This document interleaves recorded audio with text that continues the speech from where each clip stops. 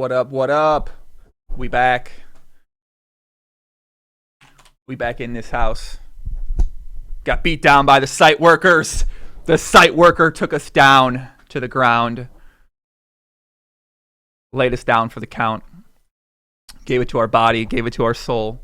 Welcome to the WCOOP main event. Final table rail. My name is Joe Ingram1, aka Chicago Joe. I will be putting this on my YouTube channel later on. I don't know who I'll be joined for the cast today, but we are now watching the WCOOP main event final table. There's a guy trying to make a deal, and first place is $1.7 million. Second place, $1.2 million. Third place, $800,000. Fourth place, $562,000.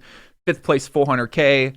Sixth place, $273,000. Seventh, $200,000. Eighth, $150,000. Ninth, $100,000. So we are now getting into the action. We are live on Twitch, and I will not have any final table entry music right now.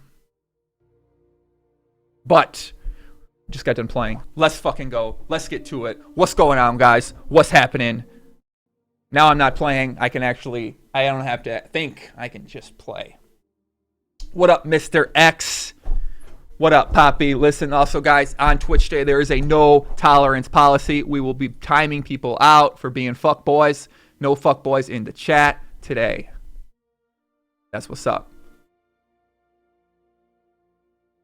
Listen, also, guys, on Twitch Day, there is a no tolerance policy. We will be timing people out for being fuckboys. No fuckboys in the chat today. Am I getting Adrian back on? Nope, I don't think we're gonna get Adrian back on. So let's take a look at the chip stacks here, guys. So the big stack is Joiso. He's a chip leader, always in deuce, is second biggest in chips, and always in deuce has position on him. He 3-bets him from the small blind first hand, takes it down. Let's look at some other stacks. So short stack is Mr. King Ball with 4 million, or I'm sorry, Soledino with 3.2 million, and Mr. King Ball has 4.4 million, looks like.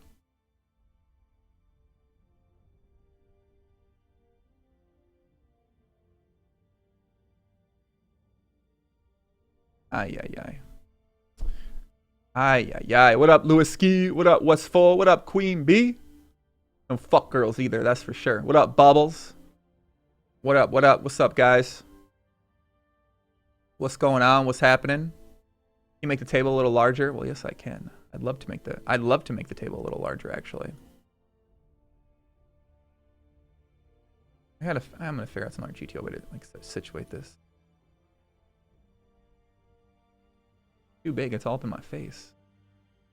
That's as big as I can make the table, it looks like.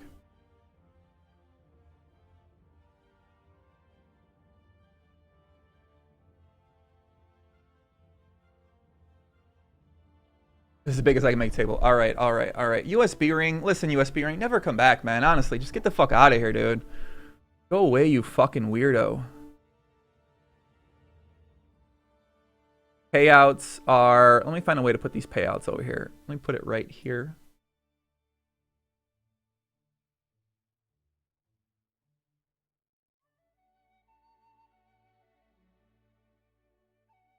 There we go.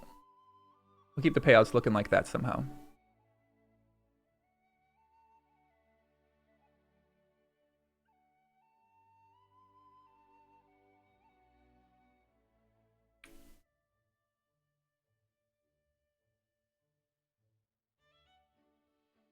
Jeez, how much did we... I'm looking at something, how much we lost this session. We split a session. We can't see the Plakes numbers. You're going to make us count, bro? What the... I can't handle these weird comments. Listen, no weird comments today, guys. Honestly, no weird comments. Yeah, do we know any of the players in the chat? So, at this table, we know Joiso's Alexander Kostrzyzyn. Binder Nuts from Canada. Definitely a potential multi-account for sure. Always Induce from Poland. Looks like a reg. Probably not someone to worry about being a multi-account. Soldinho looks like a fun player from Belgium. KTA from the Czech Republic looks like a good player with that sick avatar. Ravik from Russia. It might be for Haley. Beert G's from Belgium. Definitely always, you know, I'm not sure. King Ball from Ireland. I think he's Finton's friend. And Nola T20. No T20 was our first suspected. Could be someone else on the account. But Obviously, that's speculation. We don't want to get anybody in trouble. We don't want to get ourselves in trouble. People get upset at us and stuff like that. So yeah, so we'll see what happens. Noel has the ultimate run get account. Yeah, I mean, I think when you think about these things, you might have a possible ghost. You might have a ghosting situation. You might have someone else playing on the account. Like, you don't know, man. And obviously, people from Canada are the biggest suspects. I think if you're gonna have someone ghost the account, you do what this Solneil Dino, or if you have someone else, you do what he does in the chat, where he was asking everyone to chop it up here. Yeah, I can't see the comment, but all right, King Ball's all in. We'll see what happens here. Folds like a bitch. Nice hand. Take it down.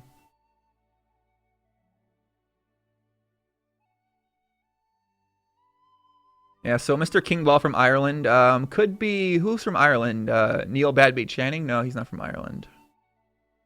Yeah, my pick to win is Joiso. I have a prop bet with a guy named Shaq. We each picked 13 players, and whoever made the finals, whichever person had the most players at the final table, that person won money. Whoever player lasted longer won money, and then if someone won, you got a bonus. And I have a couple players left. I have KTA, Noel, and Joiso, and he has no one, so I won that. Final round opens, and KTA 3-bet's really small, 1.2 million.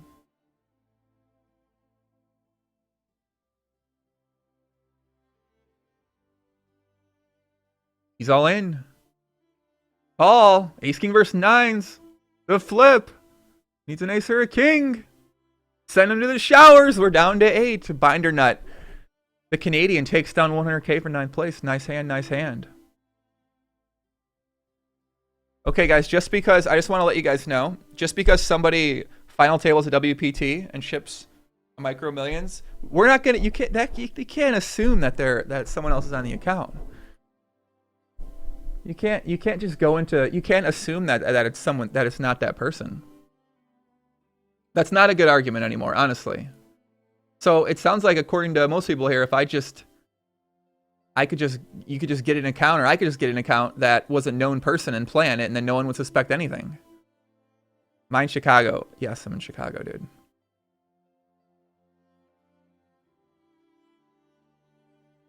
Obviously, potential multi-accounts, potential ghostings.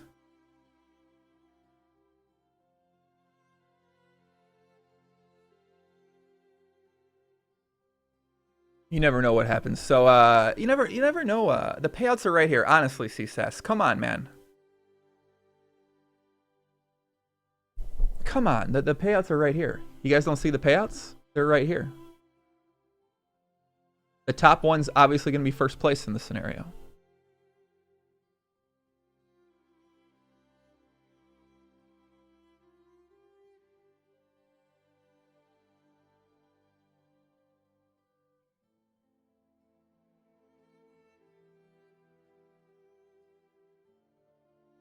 Barry Greenstein's in the chat. What's up? Sol Neodino says, Barry G, I like your style. You got a line ready for me too. What does that mean? Oh, he has a line. Oh, like a pre-line. That makes sense. Okay. Like an actual line. Okay. Azer says, would be shocked if every single player wasn't being ghosted. I'd be shocked too, man, honestly. Yeah, I'm rooting for Sol Neodino to win as well. It's not the real Moldrin, you guys. You fucking come on, guys. Use your intelligence to realize that's not the real one. Come on, man. That should be a timeout just for not being unaware of like that. That was. Yeah, I think Sol Dino is asking for a line of cocaine from Barry Greenstein, I believe. Oh.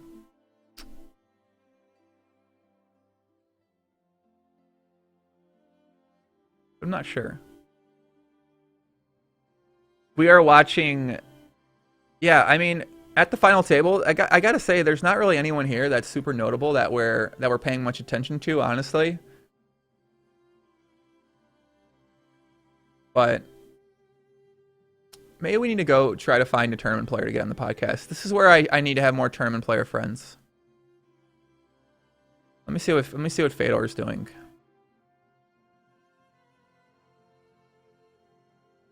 Let me see what Fedor's doing.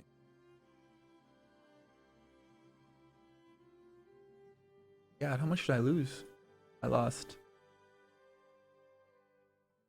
41. I lost 1900. Oh my god. Yeah, maybe, so since we don't know any people, let's just fucking give these guys some stories, man. Let's just give these guys some stories. So Noel T is Stars Reg problems potentially. Mr. Kingball is an Irish tournament guy from Pocket Fives. Take live call-ins. How do I take live call-ins?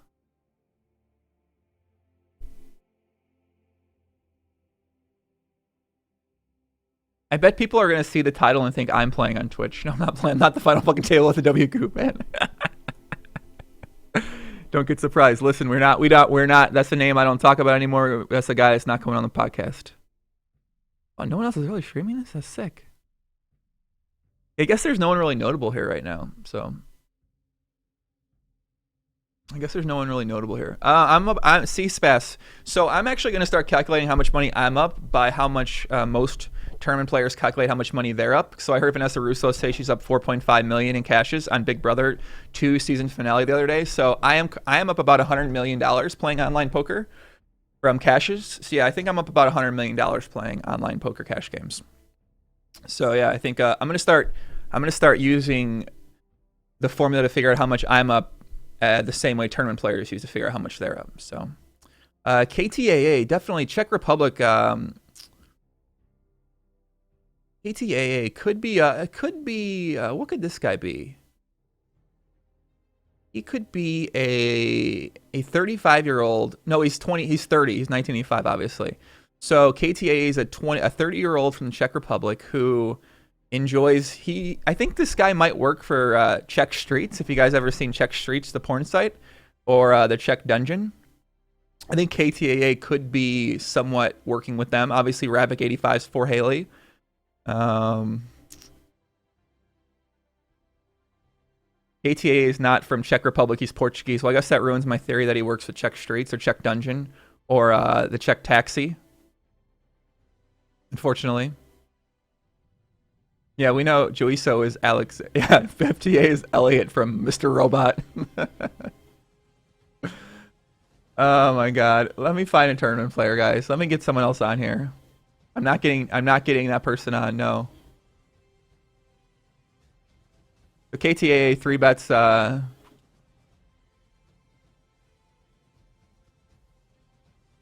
bets Mr. Kingball. Isn't Bubbles? Bubbles, aren't you a tournament player, puppy? You play tournaments. You went deep in the main event. You got to be a good tournament player, don't you? That's my qualification for a good tournament player. If you go deep in the main event, you got to be a good tournament player. So KTA 3 bets Mr. Kingball's early position open here. He just calls. And this guy's a alleged tournament pro. That means he could be slow playing a big hand or ace king. KTA is a hacker working for Anonymous. That certainly could be a case.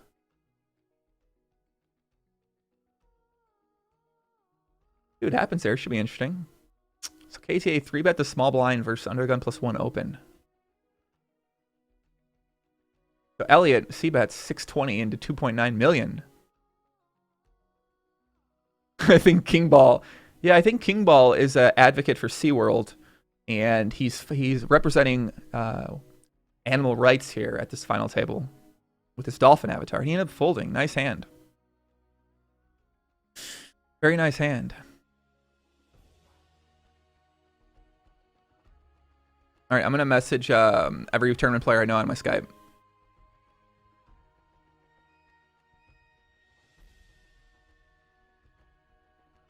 I'm going to message every tournament player I know on my Skype, guys. Hold on a second. This sauce?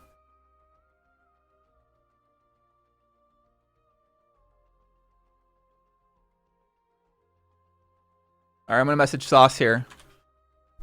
See what Sauce says.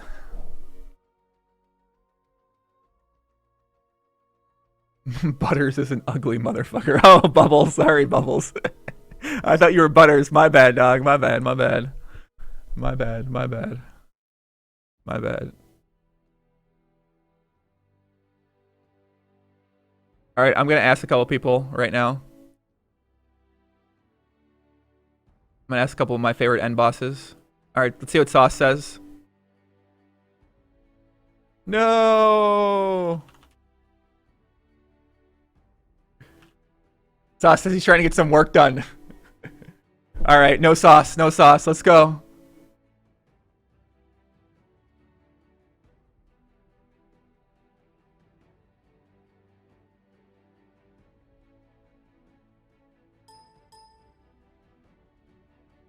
Hold on, I'm messaging people to get them on.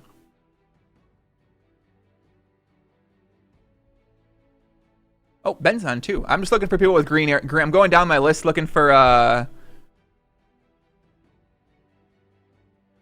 looking for people that are not sent to away right now. Yeah, I love Butters. No, I love Butters, man. I'm not hating on Butters. Butters is he's a cool guy. I like him, man. Butters is a tournament pro. Yeah, Sauce is working on a Dream Machine simulation right now.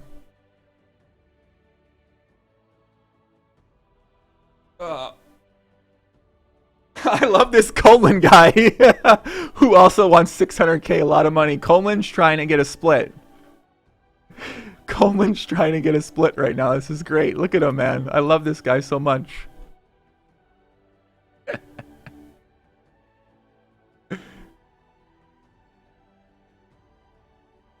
I love this guy so much, man. What a hustler.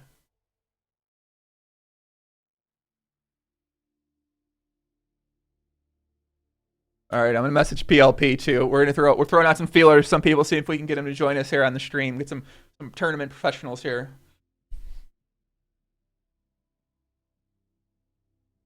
Let's see what happens. When do the blinds go up here? So there's 250K. Yeah. So listen, if you're a multi-account, do exactly what this guy from Belgium's doing. Talk about in the chat.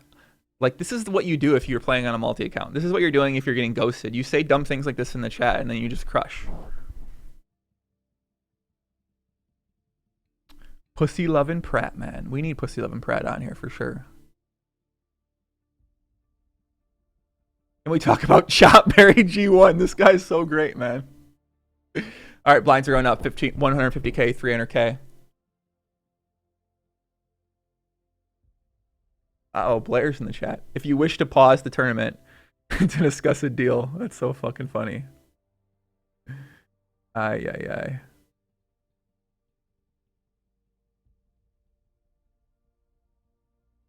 Crowd Fedor's having a business meeting right now.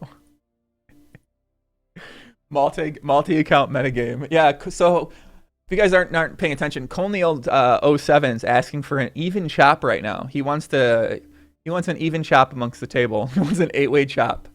I just don't think that's gonna happen, unfortunately. But you know, it could happen, I suppose. Who is multi-accounting one out live fast? Listen, we don't know who it is, but you never know, man. We're just speculating, man. We're just speculating. Barry Greenstein's such a troll. I think it's early, but it's always possible if everyone wants it.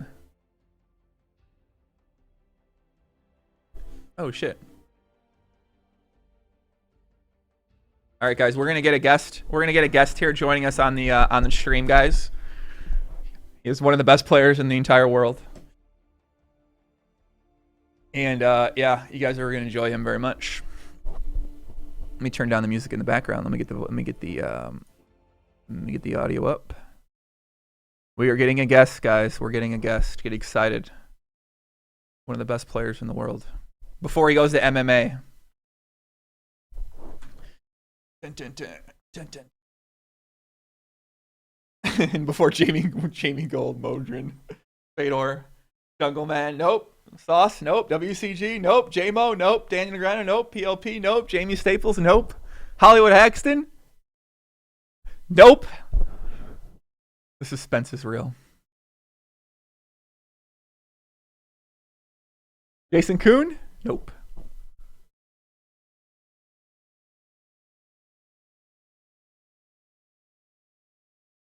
All right, so Colonial raised under the gun and always induce calls from the big blind. And now Colonial says nobody discussed deals. You guys actually haven't guessed the person in the chat. Oh, someone guessed it. Never mind. Colonial C bet 600K into 1.6 million.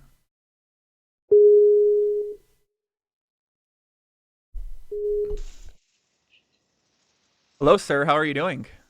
Hey, Joe. I'm good. I'm good. How about you? What's going on, man? Nice to see you. Not too much. I'm heading over to. I started doing MMA training, and I've got a lesson in 40 minutes. So I'm about to do that. Oh, cool. Well, yeah. Thank you for coming on, joining us for a bit. I'm gonna turn your volume up because it's kind of low here a little bit. Can you talk a bit more? Yeah. Can you hear me now? Is this better? Yeah, it's just still. Actually, I know how to turn it up. Never mind. All right. Yeah. We are. Go ahead. I can go get some headphones if it's not loud enough, and that might help.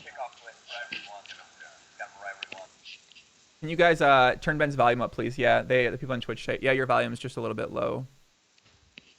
And we can see your hairline too, man. It looks good. Or it's kind of, I don't know, you got the shave going on there. You see that? Yeah. Yeah, it's about time for another cut. I've been keeping it really short. Did you mean to keep the camera on? Yeah. Oh, did you just want audio? No, it's pointed. It's pointed at your eyes. We're getting a look into your soul. Oh, there it is. Okay, Bobby. Okay. I'm trying to. I need to get your Twitch up so I can see what. You can just put the table up. Do you have the main final table up? Yeah. Let me do that. Okay.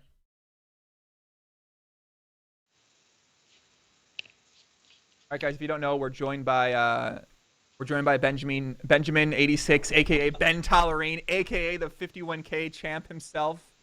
Benjamin David Benjamin 86 here. How was congratulations on your 51K win, by the way. Thanks, man. Thanks. Yeah, that felt really good. That was my first major tournament win other than the heads up. I won the heads up 20K scoop one time. Yeah, I remember last time we talked, you weren't planning to play much high stakes stuff, but I saw you play a little bit of PLO too as well. Yeah, I needed a little break, and I took that, and then I felt ready to get back into it. It was all fine. Good to hear, man. It sounds like it worked out very well for you. Yeah, it did. I think I burnt myself out. I never took a break for like 9 years. Yeah, yeah, 9 years is such a long time, honestly. I can't find these replays. No, it's playing live right now. It's playing live where? Just go to tournaments. Yeah, it's in the regular tournament lobby. Yeah. Tournament lobby. It's currently running, like it's finishing up right now. We don't know who won. The WCOOP main or the 50K that the WCOOP main event. Oh, I'm sorry. I thought you were doing a show on the 50K. Okay. Oh, cool. Well, we could. We're doing the WCOOP main event right now. Okay, great. Yeah. So we're rooting for Kostritzen, right? Yeah, I think so. That's all we really know. All right, guys, if you guys don't know, they're joined by the guest is Ben Tollerine, Ben86, one of the recent 51K WCOOP champion, also one of the favorite podcast guests we've ever had on the podcast, by the way. Has people been talking? Have anyone said anything about watching the podcast to you since you've been on? Yeah, I got a bunch of love for doing the podcast. I still get messages regularly of someone on Twitter will just send me a message and say they really enjoyed watching it or that they learned something from it, or that's been great. Sure. I think that one was definitely one of the biggest, one of the most fun ones I've done, one of the most popular ones I've done. I get a lot of feedback still from that too as well. So, CJ Carver says, how big was Ben's 51K cash? I think it was like 800,000, right? No, we chopped three-handed, so we all got like 600, and then I won the last 20 to get 620 and the bracelet. Very nice. So this is an interesting dynamic. This always induce has position on Joiso, and he's already 3-bet him a couple times now. So what do you think about stacks this here? Does anything stand out to you right away when you take a look at the makeup of the table? Um, yeah, let me take a look. I just got it up and haven't really. Uh, so we're at 150k, 300k with 8 left. And let me look at the payouts too to get an idea of how steep it is. It's pretty steep. Wow, it's actually quite flat, and then it just blows up at the end, which is Yeah. Do typical. you think Yeah, that's a good structure, or is that a good payout structure, or a bad payout structure? I don't look at it in terms of good or bad, but I just think if this is me and I'm sitting here eight-handed, I'm going to ward to try to get because there's going to be a top three anyways, top 3 or 4. Hmm. Yeah, it reminds me of the 50k. Like when I looked at the 50k payouts, I remember thinking we were eight-handed. I remember thinking, okay, I'm definitely trying to win this thing. I'm not trying to hop pay jumps, and I feel the same way about this. You see this 50k jump, 70k jump, 127, 162, and then it goes to 230, 320, and 550. Mm-hmm. I guess that's pretty typical. Uh, yeah, when I look at it, I feel like I'm playing like almost cash game style until we get four-handed or so. Interesting. I guess right now, when you take a look at the short stacks, the Colneal guy tried to do an 8-way chop. Been trying to position the table to a 600k chop. Everyone takes 600k, and they call it a game. So he's sort of like he appears to be a little fun player. So he's on the Okay. short. He's on the second short stack right now. King Ball. They said he's a pocket fives guy, and I don't recognize any of these names. So I don't know if like anyone. You assume there's not many like actual fun players that make it this far, but you never really know. Actually, yeah, now that I had a moment longer to think about it, I'm sure that this is full of weaker players, and I would not be playing cash game style. I would be playing low variance, like very cautious poker if I were at this final table. And that was why I said that, because I guess from if you're a good player at this table's perspective and you see that there might be, I mean, like I said, I don't necessarily know if the KTA guy, he might be, some of these guys might be good players, but just going off of, do we recognize them? No. Well, they might not be the strongest tournament players, especially in this situation with so much money on the line. I would Hmm. assume most people are probably going to be playing tighter in this situation overall, but Definitely.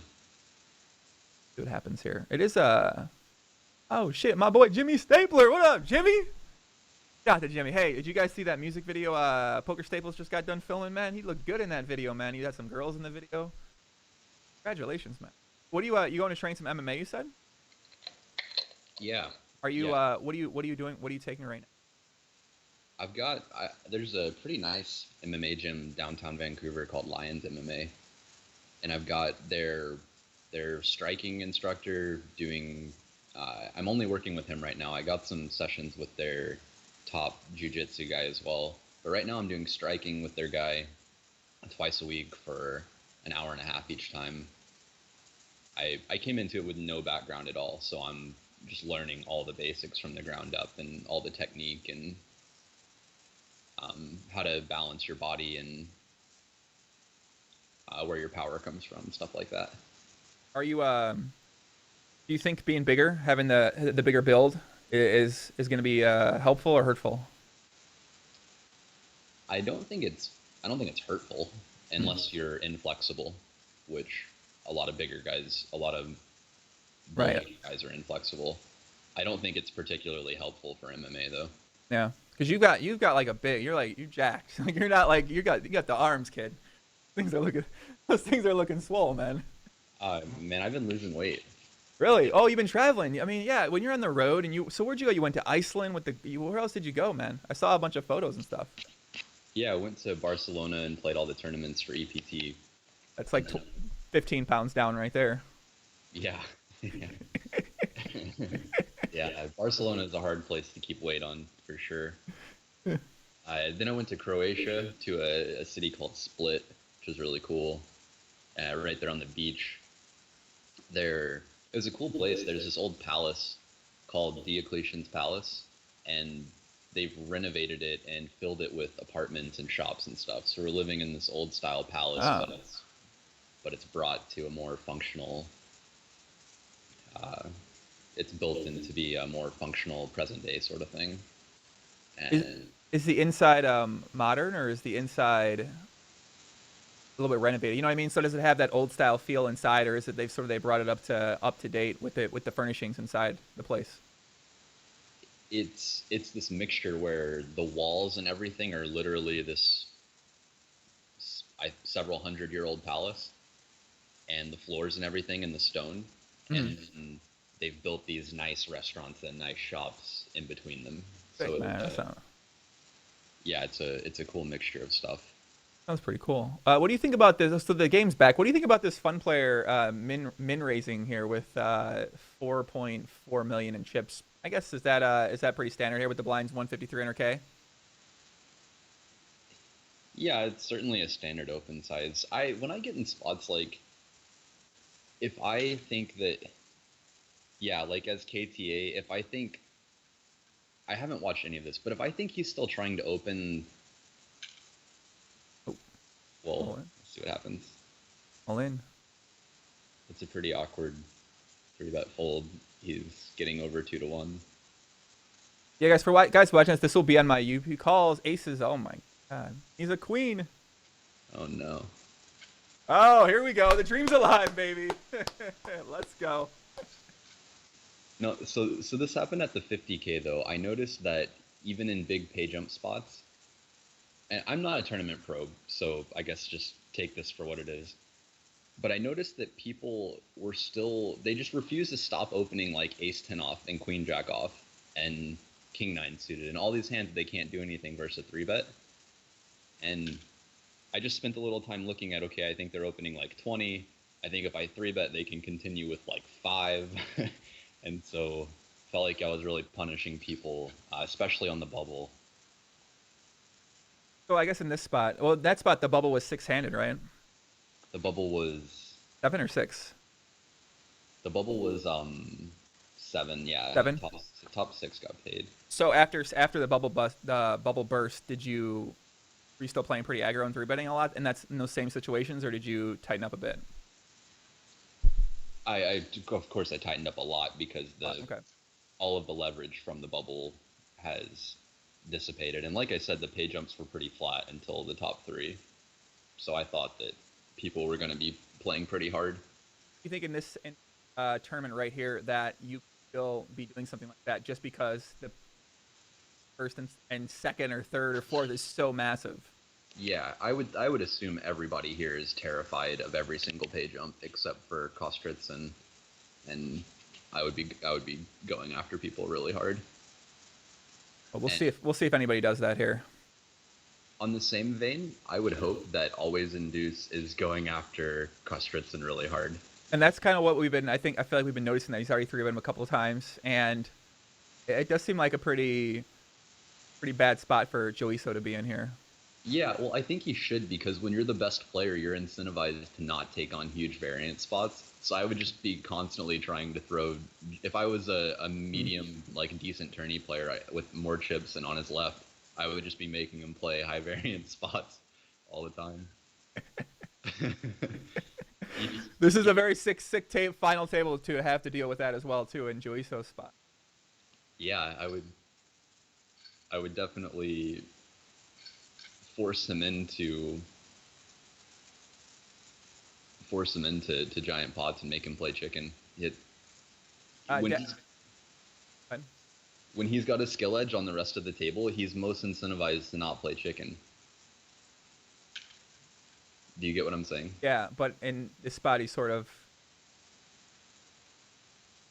explain. I'm paying. Can you explain that idea one more time? I'm looking at the chat. I was looking at a comment. And I was gonna comment on the comment, but all I'm saying is, I think Joizo's far and away the best player at this table. Mm-hmm. And if I were covering him in on his left and knew that he was far and away the best player at the table, I would put a ton of pressure on him and put him in high variance spots because Joizo wants to exercise his skill edge and play low variance, And so if you just keep throwing him into high variant spots, I think he's going to have to bow down and under realize his equity and stuff and avoid playing the I call it chicken. That's Yeah, what well, you said the game of chicken. I was like, what is he referring to a game of chicken about? That's what I was like, because I heard the first. I was like, oh, yeah. I was like, yeah. But then you said game of chicken. I was like, wait, who's in the game of chicken here? Like, I'm thinking chicken or driving into the car, so he kind of has to avoid playing chicken with him. Which, that's what star. It's everyone's. There's this 9-way car crash happening, and everybody's deciding when to swerve and who to hit. 9-way car crash. Which guy are you to turn away first? Are you the first guy, the ninth guy? Which guy? I think. I don't know, man. You probably early guy to turn away. Me personally? Yeah. What do you think? I'm one of the first, probably. It depends on which car I'm driving. What if you have? Oh, now we're taking it to the next level here, kid. Okay. Yeah. Like right now, always induces driving a semi. You know what I mean? Yeah, I know what you mean. Here. Well, this will be interesting to see what happens. Are you rooting for Joiso? Are you like a friends with him or? Yeah, no, I'm definitely rooting for him. I had an awesome conversation with him. Right, let's watch this pot. Your fun players made. I don't know if this guy's a fun player, man. I think he's fucking with people. He's showing the silver stars. That's pretty. And he's got the dog avatar. He's got a lot of fun player stripes if he's. Yeah. He really does. That's what I was gonna say. If you're like a multi, like you do what he's doing, you put your silver star on, you get a dog avatar, you get a little child avatar, and you start talking crazy in the chat, and that'd be the strategy. People in the chat are asking, when are we gonna get you back on? We got to get an update, kid. We got to get a Euro update. We got to get a Euro trip update. We got to get a Barca update. We got to get a recent poker update. We got to talk about little break from getting burnt out. 51K. We got a lot to talk about, man. Yeah. No, let's do it. I'm pretty free. I'm taking a few days off this week, so if you want to do it soon, let me know. Well, yeah, let's do it next week. Okay. Yeah, I can do it next week. Cool. What day? Monday? Yeah, Mondays are good. Cool. So the 5th? Let me check. Yeah, I think 5th. Yeah, let me check the schedule. Oh, do you see I'm having on Full Flush this Friday? Oh, nice. Yeah, dude. That'll be interesting. I know. It's going to be all in. King Queen versus King Queen needs running clubs. Uh-oh. Oh. Yeah, so my Joizo story is I'm playing the 25K PLO, and I'm about to leave town in 2 days, and Joizo's on my right, and there's a 500K starting in 3 days, and he looks at me and he goes, "Ben, are you playing the 500K?" I said, "No, I don't really feel like it, and it'd be kind of a pain in the ass to raise that much money here in Vegas." And in his kind of thick Russian English accent, he goes, "We can do it." Like Russia can do it, and we want your action. Wait, didn't you end up playing that? No, I didn't play. Oh, I feel like, because I remember I was talking to you a bunch before leading up to that. I thought you were going to play it, and then I feel like I thought, Sauce played it. No, Sauce played it. Okay, yeah. Sauce played, yeah. Yeah. I went to San Diego and went surfing and chilled out. Did you hear Jason's moving to San Diego? Yeah, I did hear that. I'm going to go see him. I think I might move out there in December for a couple months. I'm not sure yet. Or Japan. It's one of the two. I can't decide which one. That's quite a big difference. Yeah, very big difference. What's drawing you to each of them? Well, San Diego is obviously, weather's awesome. It's wintertime here in Chicago. There's a lot of cool poker players there, like guys who don't really play, like they play live and they sometimes play online, but mostly they turn live guys now. And I have a lot of friends that are from before living in San Diego as well. And when I say it like that, San Diego does sound like the GTO option for sure. Yeah. But Japan is like, once in a lifetime sort of thing. So. Would you be going by yourself? Probably not. No. Probably not. Man, but kind of a close decision here. Yeah, well, I feel like San Diego's not going anywhere. If you got a special Japan opportunity, sounds tempting to me. Yeah, that's kind of what I was thinking. But and San Diego is just so nice, so great. Dino, Conil Dino is a fun player. The chat says. Are they going out on a limb? What's happening? Ansky's got him craving. Ansky. The chat says Ansky has me craving gyro sushi after he talked about the sushi on the pod. Yeah, that was an intense description. That was, I know. It's like Ansky's passion for sushi and for that place specifically really got me fired up, man. And his hatred for Las Vegas cabbies was special too. Now they just got Uber going on, right? Vegas got Uber. Yeah, they got Uber, didn't they? Wow, what a mess. Vancouver can't get Uber. Oh, all in. 8-3 versus 5. Ace 3, it's an ace. Yeah, the cab system in Vancouver I feel like is pretty good, but not as terrible as some other places are. Like Vegas, to getting a cab anywhere not on the strip is just usually a pain in the ass. It takes forever. Yeah. Jamie said, I like the panel below your stream that says Testa at the bottom. Oh yeah, I know. I'm an idiot, dude. I'm supposed to updating my Twitch info and I just haven't touched it.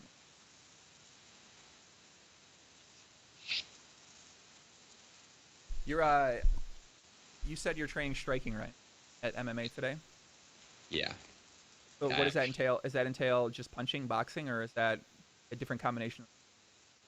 It's punching and kickboxing. I guess it would be called kickboxing.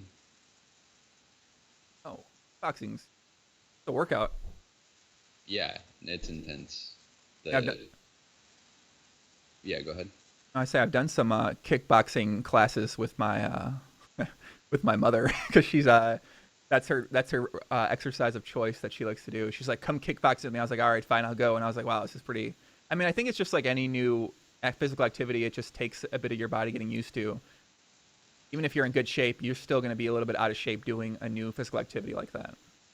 Yeah, for sure. It's a different kind of fit. Yeah. What else do we think about this table? Do you have any thoughts looking at the table or any of the players right now?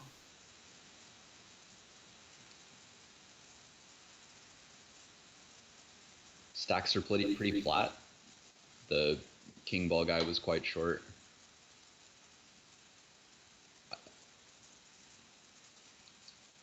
Now I'm kind of struggling to come up with something. In general, I feel like when stacks are fairly flat at a final table that everyone's playing more of a chip EV style and less of an ICM concern style. But like I said earlier, it all kind of goes out the window at this WCOOP main final table where these are not top tier poker players. Well, this is fun. Who has more jacks in their range? Lipu says, Joey, can you ask Ben why he didn't want to flip for the last 20K on the 50K event, please? No, I was the only one that wanted to flip. Can you ask Ben why he didn't? Okay, why? Never mind. That's a dumb question, Limper. Sorry, buddy. Sorry, puppy. I said let's flip the last 20, and then the other guys wanted to play for the glory. You want to play for the glory? No, man. No glory. You got enough glory. Yeah, I feel like you got enough good high marks on the resume. Yeah, at one point that was important to me, but oh, gross. Yeah. He blocked it too. Well, blocked. In a tournament, that's just like a normal bet, I suppose. Yeah, I used to care a little bit about that stuff, but then, like we play cards for a living. I don't think there's a lot of glory in cards. There's glory to a very small subsection of people in the world, but I mean, there's some glory that comes with it, though.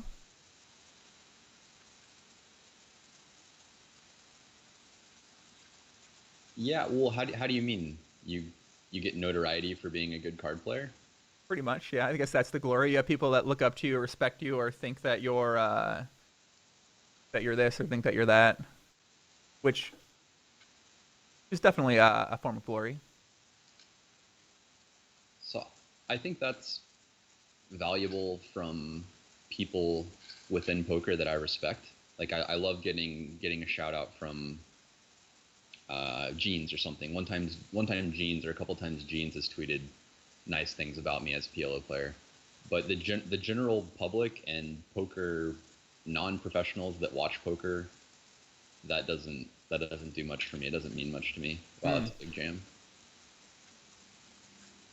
Well, we're gonna get out. Let's save these. I already have the topics lined up for the podcast now. Okay. Yeah, We'll get more we'll get more into these then, man. What time you want to do it at? Afternoon? yeah. Afternoon's good. Cool. All right, let's do like 3 p.m. Eastern. Yeah, okay. Cool. 3 Eastern, noon for me. Yeah, we Eastern. get so deep every time we talk, Joe. I know. we gotta keep it lighter. No, it's easy though. It's easy. Are you that way? Are you that way with most people that you talk to though? I mean, like if they ask you questions, like does that typically happen or no? Yeah, probably. Yeah, Probably quite a bit. it happen. You let the heart out, man. You know, open up the heart and soul to people. That's just how I think. I can't help it.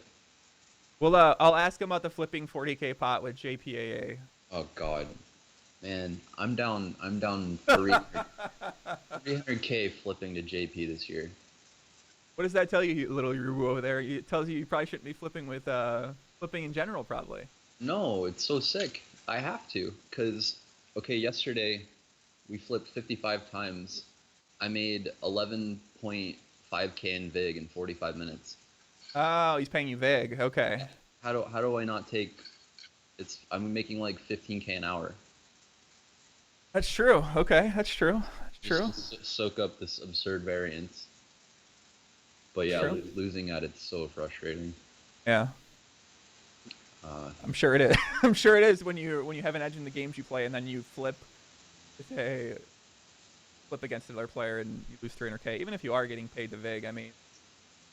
That hourly, Joe. I don't make that hourly anywhere else. Maybe Heads Up versus Cadillac that one summer. Oh, back in the day. Heads Up 501K versus 70-year-old man. I maybe had more than 11K hourly. All right, man. I'm sorry to cut it short. I gotta go to my class, but I'll catch up with you on Monday. All right, buddy. I'll see you Monday. All right, later, buddy. All right, peace. Have fun. All right, guys. That was Ben86.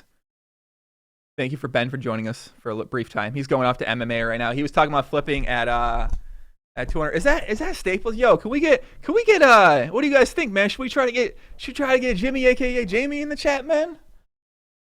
I don't know, man. I don't know. That might be a little overload for people on Twitch. If we get me and Staples in the chat, man. That might be a little bit too intense.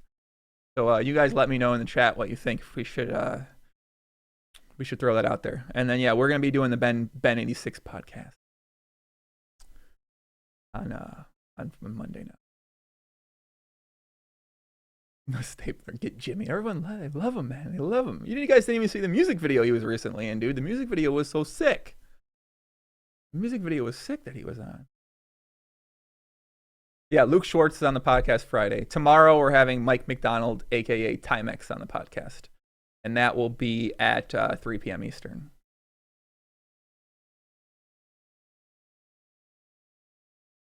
Doing a broadcast on Thursday. This for Stars. Why aren't you doing it? Why don't they have you doing it live? Oh, I guess they're gonna have you do a replay of it. A replay of it later. That makes sense. We get a link for the music video. You know, it's funny. I actually don't know what the hell the guy's called or what the music video is called, unfortunately. So I have to take Ben86 join us out of the title. Yeah, Timex will be tomorrow at 3 p.m. Eastern. Luke Schwartz, 3 p.m. Eastern on Friday. And then Monday, Ben86 at 3 p.m. Eastern. So we're going to go through a little Murderers Row streak here of people. Video. I don't know the video. All right, guys, we're gonna go try to search out, see if we can get someone else here.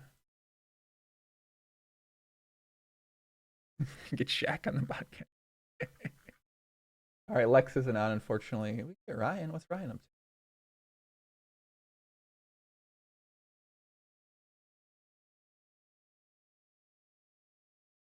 Good Potential's up too. Yeah, I'll be the podcast will be, you can catch all the replays on YouTube as well, and then I'll be doing that on Twitch and YouTube. Queen Bee, what's up, Queen? Oh, here's the video. Uh-oh. Jimmy, look at this video. Poker Staples, look at him, man. What's up? Oh my god. What a G. I'm like, hey, what's up, hello?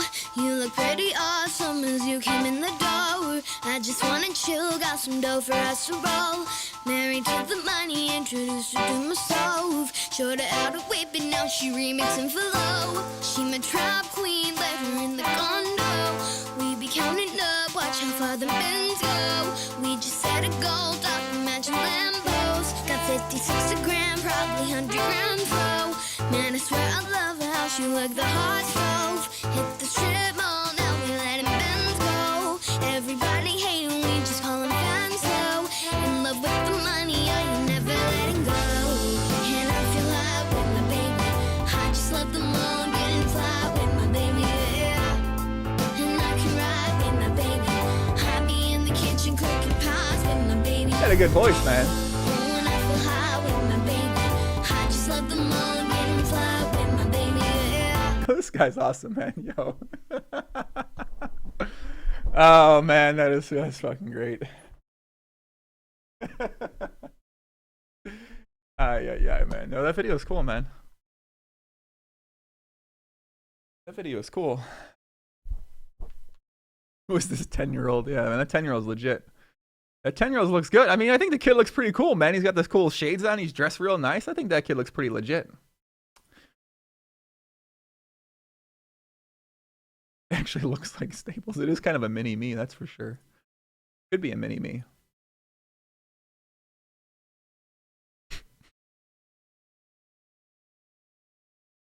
I gotta give a shout out to my boy, my name ain't Earl. He's the one that sent me the picture initially to that I even found out about that. So this final table looks like it might take a bit of time here. Mr. King Ball's in the short stack right now. I love this guy, Chicago Joey's Huge Dong. It's such a great name. Thank you for that. Thank you for that great name. Live. Is Elkie on? No, we're gonna go look for someone else that's on the computer right now. See if we can get someone else on the chat here. Maybe Dangus. All right, King Ball shoves all in here. Yeah, I will. Blinds are going up 175, 350K here. Rumcake puppy. Peter says Staples and Jordan Lancaster. No, man, I love that. No, man, that's tripping. No, I really like that kid. I think Staples is cool, man. He's cool. I like him. I like him, man. He did a good job on the panel. Shout out to Rumcakes. The TwitchCon poker panel. I thought Jimmy did really well. I thought Rumcakes did a great job moderating. He set it up nicely. He gave everyone a shot to say something on the panel, which was cool. I thought Phil Hellmuth was fucking was not the best. But yeah, I thought everyone else came out pretty well. I thought Elkie was the man and Nanonoko was the man and Gripst was the man and the other two old guys were they were just there sort of thing. So it was cool. I liked the panel though. It was fun. It was very fun. That kid would be the best wingman for you, Poker Staples. You take that kid out with you somewhere and you'd fight the chicks off with that guy. That's true. That is very true. The event I'm talking about is TwitchCon, which was TwitchCon was a 2-day event in San Francisco. They had a poker panel which Rumcake led, and I thought it was great. Does Rumcake? You don't play tournaments, right? Yeah, now I want to call up Rumcake to get him on here, man.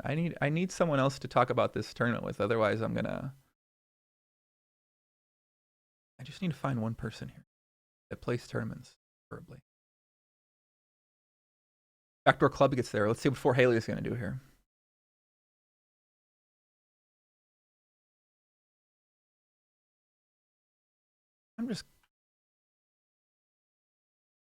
All live, pretty much though. Staples call in. All live tournaments.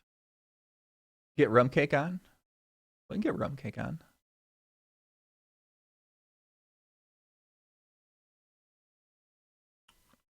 Or Haley Betts, 1.99995. See what happens here.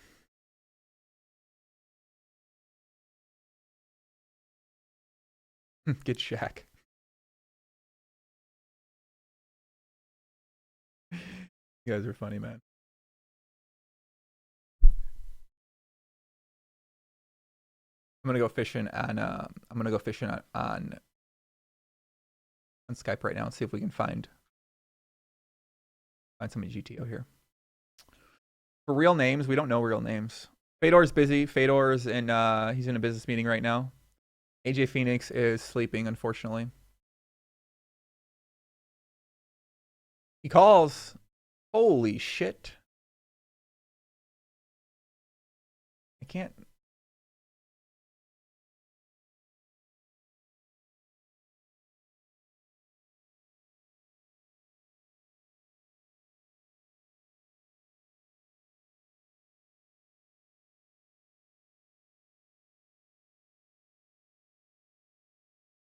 The hell? Hold on a second.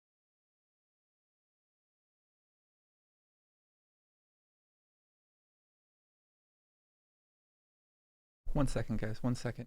Hold on a second. I'm talking to someone on Skype here.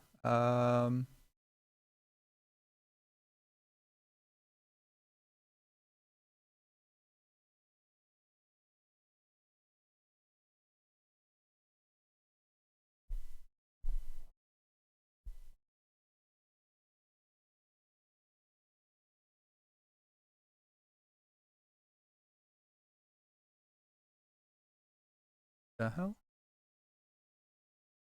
Didn't you say Misha to Cokes? Definitely could say that. We need Big Dick Donger Kim on the live rail.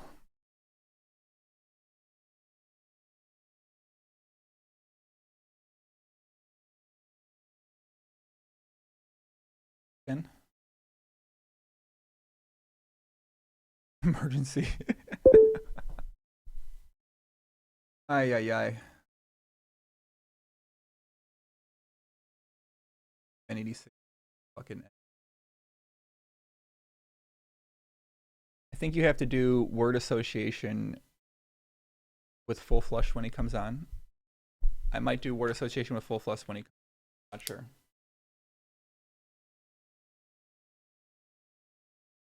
We shall see what happens.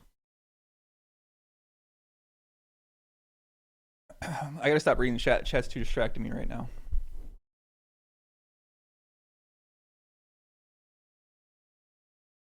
Chat's distracting me from this epic action here. I like KTA. He tanks down before every decision. He bets pretty big here. 3.7 million. Juice folds. I have to leave the moderators in the chat. I forgot when you get a lot of chatters, when you get a lot of people in the chat, then when you get a lot of people in the chats sometimes become crazy, so. And I think right now we have 800 people watching, so the chat's gonna get a little bit intense. I have to like put it to the side, look away from it. Beerjish is opening a lot bigger than most other people are, so I would assume that means that he is probably a bit more fun. Let's Google him and see if we can find out who these people are. Beerjish 79, so he might be born in 1979. His name is this. No, it's not.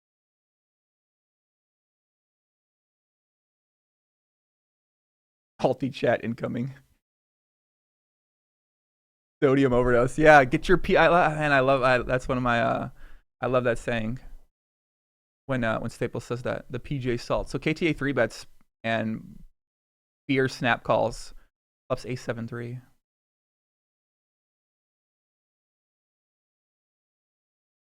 See what happens. KTA's been 3 betting a very large amount from the in the blinds. I mean, obviously it's small sample size so far, but all right. Noel T won a Micro Millions event. Perfect. Wow, snap all in. Okay. ATA 3 bets. He bets 1.2 million into 4.8. Beer goes instantly all in for 5 million.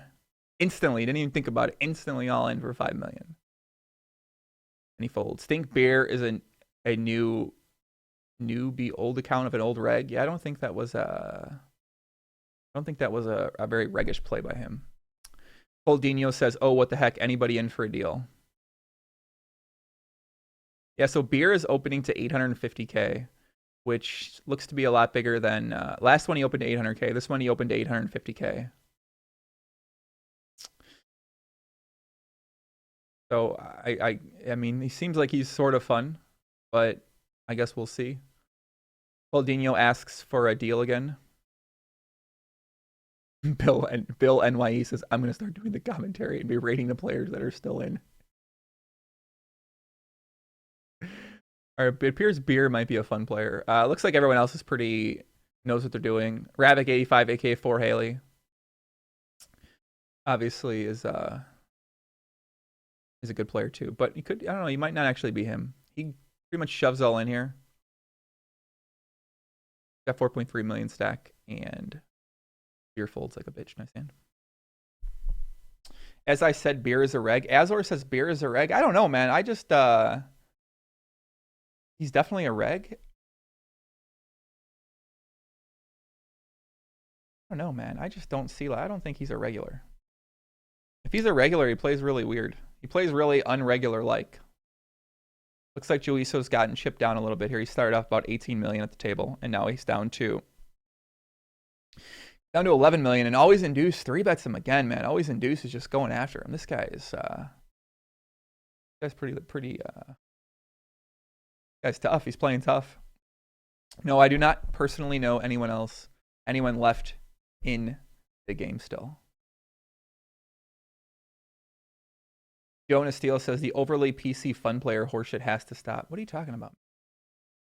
You don't know, man. Listen, man, that's spoken like a losing player right there. No losing players in the chat. If you're a losing player, let me know. I can time you out, please.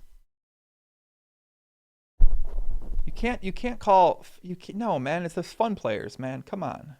Oh, we got another person identified himself as a losing player, and we time him out as well. Let me know if you're a losing player. I can give you time you out. All the losing players, please make a comment in the chat so I can time out. Thank you very much. Always Induce 3-bets. Joiso calls. He bets 1 million into $4 million. What a sick bet size, man. What a sick bet size. Joiso calls, turns a jack. Pot 6 million. Joiso's got 8.3 million left. Checks back to Rivers a king. Backdoor straight gets there.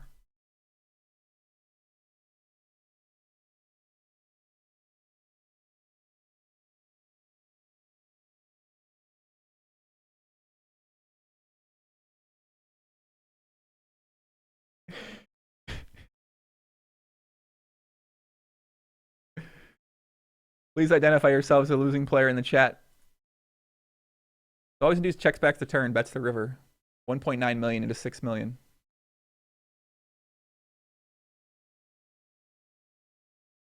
And Joiso folds. Man, Always Induce is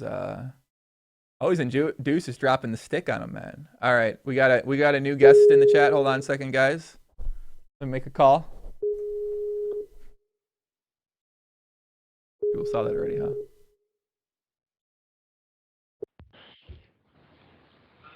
Hello, sir. What's up, bro? How are you? I'm doing well. How are you doing? We're joined by, oh my God, look at this video, man. Look at you. I've got video. We're joined right now, guys, by the man, the myth, the legend, the end boss of Twitch poker, Rumcakes. What's up, Rumcakes, Poppy? What's going on? Not much, man. Just hanging out. Another day. It's been just finished up TwitchCon. It was crazy, but it was super fun. Yeah, so I'm a bit tired, but getting back in the swing of things. I want to say you did it. Obviously, I thought you did a job on the panel. You really delegated quite well. I think it can be challenging to delegate on a panel with you have a guy like Phil Hellmuth who is loving talking the entire time, and obviously you want to include everybody in the questions. So I thought you did a good job. Thank you, man. I appreciate that. I've actually never moderated a panel before, and when I went into it, I hadn't planned for it like at all, Hmm. like literally nothing. And then like 35 minutes before it, I opened my Twitter for the first time in the day, and I saw a bunch of like random poker news and media outlets, and people were like, "Hey, this is like exciting. I'm excited for this panel." And I was like, "Oh crap, maybe I should prepare." So then I wrote like 10 questions down, and then I got like a minute in, and I was like, "Yeah, just screw all this. We're just gonna talk and just go with it and see what happens." Because like preparing just made it so much worse. You know what I mean? What did you do to prepare though? I thought about questions that I thought each person could answer that would be interesting to like the audience. Hmm. Um, but again, it was bad, and I just didn't use any of it anyways. I'm trying to. Why didn't you use it anyway? Like I'm the kind of person where if I'm talking in front of people and I have things written down in front of me, I'll read them rather than just like talking, so it'll sound way too scripted, I guess. Hmm. You know? Yeah, I know what you mean. I mean, I kind of do the same thing on the podcast and stuff like that. So. Yeah, I just don't want to read stuff, like straight up sound like it's super scripted. But I thought it went well. Like, Elky's such a boss. Like, I think when he roasted Phil, and I like Phil a lot. Disclaimer here: Phil's a friend of mine. But when he roasted Phil, that was like one of the funniest things I've ever seen in my life. Did you see that part? Yeah, I saw when Elky sort of roasted Phil a little bit. Yeah, when he said something about, "Oh, I thought you were the best player," or something like that. Yeah, Phil was like, I had 10 million chips with 8 people left. I never don't get third place, but I made 2 mistakes, Elky. And Elky was like, what the hell, Phil? You make two mistakes? You're the best player ever lived. How do you make 2 mistakes? Like, Yeah. it was so good, man. Elky's a legend. But no, I thought everyone did a good job. And like, it's pretty crazy if you look at people like, I'll point two guys out specifically, like Randy and Jamie. A year ago, like Twitch Poker will be a year old in a few days. But if you look at where they were a year ago and how they talked publicly and how they spoke publicly and how they acted in front of a group of people to where they are now, and look how far how much they've grown in that regard, it's pretty epic, man. And it was pretty fun to sit there on a panel with them and just watch them like kick ass. I thought I said this about Jamie, but I thought that was one thing I noticed about Jamie. He did really well. He definitely, you know what I mean? Because sometimes when you're not used to talking to a big group of people, or in a situation like that where you're on stage in front of a bunch of people, you can definitely get nervous and you start to stutter in your speech. But I thought for him, especially did pretty well at that. I thought Nano Noko did really well too. Yeah, man. Randy's a legend, dude. He's like, Randy Lou is actually like, he's probably my best friend outside of like poker and work too. So just being around Randy, and there's so many things that like I can't say enough good things about that guy, man. He's hilarious. He'll forever be Nana Choco to me. It's actually really funny. Like almost every time we play a tournament together, despite him being a much better poker player than I am, obviously, I always run deeper than him. So I always call him Nana Choco. And You know what that means? That means you're definitely the better player if you go deeper in tournaments. I mean, right? How are you not the better player in that situation? Like 10 MTTs. How could I not be better? Good. I mean, obviously the best one. That's what I'm saying. If you go deep in a tournament, you're a good player. I think that's what the qualifications are. As you know what I mean? That's qualifications. Are you watching this final table, by the way? Yeah, I am. This is pretty epic, man. I actually don't know a lot of these players. Do you? So Joiso is a pretty well-known Russian guy, Alexander Koshrin, but I don't know anyone else at the table. I'm not even sure what their names are. A couple people sent me some links on Twitter to who people might be, but yeah, I don't know who they are. So it's kind of it's sort of anticlimactical. We don't get any names here, unfortunately. Yeah, dude. The Russian players, the Global Poker Masters, were like so intense and had so much pride in everything they did. So I don't know if that was like, if it's just such a cultural thing or what, or if all the Russian players like that, but it was pretty epic to see. That was at Malta, right? Yep, they were like preparing so much for everything and just so into everything that was going on. It was pretty cool to see, man. There's like a lot of national pride there for sure. Christina says Mr. Kingball is Rory Brown. All right, Rory Brown is Mr. Kingball. We have a name. We got a name, boys. Rory Brown. Well, I hope Rory Brown gets some more chips then, just so we can know Rory Brown. Yeah, if he wins the main event, we'll really know who he is. But oh, he looks cool. He looks like a cool guy to me. I actually like that really small bet that you were talking about earlier. By the way, where you bet like 1 million into 5, whoever that was. Yeah, that was always in deuce. Yeah, he bet that on he 3-bet pre-flop and then c-bet the flop that size. Yeah, like super small. I loved it because of he did that to Juiso, right? He did it to Joiso, yeah. Yeah, Juiso stack size. It like made the turn and river like so easy to get it in, and like so awkward for Juiso. Yeah, Joiso ended up check calling flop there and then check full of the river when he bet like 1.9 million to 6 million there. Did anything like get there? Like it was ace 6-3 flop, turn jack river king, so backdoor straight got there, but it was pretty interesting. I mean, I guess Joiso could have been check calling with a hand like tens there and then run a bad card. yeah, for sure. See you later, TJ, puppy. Roy Brown is a UK pro. Dublin, Ireland, it says. United Kingdom, Ireland? Maybe. So. Yeah, are you in Twitch offices right now? I am. You can I have this kind of like wall thing behind me blocked off to keep it a little quieter because I'm just at my desk. I'm not in like a mini room or anything. So yeah, this is you guys are seeing the Twitch offices. It's Wow. pretty hype. Wow. Hey, when are we getting you on for the official podcast, Poppy? I know we've talked about it a bit, but You Never- tell me, man. I'm there. we never officially set it up. I mean, we could. I want to do 2 next week, so I'm gonna do one with Ben86, and we got to get you on, man. What about next week? Sure. What day? Next week I'm playing on live at the bike. Oh my God! Look how big time, kid. Look how big time you're getting here, man. Oh my, you're on a podcast. You're fucking live at the bike. Look at this guy, man. I know. Holy When shit! I'm live at the bike, you're obviously good at poker, guys. That's just the way it works. It's just I mean, after all, it's a 5-10 game. No. But that's only on I think Tuesday night, Okay. and then I think I fly back early Wednesday morning, and I fly out like early afternoon on Monday. Mhm. And then I'm back for sure on Friday. I think that's how it goes. Let's do Friday then. That way I can give people a couple of days to consume the Full Flush and Ben86 podcast, and then we can come back on Friday. Perfect. Sounds good to me, man. It'd be fun. Cool. BTO. Are you gonna be doing it from the office there? Probably do it from the office. Yeah. What's the Twitch office like, man? Is there a lot of I already left. I was gonna say, is it like a normal workplace where there's a lot of like sex happening and people are out, there's a lot of like all workplace I've worked in, there's always a lot of it's always very, very sexually charged. Can you answer that question? Come on, kid. Give us the answer. We're on Twitch right now. Let people know what it's like to work for Twitch. So I can honestly say I've never seen any sexually charged motives at the office. However, I can say that working here is definitely different than your ordinary office. Like, they treat us insanely well. We have lunch, dinner brought every day, breakfast brought 3 days a week. The office is unique in the sense of it's all open spaces. So like even our executive team sits with everybody else. We have 3 floors in a really big building. And the way it works is there's meeting rooms scattered all throughout the office, and if you need a private space, you just schedule a meeting room on the calendar, which I like because it makes everyone super approachable.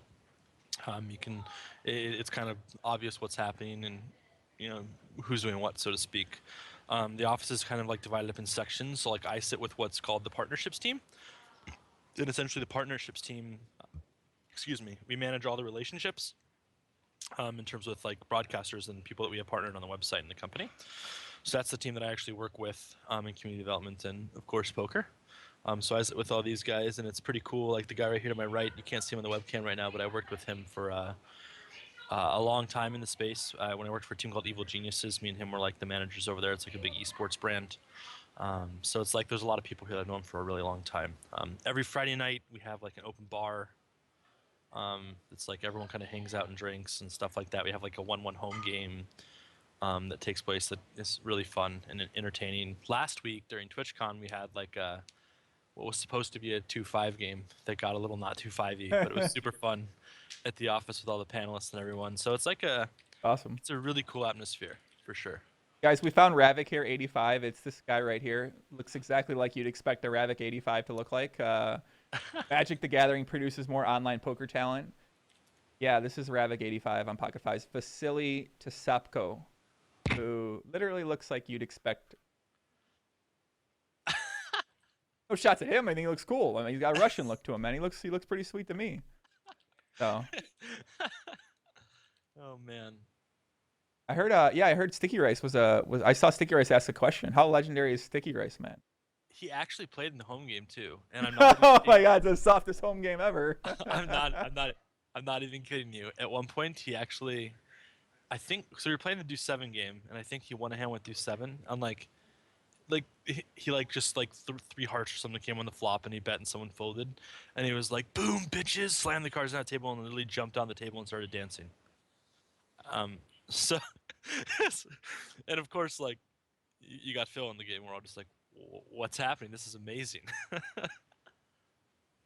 Cole Dino guy looks like he knows what he's doing. He bets 665K and a 2.3 million here. He certainly doesn't look as fun as he appears. So he looks like a Russian Jonathan Little. That guy, Billy does. Yeah, he kind of does look like a Russian Jonathan Little. Actually, well, that's a really good spot. Pull this guy over here again. He does look like a Russian Jonathan Little. Look at.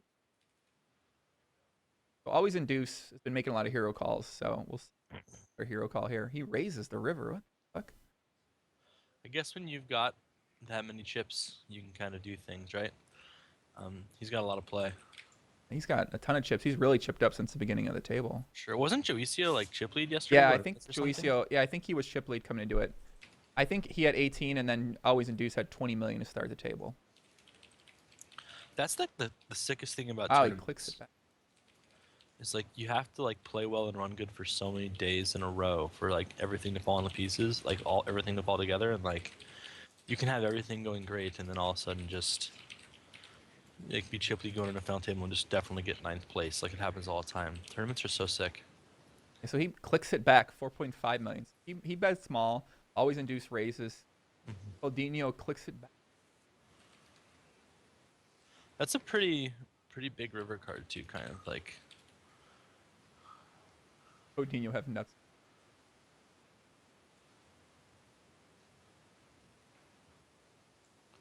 Mixing it up here.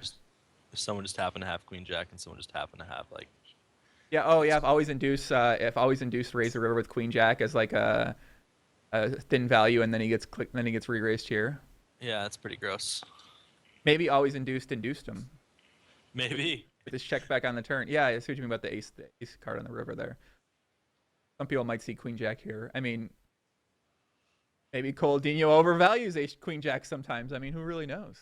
For sure. That's actually like, I think that's one of the most common players, and one of the common mistake in players is, and something that it took me a long time to get better at is like, everyone thinks you should always get thin value in spots, but people don't think enough about like where you can get thin value and when getting thin value is actually going to just screw you over, right?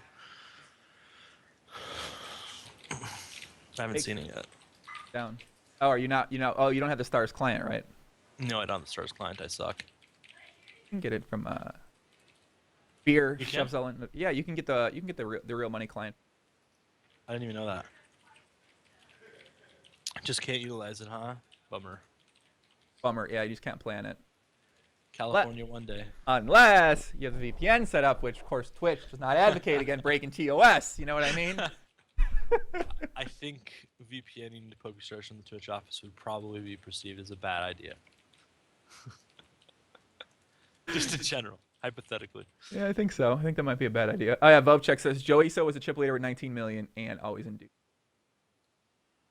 Oh yeah, so what's Jimmy gonna do? So Poker Staples is gonna be doing a replay on Thursday, the official one for PokerStars with cards up. So if you guys want to watch that on Thursday, that'll be like the official shit. I guess they're gonna probably go over the big hands, just like the normal Stars replays that they do, where they have cards up and you can see all the hands. So we'll be able to see that hand. So that hand specifically, I want to see later on Thursday. I'm gonna check that out. Poker Staples, are you putting that on? Are you putting that on PokerStars, or are you gonna be doing any of that on Twitch, by the way, too?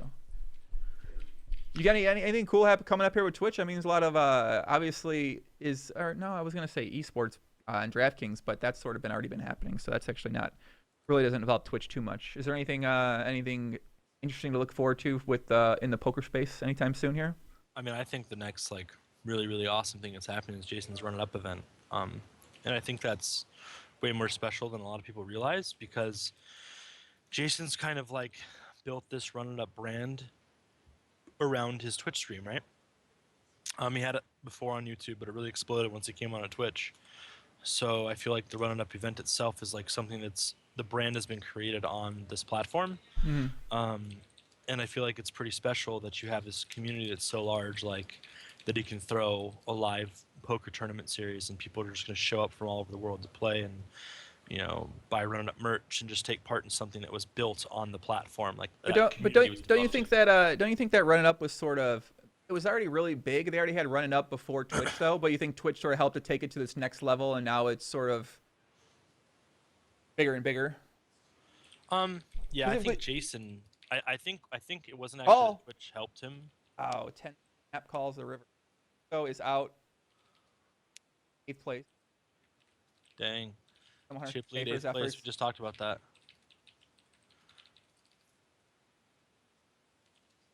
Okay, go ahead. We're talking about Jason. 6-9 hype. So anyways, I think that Jason, it's not that Twitch helped Jason's brand grow. I think it's just that Twitch gave Jason the right platform to grow his brand. If that makes sense. Because I think that Jason is so unbelievably good at what he does that he just needed a platform that could allow him to really utilize his skill sets properly, which is what he has now. Carver's the man was I guess he was streaming on Twitch, so he couldn't be at TwitchCon, unfortunately. Yeah, WCOOP is kind of like a really tough timing for everyone. I know like Jamie, Randy, and Elke all like left early in the morning Yeah. after partying all night to play. It was pretty sick. I don't know if you ever we had like the after party had like, so Darude is like a big deal on Twitch because of Sandstorm. Oh, and Deadmau5 was there too, right? And then Deadmau5 was there after Darude. No one knew Deadmau5 was there. It was like surprise guest, and it was like Deadmau5. That's a pretty sick surprise guest. Especially for Elke. Elke was probably Oh, he was going crazy. He was going crazy. a really sick surprise guest. So that was pretty epic, and he was hilarious. He was like mid-set. He like lowered the music and was like, "Guys, my effing lawyer's sitting behind me to make sure I didn't do anything effing stupid," and like point at his lawyer, and then like just turn the music back up. He's a big troll. He fits in well on Twitch. Yeah, he actually streams a lot. Yeah, I've seen him stream some of his studio sessions.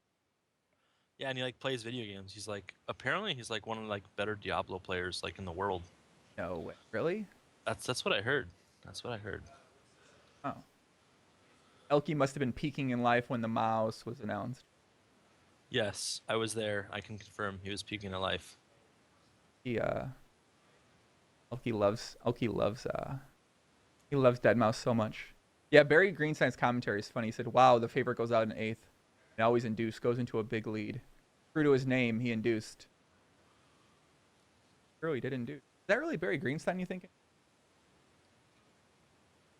Where? She's in the Twitch.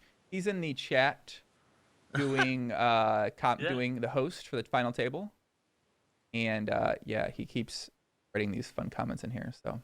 It could be. I know Barry's even streamed before, man. Yeah, he looked kind of dead when he was streaming, right?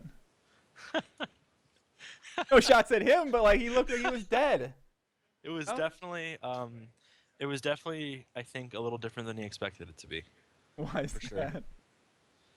Because I mean, man, if you like haven't watched a lot of Twitch, and even if you've watched a lot of Twitch, if you just go into like trying to stream, not exactly knowing what to expect, it's a bit different than creating content for anything else, right? Like live viewers that's a big curveball. Yeah. And then I remember when we were like setting him up, he was like, "Okay, I'm ready to go. How do I stream off my iPad?" And we were like, "Well, that we can't do." That's trouble. No iPad streaming. Do you know he like plays like the Sunday Billions like all the time apparently? Yeah, I think he streamed some of the Play Money Billions before. Yeah, it's so beast, man. I think Moneymaker plays them too. I guess that's something that the Stars people can play when they're like the Stars pros still can play from the USA, so they play the Play Chip Billions, and people probably get excited to play with an actual pro in those. Yeah, for sure. That's one of the things Stars has done a great job of like identifying their client who is a pro. That way you know like who you're playing with, and you can look them up and research them, and it's definitely like helps them build their fan bases and help Stars shows the community like they really care about them interacting with people they support. Are you ever gonna have Twitch Pros? Is Twitch partnering? Is that like as close to Twitch Pro as you can get? So we don't really have pros in anything per se. Like, and I think that'd be really hard for me to do. And here's why. Like, I support all of my partners equally, right? Like, everyone that's partnered in poker, they all have my contact. They all can reach out anytime they need me, and I always respond. And I think if I were to have like a Twitch sponsored poker pro, like, how do I not? That would just look biased. It would just be weird. I do have Twitch patches finally though that I'll be giving out to the partners that want to wear them during events. Like if they want to, it's like not obligated or anything like that, right? Mm-hmm. And they're actually they're pretty sweet patches. They're actually the same company that makes the Stars patches, so they look really nice.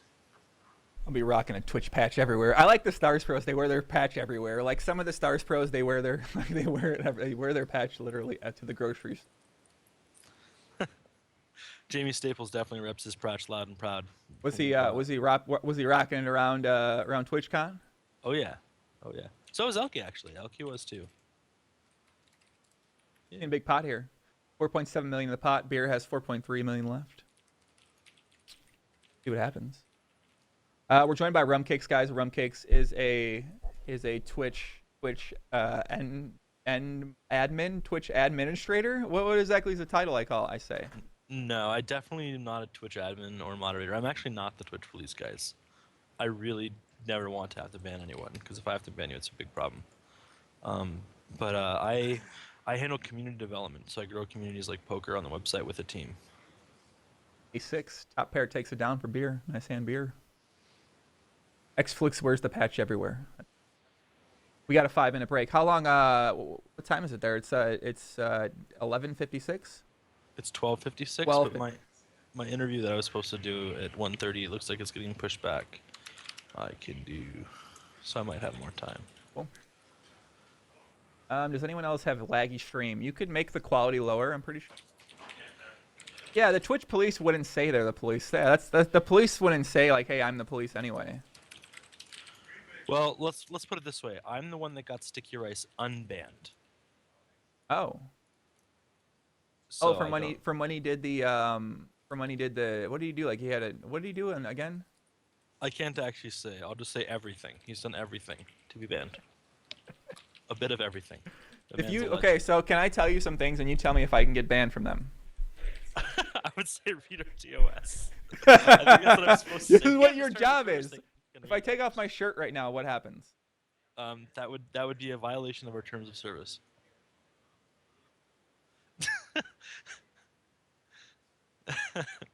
Rules be rules, bro. I don't make them. Okay, Thankfully. so no porn. Is the big dog Pocket Fives guy? Is he gonna get back in? He's unbanned. Oh, okay, good. Yeah, he can stream if he wants to. I think he was only banned for like 2 days actually.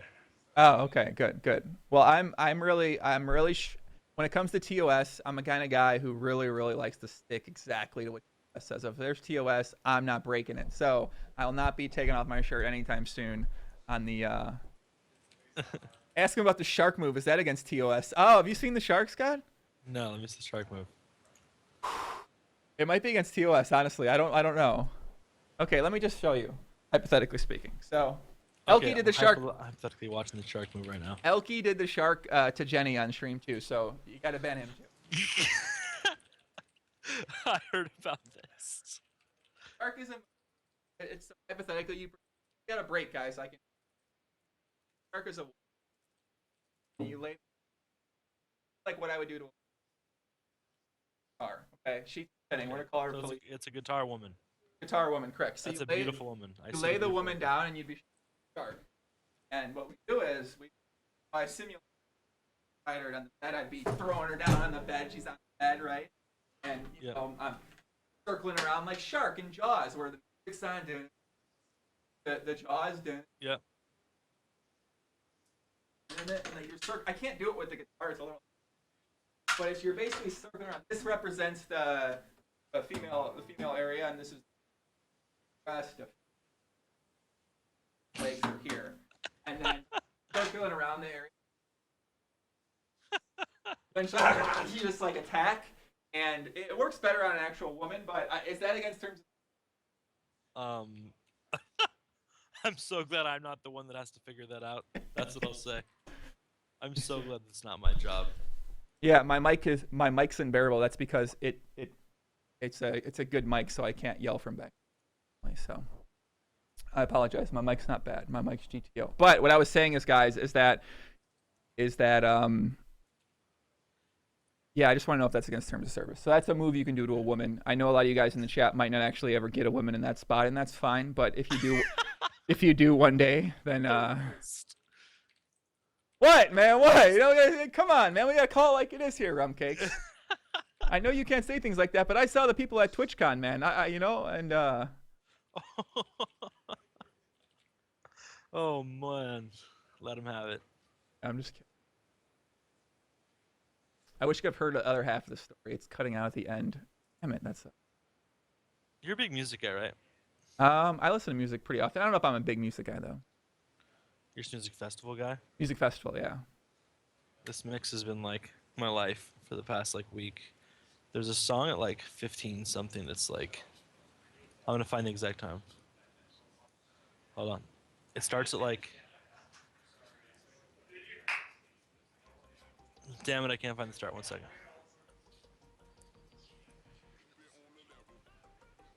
Okay, like 13, like 1340. Okay. That song's sick. At least I like it. You'll probably hate it, but that's okay. French producer, nice. Okay. It's just very different. That whole mix is actually like really, really unique.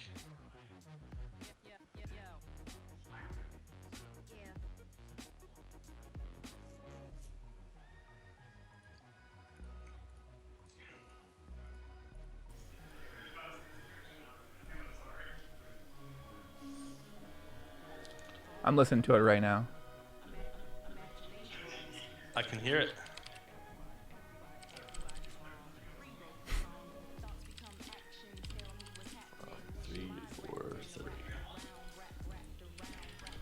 This has like a little hip hop feel to it. It does, dude. It's like unique. It's different. It's not something I hear all the time. That's why I like it, I think. I'm going to be listening to this mix later on. Some people said, "Is the mic?" So I know the mic was cutting out because I was back there, and the mic usually only picks it up when you're close to it. But let me know. I think the mic should sound now. That's actually weird because you never cut out for me. Really? Seriously, you never cut out for me. Yeah, I don't. It could be with OBS. Some people were saying. I just posted a link to the mix, guys. And yeah, we got our pot brewing here. 2.6 million. 3 ways. Now we're playing again. Sweet. Are they talking about poker ever? Poker's cool. Poker's a good game. That's a juicy turn card for sure. I think it might cut out because I have Rumcakes on video and my computer is being weird. I think your OBS volume threshold. Oh, all right, let's check this out, boys. This is actually a pretty sick turn card. Like 5, 6, 8, 9. How do I lower this? Lower. There's so many 6X's in the blinds range. It's gonna be pretty crazy. For the guys in the chat, for the threshold, do I lower it or close it?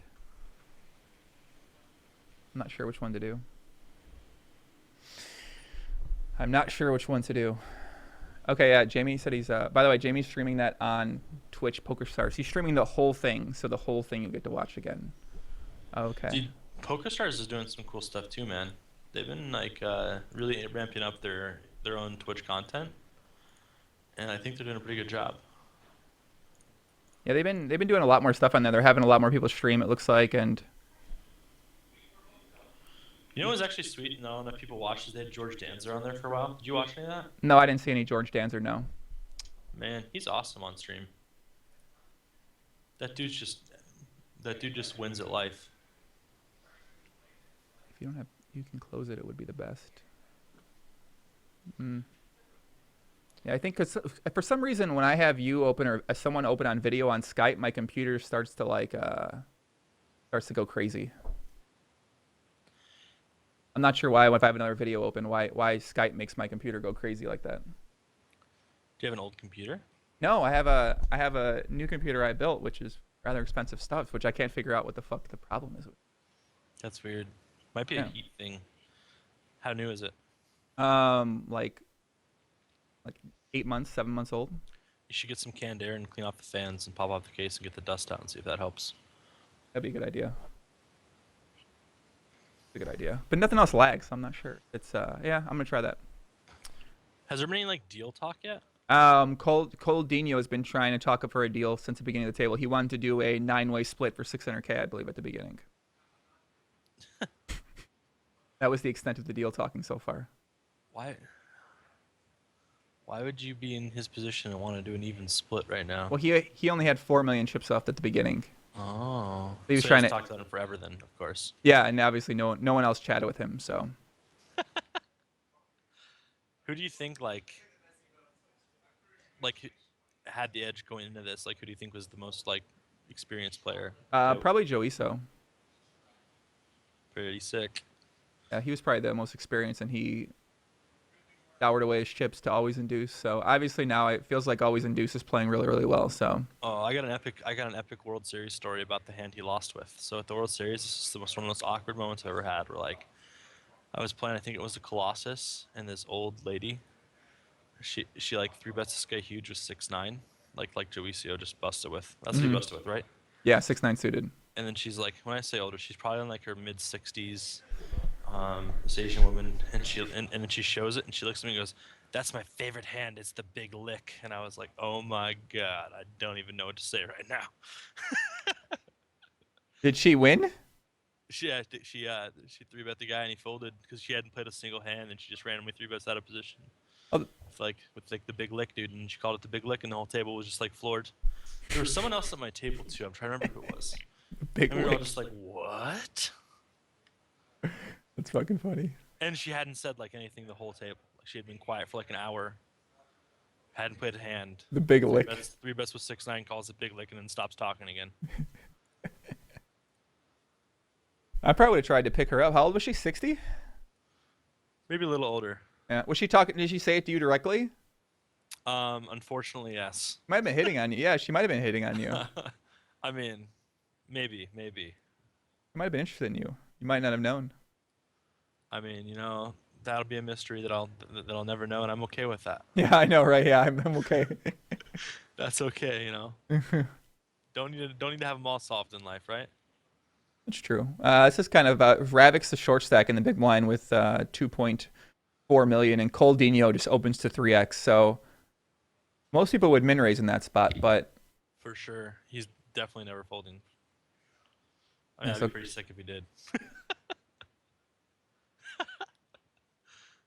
ATA calls. Godinho bets 1.2 million. I don't even know how to say the guy's name, honestly.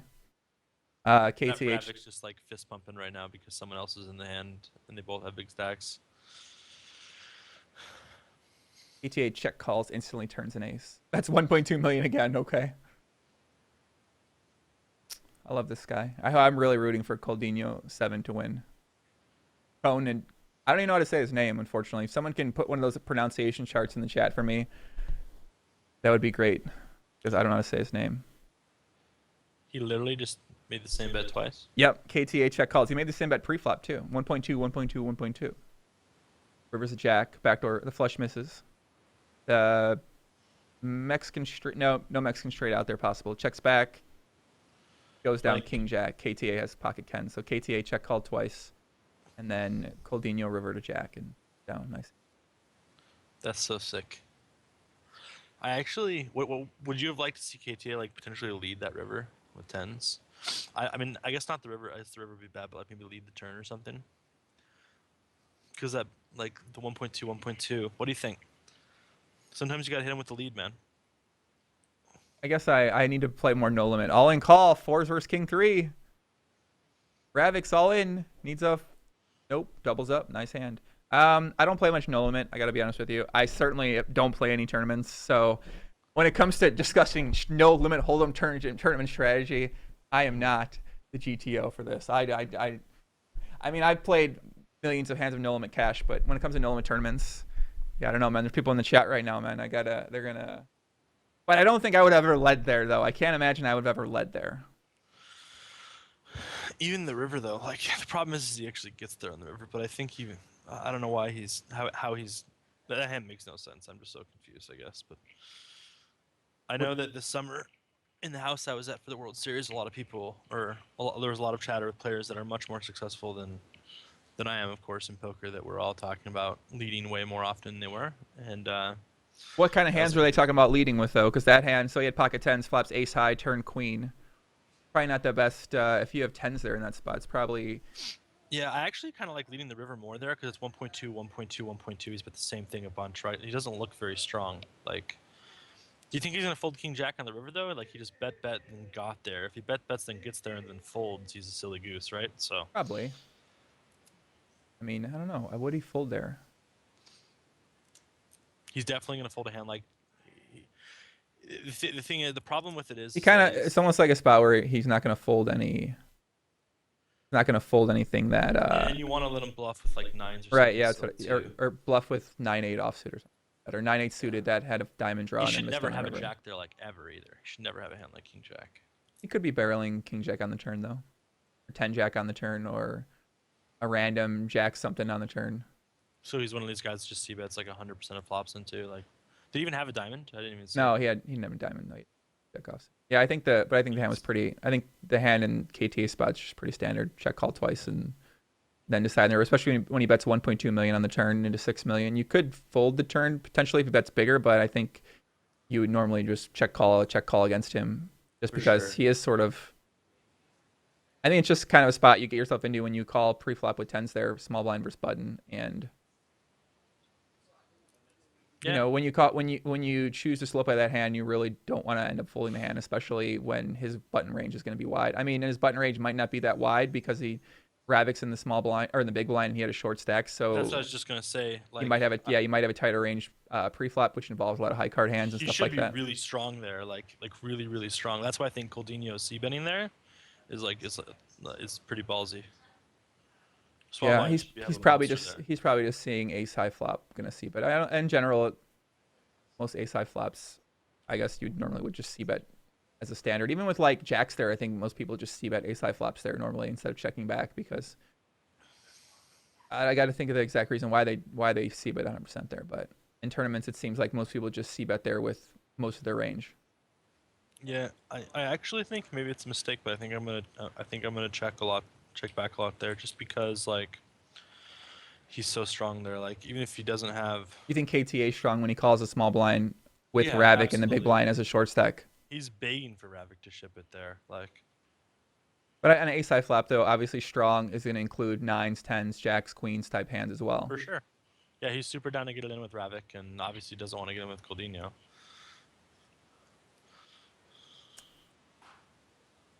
I can almost see when the video glitches, because I see when my video glitches on OBS, and that's probably when my mic cuts out a little bit. Coldinho's punishing people out here, man. Three bets again.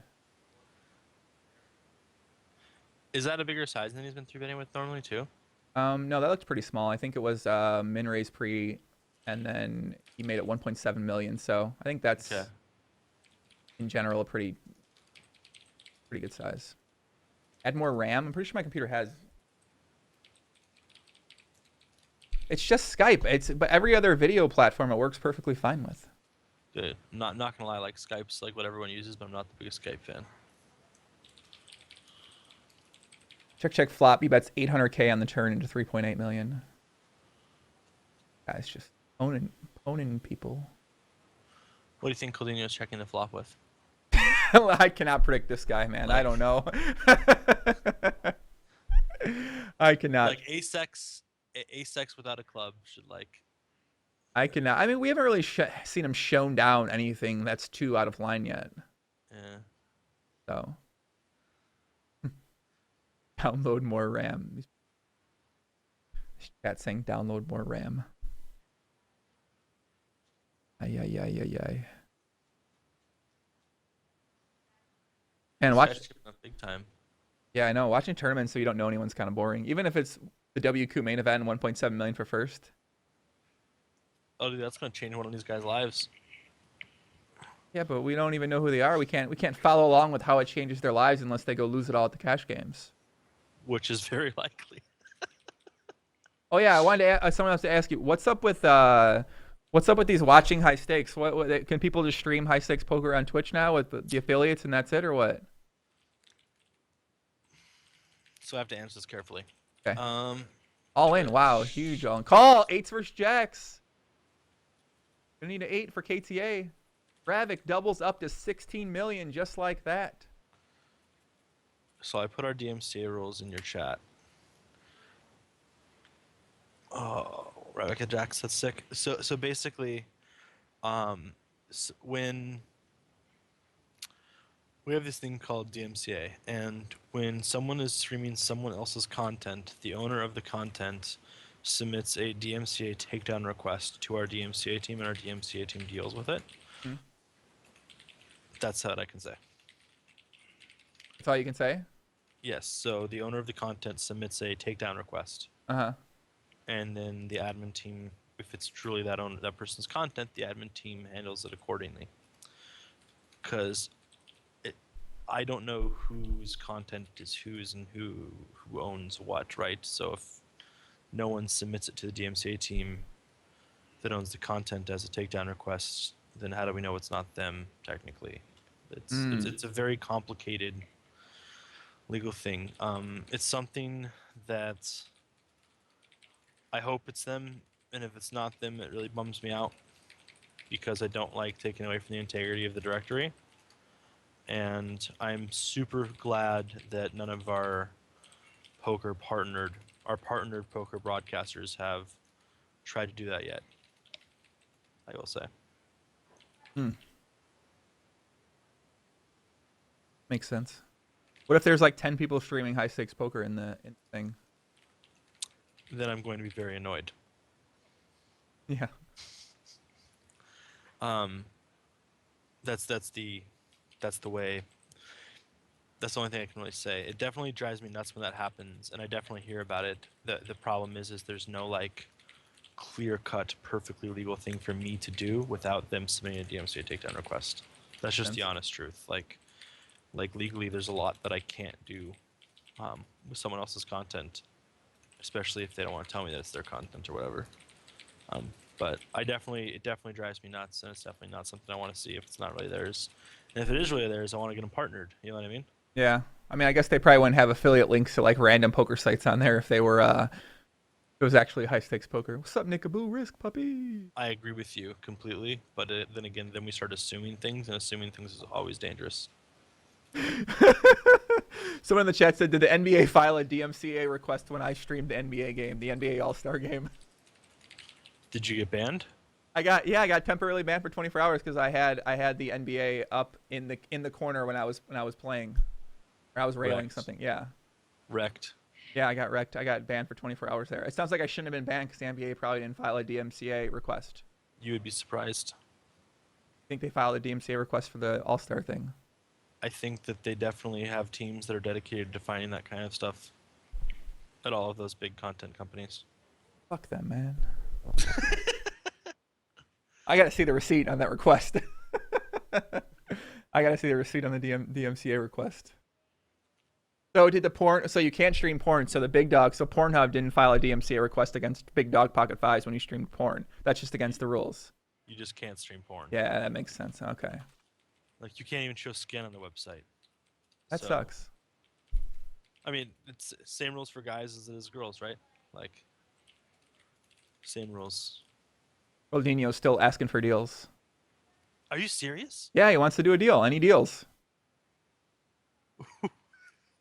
Is this guy like second in chips right now? Yeah. Second in chips, with position on chip layer, still wants to take a deal. If you wish to. This guy's the best, dude. You're like playing StarCraft over there or something like that? You're like, are you trying to increase your FPS right now? No, my EP. person this is up to my right is typing up them Oh. emails. Wait, He's a what's it called? beast. What's it called? The APM action speed. I said FPS. I'm a fucking idiot. I'm definitely one of those APM nerds. I said FPS. Yeah, first Fancy person play shooters. syndrome. Fancy play syndrome is what I'm thinking about when it comes to poker. But Yes, I wasn't thinking about excellent. first-person shooters either. Yeah, Queen Bee, you need to start showing more skin on. Yeah, at least put a tank top on there.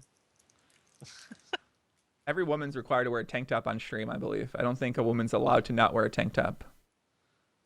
That'd be Chicago Joy rule, not a Switch rule. Oh, okay. Disclaimer. Not true. Okay, that makes sense. Makes sense.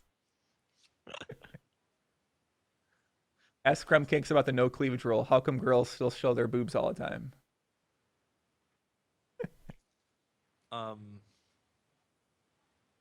Word. There better not be a no cleavage rule, Rumcakes. I'm leaving the site, man. I'm here to see cleavage. That would be one that is a new rule to me. So I would say TOS, bro. Rule questions are always just go read the TOS. Yeah, it's all about TOS. Caldino bets the river again. Is he bet Best the same size and over again? They just put the same size in the flop and turning into. 1.6 million. I don't know if he Look at did. he says deals are good for everybody. Why doesn't anybody understand? Oh man. Olds takes it down. I wonder if he like gets a massive chip lead if he would randomly just take an even deal for That would everyone. be good for him to offer right now. If he offered a random, everyone takes the same amount of chips right now deal, that would be interesting. So always induce us going to limp the button now. I think I was wondering if I would see this strategy employed by one of the players here.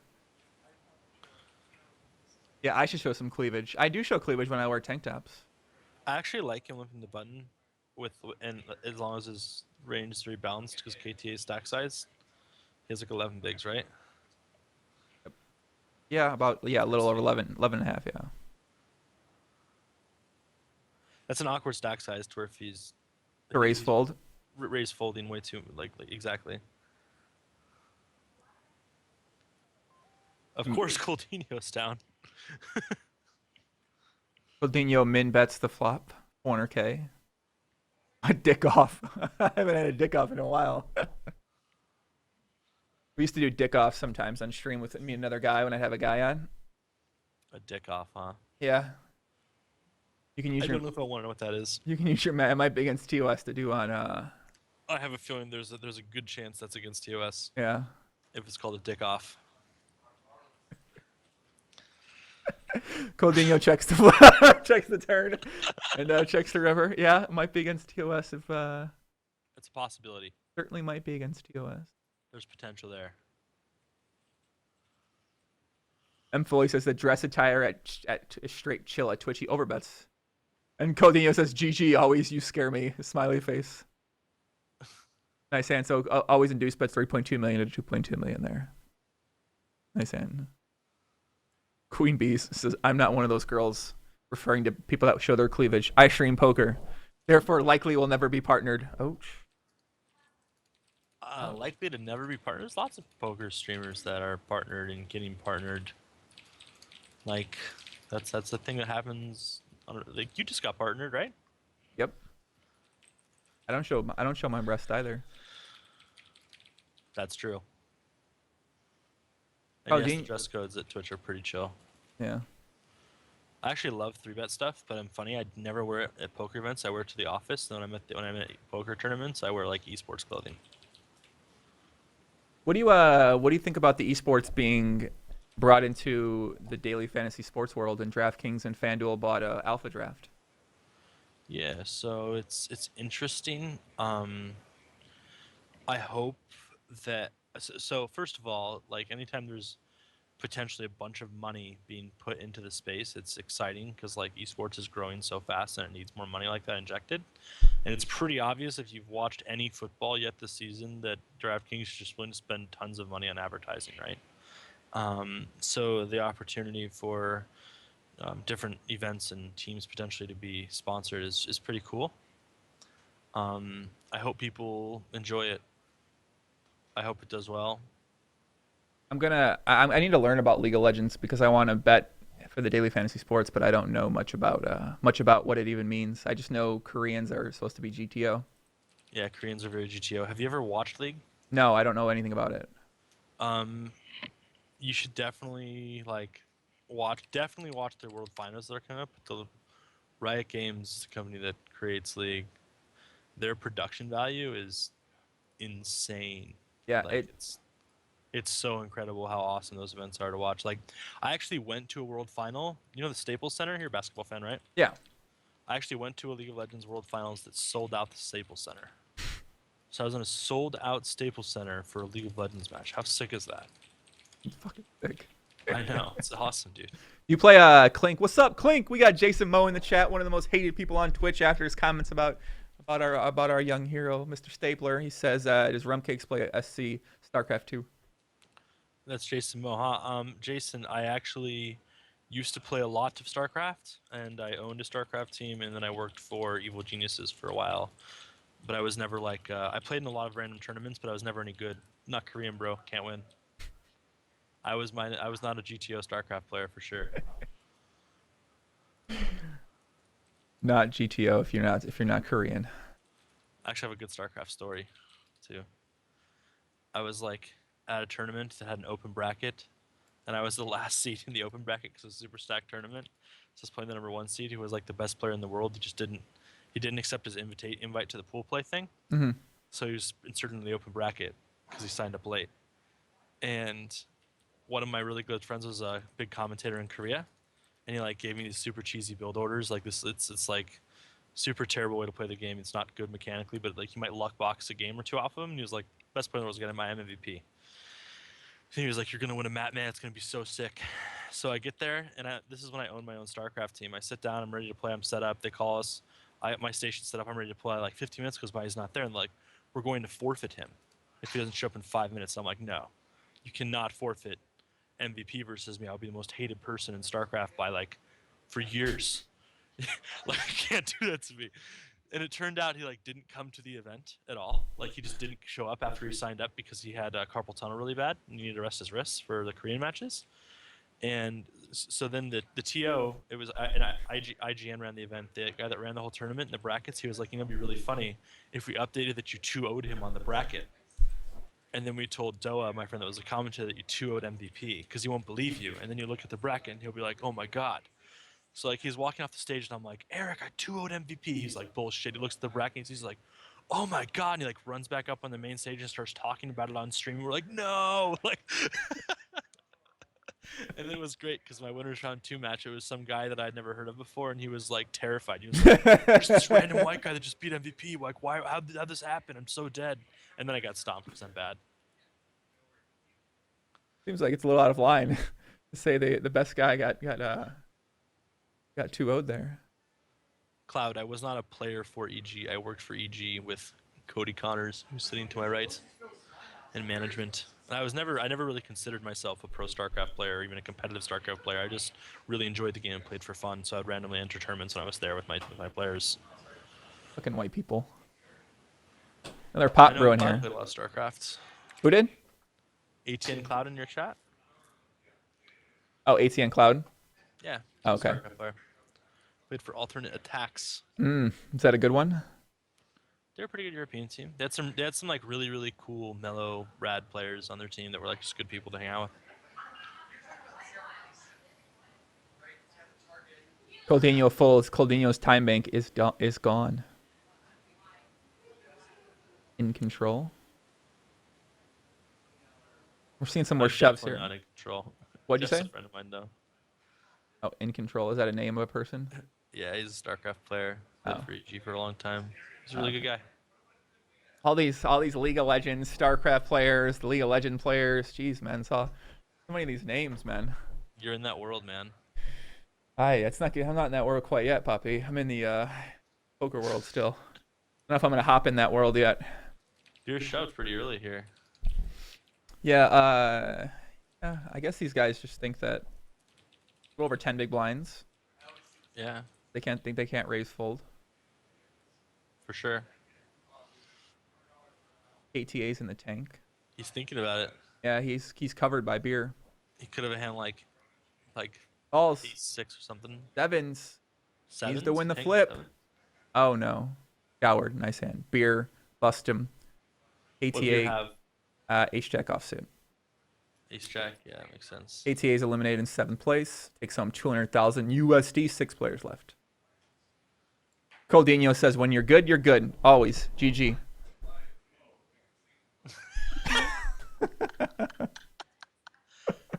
This guy's. I kind of hope this guy just wins $1.7 million. Is there a way to like? What site would tell me what this guy's biggest cash is ever on PokerStars? Is that high stakes database, guys? I'm not sure. Can I'm not anyone sure in what. chat tell us what Coldino's biggest cash in the past is? Oh, he's just tanking down. I don't know what he's. He's got to ask for another deal, bro. Right. Barry Green says the next payout makes me think of absolute zero. I don't know what that means. Neither do I. He's Barry Greenstein though, so I'm just gonna agree. Definitely Barry Greenstein. Yeah.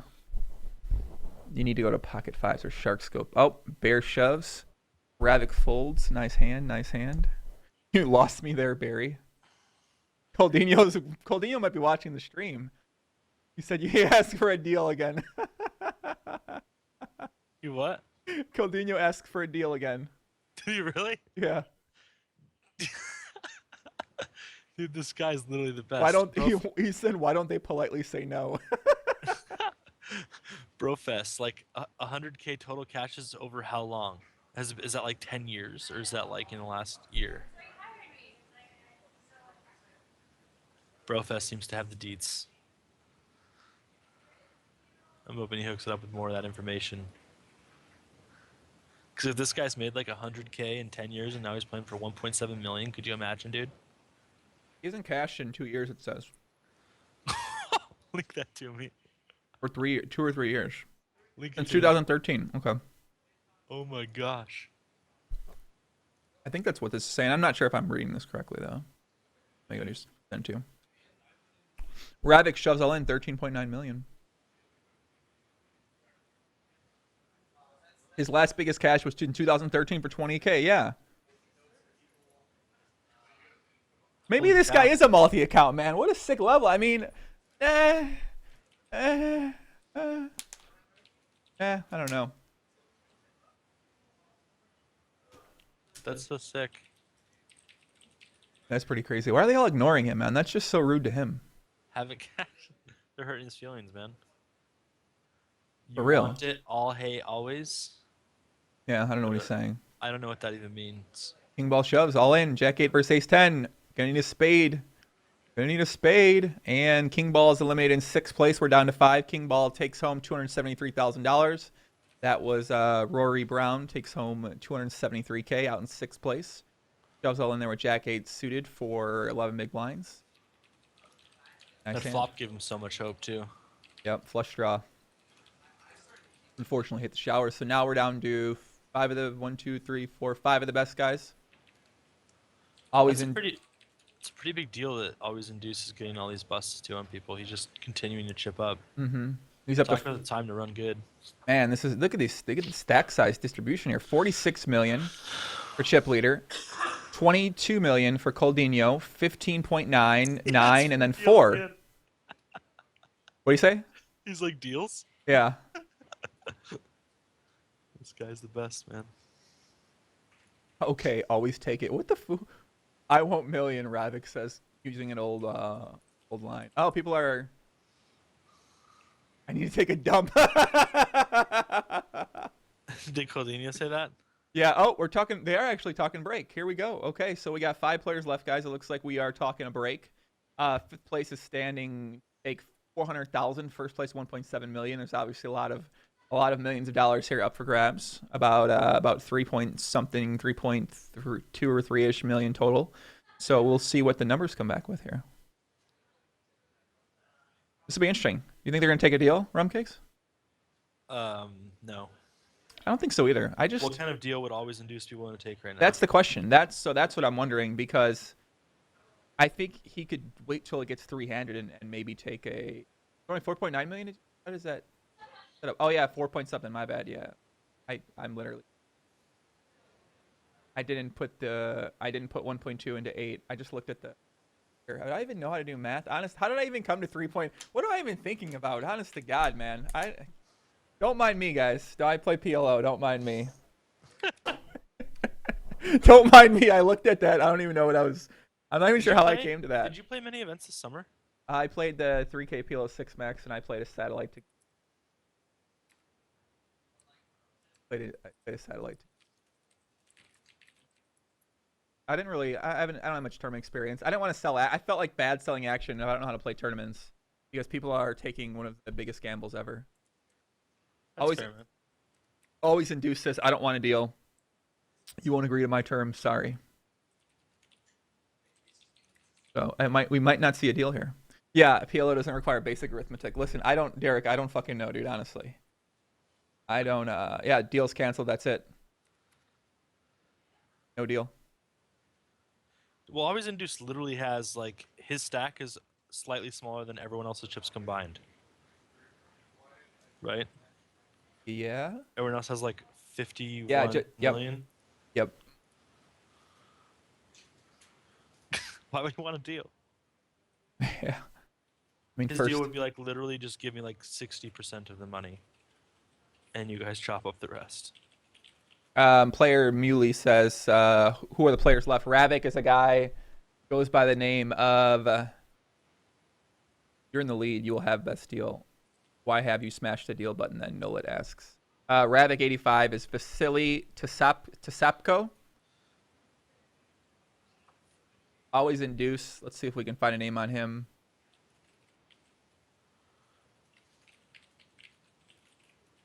Got nothing for Always Induce right now.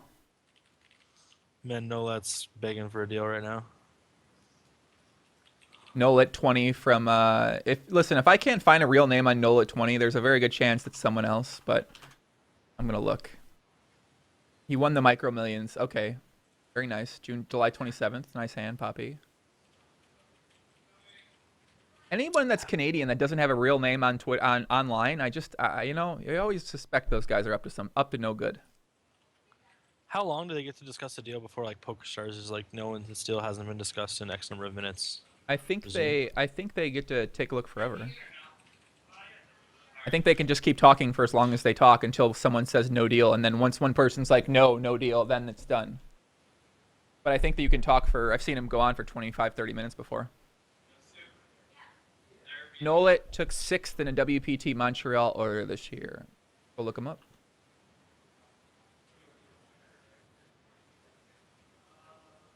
I hope they don't take a deal because then it's just over, right? I don't think so. Wow, look at those numbers. All right, so 1.2 million for Always Induce.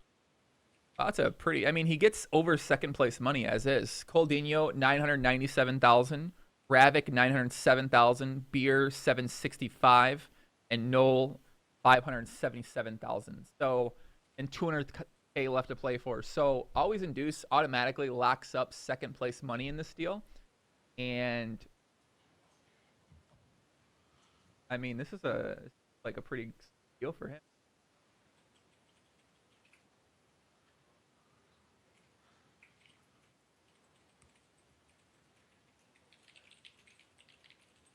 What happens here? Yeah, the numbers do look pretty great. It seems like a bad deal for Noel. That's kind of what I thought too. The numbers for Noel T, he gets 577K. Fifth place now is 400K. Noel's owning everyone with the deal? Really? It happens. What do you think about that deal, Rumcakes? I don't. Seems like a good deal for Ravik. Yeah, for sure. Like if I was Always Induced, to be honest, I think I'd want to play. Even though it's like not a bad deal for me. You have a huge chip lead. Like it's almost 2 million up top, man. Like you're playing well. It seems like you're kind of crushing everyone. You seem to have an edge on the table. From what I've seen, like why would you? I don't know. People think that deal is good for Noel T. I mean, I don't think it's good for Noel T either. Noel T needs to try to double up and then hope Beer busts out and then talk about a deal. I mean, I guess it's. I don't necessarily think it's a good deal for. I mean, he gets. I like how Coldinho's like, I could say no, but I'm gonna say yes. No shit, you want a deal, man? You've been asking for it for the last hour and a half. And you said he asked for it when the table started. Yeah. And I like how he's like, I could say I want 1 million when it's like $3,000 difference, right? Pretty sick. I feel like Ravik, I don't know. Like Ravik gets 900K in this, so he gets basically third place with potential for second or close to second place money if he wins it all. So he gets 907K. I mean, I think Ravik is. What up, person? Yeah, I guess Noel gets fourth place money. He is super short. Who's that? That is someone that works for Good Game Agency. It's an internal talent agency that owns Evil Geniuses and Alliance, and they help broadcasters and other teams in esports get sponsorships. Sweet. He is a video producer. He's actually he does some pretty incredible work. I need him. I need to friends with him. Although Barry, this is what Coldino's saying. Although Barry, I have 33% more chips than Ravik and only $100,000 more. Some people in the chat think it's a good deal for Noel. Some people think no one thinks it's a bad deal. Yeah, I don't think it's a bad deal, but I mean, I don't know. It's best for Ravik. I think the deal is best for Ravik. Like if I'm Ravik, I'm like yes, yes, yes, yes, yes. Yeah, if I'm Ravik, I'm pretty excited here. I mean, in this position though, I probably say yes in everyone's position just because so much money at stake. Yeah. Has always induced. He made some sick. How much has he made? Let's see if we can check it out. I'm trying to look it up right now too.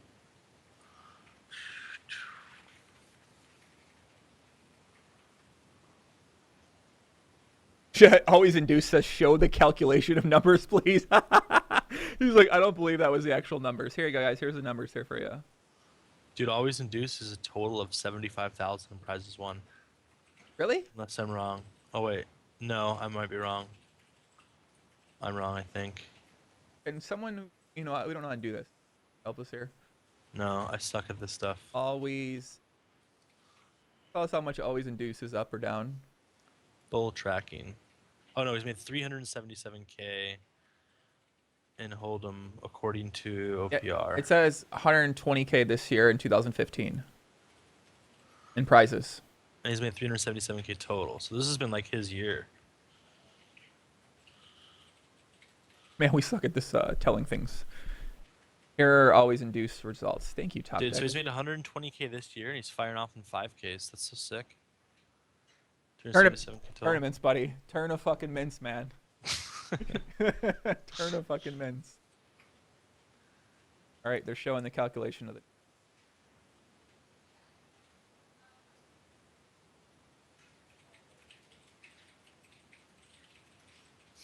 Coutinho wants Barry Greenstein's calculations.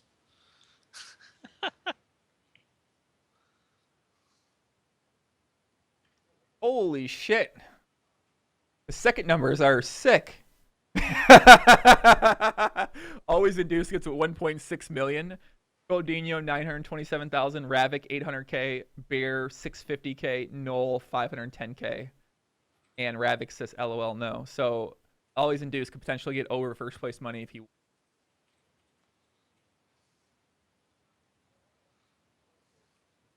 Muy Wise says, you can tell by how little is being said by the people in the chat that there's probably some ghosting going on. Very little genuine human interaction going on. Lots of things not being said.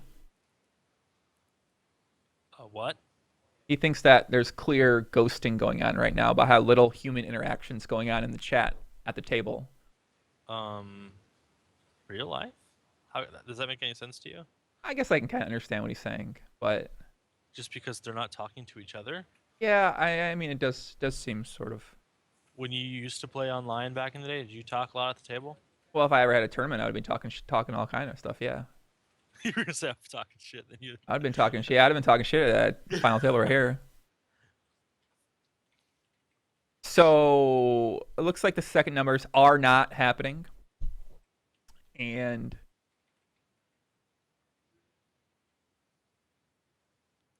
what's up? Is your guest chatting from NASA? Nope, that's Rumcakes. He's chatting from Twitch headquarters.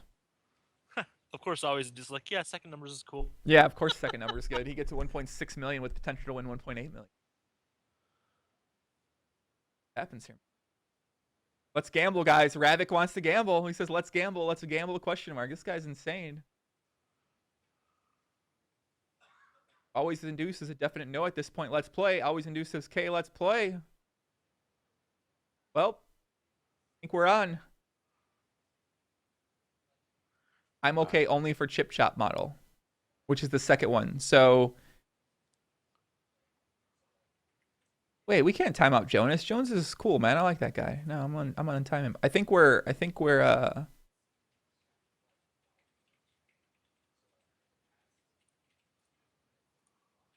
hmm. See what happens. Let's gamble. Are we gambling? Let's end this, man. Let's get to the play. Yeah, what kind of mic you have on there, Rumcake? You just sound pretty good. What was that? What kind of mic do you have? Sennheiser. It does sound good. Sennheiser? Yep. Did they get Twitch give that to you? Yes, they did actually. Yeah. It's a Sennheiser gaming mic. Sounds really good. Play. Let's go. Play. Noel T says play. Let's play. Let's get this on, man. I have a Shure 7B microphone, Queen. It's like the GTO for a lot of podcasting and stuff.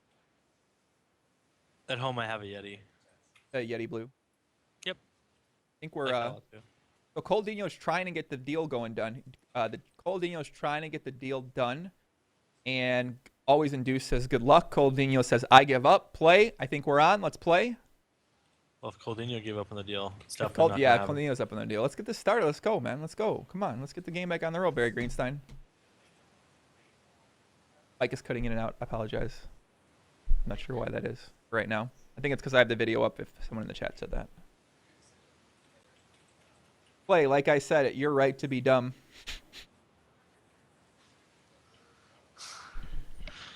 This guy's epic. I know, he really is. We're back on, guys. And by that whole ghosting thing, like, what I guess what I'm trying to say is, like, I don't think I'd be talking in this table chat, even, like, no matter what. Even with the deal being discussed, though. If I didn't want the deal, I would just click no. Hmm. If I wanted it, I would just click So maybe they yes. want to see the deal, though. You know what I mean? So, Yeah. like, Beer and Noel T doesn't really talk too much. So now, Soldino's tilted. He instantly 3-bets to 4 million, and he folds. Wow, okay. And then the other thing is, like, if you think about that, too, you have, I just totally lost my train of thought. He asks, were you scared? He's talking shit to him at the final table. He 3-bets him and says, were you scared? I think what you were saying is that if you were being ghosted here, you wouldn't chat at all. You would just Oh, click. I'm sorry. What I was going to say is, and if rather than accusing someone of ghosting or cheating per se, there is a good chance that someone's on the phone with whoever's like bought their action for this game. Like, do you want me to take this deal or not? Too, because that's like the morally correct thing to do, right? So there's a good possibility that's happening. But I just think that cheating allegations and poker and every video game, they just fly everywhere and like all the time. And not everyone is always cheating. Of course, it happens sometimes, but not always. You know what I mean? We love making speculations around here. So he gets 3-bet. Mui says Coldino is an example of someone putting all his emotions into the chat. He doesn't have anyone else to discuss things with. Seems clear other players are discussing things with outside advisors. Not obvious ghosting / slating. Just saying that they're talking about the deal. Oh yeah, I agree. I just heard the word ghosting, which I perceive as cheating, and I don't ever just accuse people of cheating, but definitely talking to advisors and investors for sure. Ravik 3-bets. Coldino calls. Flops ace 2-2. 6.3 million in the pot. Let's see what happens here. Yeah, the he bets 1.7 million. The instantly min raises to 3.5 million, 3.6 million. Coldino's getting after it now, isn't he? This dude's crazy. This kid is turned up right now. I don't know what's happening here. The Polish guy will end up in third place. He will cry. Yeah, can you imagine being always induced and ending up in third place? You get 790K. I mean 790K. Let's not be upset about that. But you could have had a deal for 1.3 million or something like that. For sure. See what happens here. Instantly min raises. Ravik's in the tank. So Coldino doesn't have like any time bank left either, does he? Nope. Clicks it back. He doesn't have any time bank left. Correct. Clicks it back. Okay. Folds. Nice hand. 13.5 million Ravik's way. We could see the unraveling happening right here. Right here, Rumcakes. How gross would it be if Coldino just busts us and then they all take a deal? I think they're gonna chop it up 3-handed. I could see that. I feel like these things 3-handed, like people just all take $1 million and let's end it. Like let's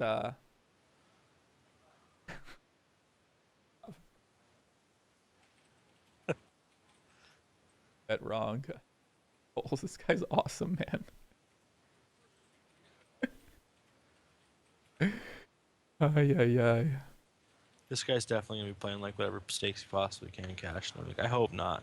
But Yeah, I feel like Coutinho seems like the kind of guy that would go play cash games. Like, he'd go find 100, 200 PLO running and go hop in the games with Ben86 and Barry Sweet and all those guys. plus EV for sure. Look at this. Barry says that one left to mark, and Coutinho says rub it in, Barry.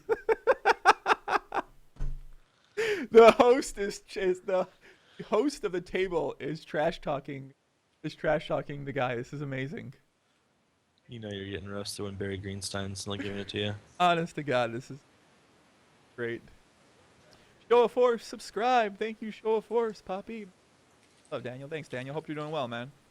This is a limp pot. Always induced bet. Coutinho instantly raises again. Balls. This is getting train wreck status here. Could be bad. That's 1 million into 3.7.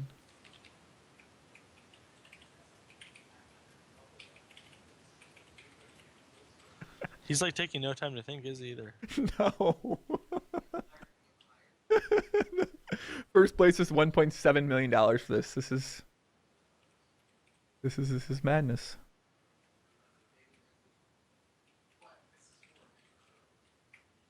Is this the biggest first pro? Oh, he check raises 4.25 million. Oh man, he ships it here. With like 3-4 of spades, river 2, bam. He calls. River's an ace.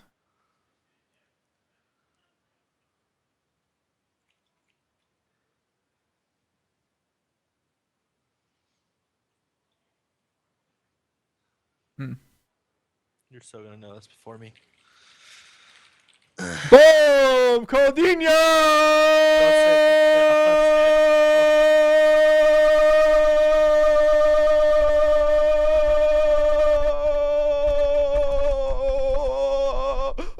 I can't hold it any longer. Ace 2, reverse trips. Always induced, check raises the turn with 9-7 of clubs with a gut shot. Bluffs the river all in. Coutinho snap calls, trip 2s. Ace 2 takes it down, doubles up 30 million chips. Always induced down to 31.8 million chips. We have 2. We have 2 guys tied in chips. Nice hand. Oh my goodness. Wait, so he like raised the flop, right? Min raise the flop, top pair, 2 kicker. What a beast. Yep. Nice hand. Coutinho takes it down, 32 million. Coutinho is a fucking legend. This is my favorite guy in the world. I really hope he ships this. What if always induced just busted next to, and then Coutinho that would be fucking amazing. No, the best thing ever would be if always induced busted next, and then Coutinho took an even deal. How bad would always induce feel at that point in life? Oh Coutinho quoted him. You're right to be stupid. All in call. King Jack versus Ace Jack. Ace Jack's a short stack. Needs an ace. Doubles up. Ace Jack doubles up. No lets. 8.7 million. Beer is down to 4 million. Please get him on the podcast, Poppy. I'm gonna have Coutinho. I'm gonna have Rumcakes on podcast next week. But Coutinho, I don't know who he is. This is fucking great, man. This is really great. This is a battle. I mean, can you imagine if Always Induced goes out in 5th place? Always chop or not, he's asking. Told you now always looks stupid. Puppy! Sorry, guys, they were at work when I just did that, when I let off the goal, but I got excited. Coutinho just said always chop or not. What is he talking about? He wanted Always Induced to chop that pot. I don't think he can. Can we chop? He said always chop or not. Holy shit, man.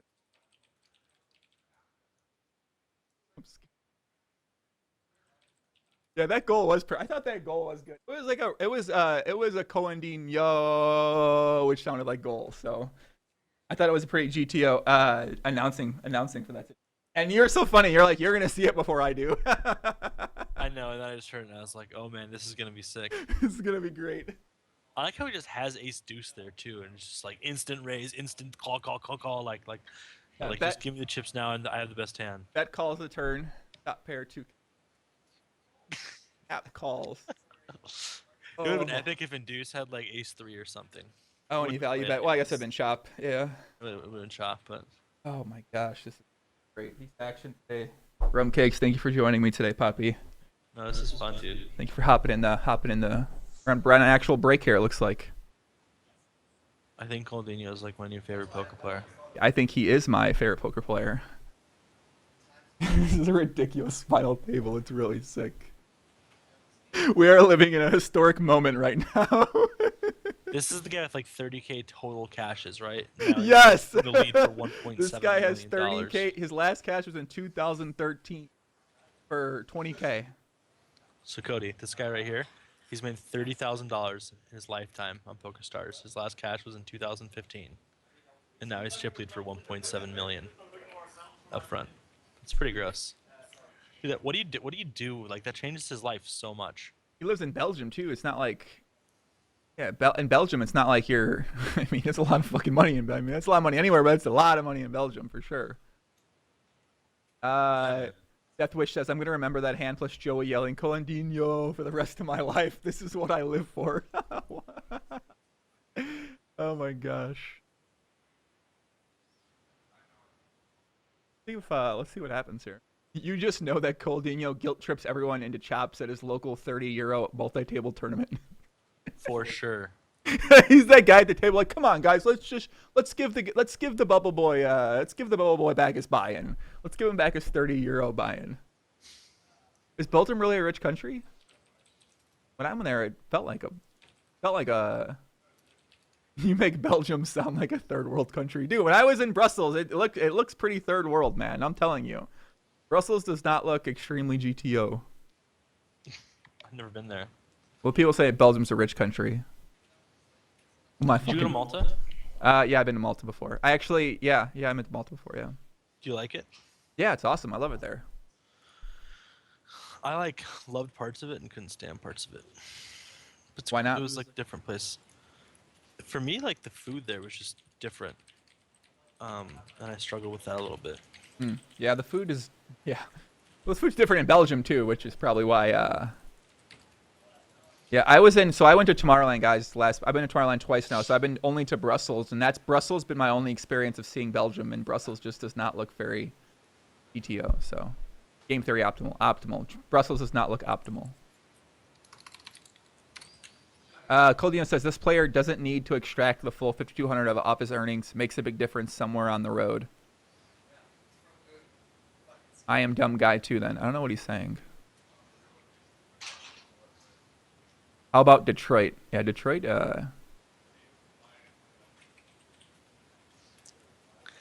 What Barry say? If everyone clicks the deal button, we will.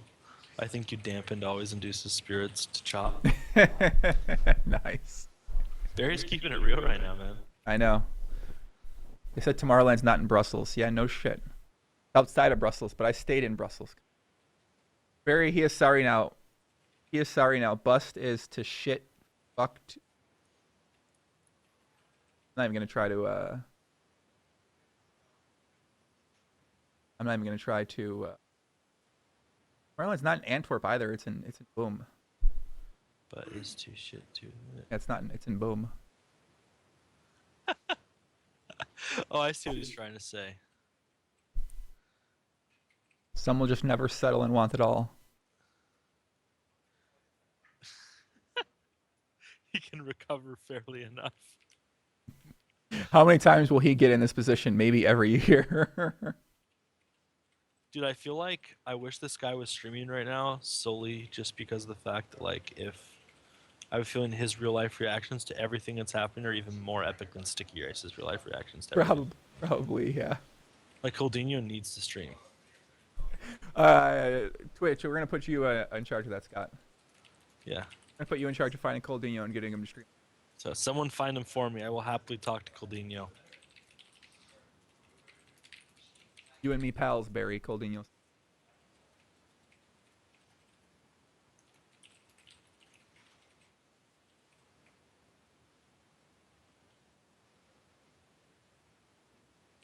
Tomorrowland is a few towns away, and I still hear it at my house. Yeah, Tomorrowland's loud.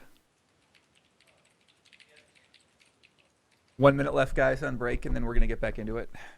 Do you go to EDC every year? Yeah, I've been to EDC a couple times. Yeah. How do I get rid of these links in here? What links? The people that post links, like the random bots that come in and post links. Spam them. How do I get? I have to have a bot for something like that, right? Yeah, you can get bots for that too. The problem is that if you have a bot, it could potentially just ban every link. If that makes sense. So if you have a bot, you have to be very clear that there's like no links at all allowed. They're coming. They're going crazy. Isn't there some way to just prevent links from being posted in general in the chat? I don't know. I think you do with a bot. Let me check.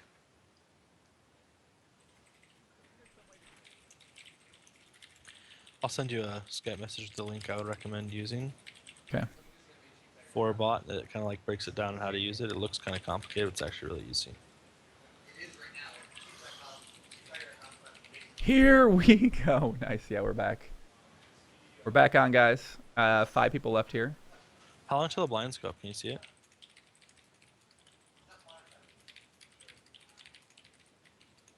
$16 minutes. 16 minutes. Barry says, looks like I have a new rich friend. Oh no, Barry. I'm only okay with 1.7 million. Ay ay ay. Rodino must be off tilt. He only min raised here. And Beer calls from the he stop and go him. Called and instantly shoves all in for 2.8 million into 2.5 million. Rodino's in the tank. How much time bank does he have? No time bank left. Thank you, Badger. More PLO streaming. I will be shot. He's got no tank left. He folds. Same call with like King 4, just to be a savage. Fold top pair. Life is more than money. Okay, easy for me to say now. I fucking love this guy. This guy is one of my favorite people in the world. All in again from Beer.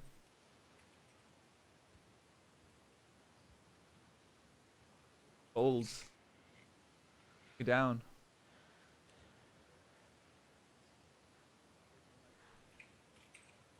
Take it down. That's actually really big for Beer. Yeah, he's chipping up a little bit. Yeah, how would King 4? Yeah, if he had King 4, that'd be a pretty air call, I think. No, for sure. It just would have been epic. Top pair. Yeah, it would have been epic if he just had to have King 4 there and he min raised with King 4 offsuit and flop top Yeah, pair. I'm not and saying got shoved fold. into. I'm not saying he should have folded. I'm saying it would have been sweet to see him open it and then just snap call and just be like, yeah, I got King 4 and he has like queens or something. That would have been legendary. Yeah, that probably would have been that would have been pretty sick. Yeah. If he min raises King 4 and he gets flatted. then he gets flatted by queens and then queen shoves up and he snaps King 4. That's what I'm saying. Like, that could have been cool. Quincy says, I would love to see the whole card replay this. Are you going to stream that? Jimmy Staples is going to be streaming that on Thursday on Twitch, PokerStars Twitch. Stapler. Mr. Stapler himself will be. Oh, can I readjust the location? Sure. Queen Bee. I love Queen Bee, man. You ever seen Queen Bee stream? Yeah, she does a really good job. I like she's her. She's like the Micro Millions crusher. Yeah, she like final tables everything. She's got 4 kids. She wants to take me into the bedroom and show me exactly what she's got. You know, I love her, man. I love her, man. I love her. Listen, Queen, if I'm ever, I don't know if you can come down to Chicago, but I'll be up there sometime. We'll be friends. What, Rumcakes? What?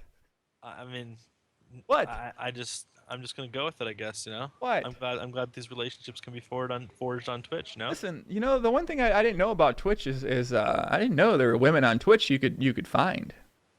Oh, there's lots, dude. Did you see how many girls were at TwitchCon? Yes, There. dude. I would There's have. a lot of women at TwitchCon. I saw the photos. I would have crushed it. I would have had like 100 GG 100 there, 100 girl grind per 100. Like, I would have had so many new Twitch girlfriends. That would have been it would have been pretty sick. Been sick. Can I get Phil Gaffon on the podcast? Badger said. I'll get Phil Gaffon on at some point. Coming up, guys, we have Timex Mike's McDonald tomorrow, 3 p.m. Eastern. It'll be on Twitch here. Friday, Luke Schwartz, a.k.a. Full Flush, the legend himself. And next Monday, Ben86, Ben Tollerine, the 51K WCOOP champ, joins me again. He was on the stream here earlier today. And then me and Rumcakes are getting in the booth. And next Friday, you get to learn more about Rumcakes. We'll talk all about Twitch. We'll talk all about Twitch poker. We'll talk about Rumcakes' own poker playing. Can we talk about that? Yeah, of course. Okay, good. He's been playing a lot of poker. He's in the streets. This kid grinds a lot. That'll be next Friday afternoon. And yeah, that's the lineup for the next coming up guest. Yesterday I had Jessica Dolly on, young, beautiful blonde woman who hates everybody. I saw you had Sarah on there too. Sarah's so awesome. Yeah, dude, she and is. You had Remco. That's pretty sweet too. Those are two amazing people. Yeah, beer calls ace high, takes it down. Yeah, Remco obviously is like an end boss when it comes to. Codinho might be chip dumping here. Yeah, Remco is a boss when it comes to reporting. He is he's still young. I didn't realize he was younger than I am. He's a boss at everything, man. He works really hard. Yeah, he's got. So does Sarah. I think Sarah is a super boss. I really enjoyed talking with her because a lot of people said I needed to talk with her, and I never really did for a couple months, and then I finally had her on the podcast, and she was fucking cool. I mean, once you hear about people's backgrounds, like, she worked in Hollywood as a video producer, she went to NYU, like, once you hear about, like, some of the things that some of the people have done, it's just like, man, some people do really cool shit. Yeah, man. The first time I ever met Sarah, she was interviewing me. Jason introduced me to her PCA last year, and another female poker player, and we will go unnamed, came up behind her in the middle of my interview and took like this little glow stick thing and shoved it up her dress. And Sarah was like mid-interview and was like, "Someone just shoved something in my dress, so I'm gonna turn around. And if it's a dude, I'm gonna punch him in the face." And like it was part of the interview, and I was just like, "Oh my god, what's happening right now?" It was pretty funny. That's awesome. But it wasn't a dude, so it all worked out okay. Yeah, I was gonna hope not. Ravik takes down a top pair. Dipping up a little bit, always induced. Takes a little bit. Wait, how does Rumcake play poker in the USA? Rumcake's a live poker player. He plays live poker. He loves live poker. You play a lot of live poker, kid. I do. More than I thought you played live poker. I play a lot, and I study a lot. Poker's a very, very big part of my life. It's changed my life a lot in the last few years, for sure. It is in the lab, working hard. You have to be, man. And you got some good friends to help with too, which is always important, especially in poker. I'm super blessed, man. I have some very successful players that I can talk to anytime that are always super helpful and enjoy helping me. So I'm super lucky. So we're talking about Sarah Grant, guys. Sarah Grant, aka Sarah Herring. I just had her on a podcast. You can find that on my YouTube page. Links in the description below the video. Do you think Jonathan Little's material is good, but just don't agree with it? Why he's giving it out? I don't know if that question's for me, but Fraudner says, I played 2-5 at Rumcakes with the RA. He got me hooked on vodka Red Bulls. That's if I'm playing 2-5, I'm generally drinking, so it doesn't surprise me. I only played 2-5 like 3 or 4 times this summer. Was that this summer? I think it seems like it's probably this summer, yeah. Yeah. Dude, so he was probably in the session where I discovered blueberry Red Bull and vodka. That's a dangerous drink. Blueberry Red Bull and vodka. Yes. I consumed a lot of it one of those nights. Old T, check calls here. Pot's 6 million. He's got 7 million. Tension. I love this fucking guy, dude. Coldinho is awesome. He types tension in the chat on the turn. This guy is amazing. This guy's amazing. He's definitely the MVP of this table no matter what. For sure. He is great. I personally, my GTO drink of choice is Margarita or a Corona or yeah. You spent a lot of time at Aria, right?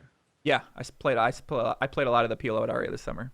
Do you have any other jalapeno margaritas from Javier's? No, I didn't. From the Mexican place? Yes, they're so good. Really? The jalapeno? I didn't know I got the non-jalapeno one. The cucumber one? No, I just got their regular bigger house one there. I went there a bunch of times though. You should definitely get a jalapeno margarita next time you're there. They're the best. Alley Pool, you have a replay of this on Joey's Twitch. I'll have a replay of this on my YouTube channel and on Twitch. You can find it both either place. So turn goes check. River is an ace, and Noel checks. I expect him to have sort of jack here potentially. See what happens. Ravic's in the tank. Bets 2.4 million into 6 snap calls, and Noel, so Noel slow played top 2 pair on the flop, and the river he check called. Ravic value bet ace queen. That's whole hand's interesting hand. As I'm sending an email. That's sick timing. My name is Earl said, you working the Bar Poker Open? If so, we can dust off a bottle of Patron. I think I'm going to go back out to the Bar Poker Open in December. Last year, me and Ebony Kenny did some announcing for them. That was fun. Where's that? That's in New Jersey at Atlantic, in Borgata. It's like the East Coast. They have these Bar Poker Open leagues. It's like a smaller type of thing. And Ebony got a job last year doing hosting and commentary for them. And she asked me if I wanted to do it with her. So they paid me money, and very, very small amount of money, by the way. But it was fun. We got to drink. We got free hotel. I played some poker. I danced with Ebony and Anna Kate. Anna Kate's gonna be on Survivor soon. There she is.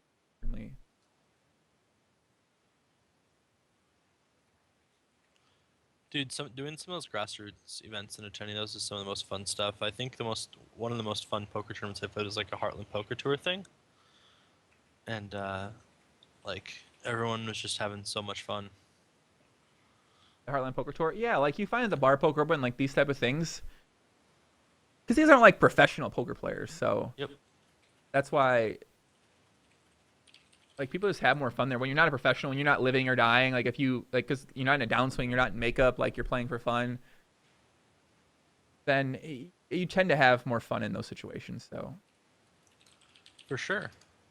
I kind of like the Borgata. They had a lot of games there to play, too, so it was pretty cool. It's a pretty cool place there.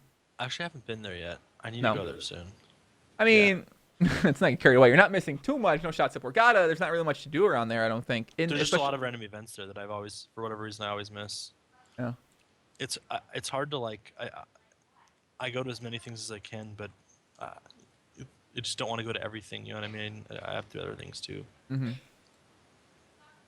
So Noel T's up to 16 million in chips. From that last deal, obviously. So this is so. I kind of we talked about earlier. Noel, we were talking about the deal, and Noel was going to take the deal for 570K, and now he's up to 16.2 million in chips. So, like, I feel like there's just enough upside for Noel in that spot, five-handed, to sort of not take the deal. I mean, he had 4 million chips. Obviously, we're being a little results-oriented. Maybe in the long run, it was smart for him to take that deal, but I mean, I don't know. Like, he would have got 570, so he would have got a little bit more than fourth place money in that. But he can gamble it up and potentially make an extra $1 million plus, or get to a point where he can make a better deal. It just seems like, I don't know. It just seems like, oh man, it seems like a spot in Noel's situation to gamble it up a little bit. Just with the 2 stacks to his right, if they take a hit, they're down and they could be out anytime. But I gotta, yeah. I agree with you, man. Like, you made it this far. You gotta believe in yourself, and it's one of those things where, like, sometimes you gamble. The upside's so small, and you just gotta gamble, and, like, especially when you know that there's other players at the table that might be a little tilted that are going to spew off chips too, and there's other stacks that, you know what I mean? Like, could definitely be more spots. I think because with, he was on the right, so he had 4 million, Beer had 9 million, Ravic had 14, 15 million. So they were both of those other guys were covered by Always Induce and Coldinho. So, like, yeah, I gotta talk with the tournament ICM pros who break it down. Like, I'll ask Timex that tomorrow on the podcast and see what Timex thinks. For sure, that'd be good for him. Yeah.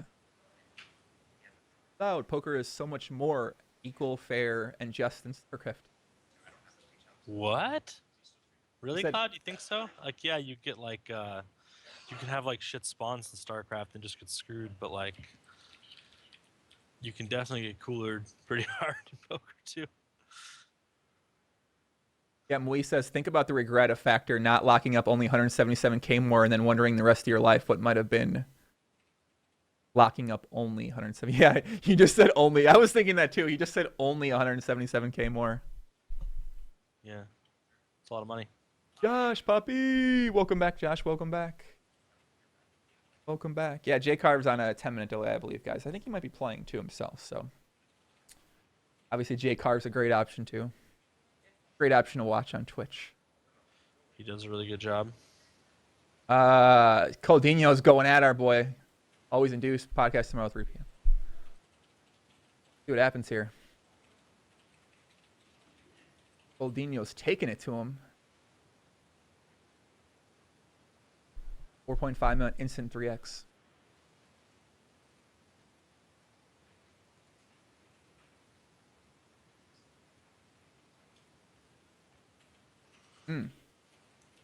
Deuce is in the tank using his time banks.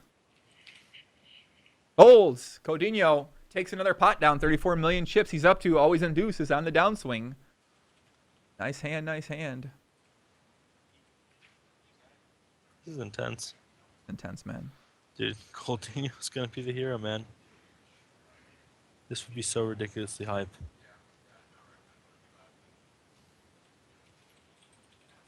And I says, there's barely ever been a point in StarCraft 2 where balance was so bad that your race really influenced your chances of being a pro by that significant of a margin. I think Cloud said something. Being a program...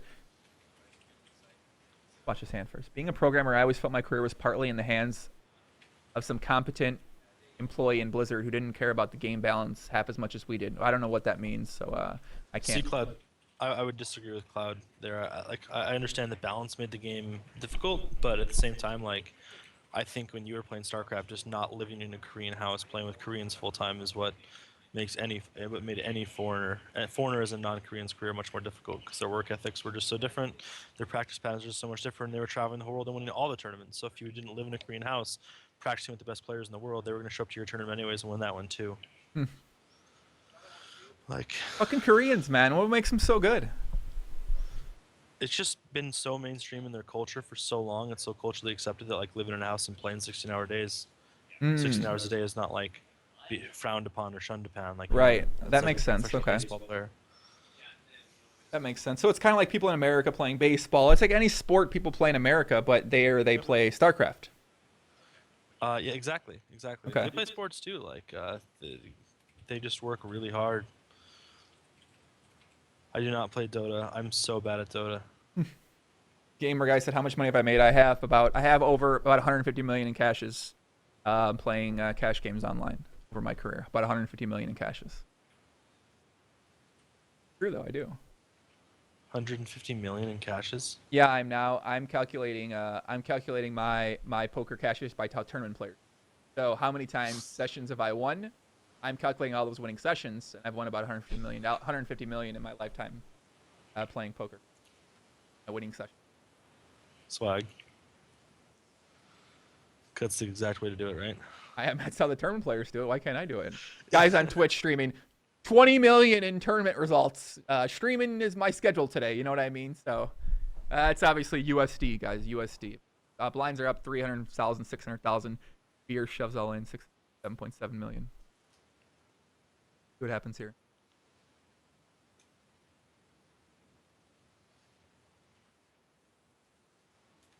Sarah says, "Hello, Joey. I didn't catch the deal proposition. Would you be so kind to explain it again?" Basically, it was just Always Induced didn't want to take the deal, and everyone else wanted to take the deal. And Always Induced was going to be getting $1.2 million, and he decided no deal. So, yeah, that's how tournament players do it. They say, "Oh, I've got 20 million in cashes." Well, fine. I'm gonna calculate all my cash, my winning sessions. They're over about 150 million. Where I'm at. Ben's podcast is scheduled Monday. Hey, you guys didn't know Joey had a Bentley and a Ferrari? You guys didn't know this? You know what's man? How'd they not know this, Joey? I don't know. How you hiding this stuff so well, man?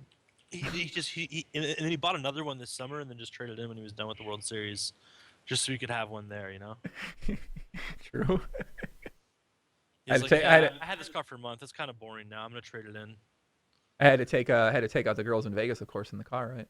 I mean, definitely. How else can you do it, right? There's no other options.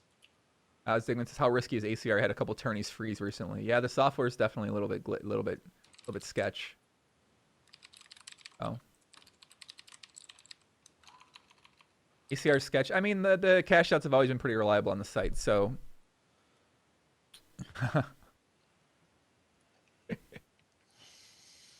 I'm calculating every pot I've won from cash. You might as well. The turn players do. They conveniently leave out buy-ins, action selling, and all the busto tournaments. So. Dude happens here. Always induce. Catch the pre-flop action. You still got a meeting today, Rumcakes? In 10 minutes. 10 minutes? What's the meeting for?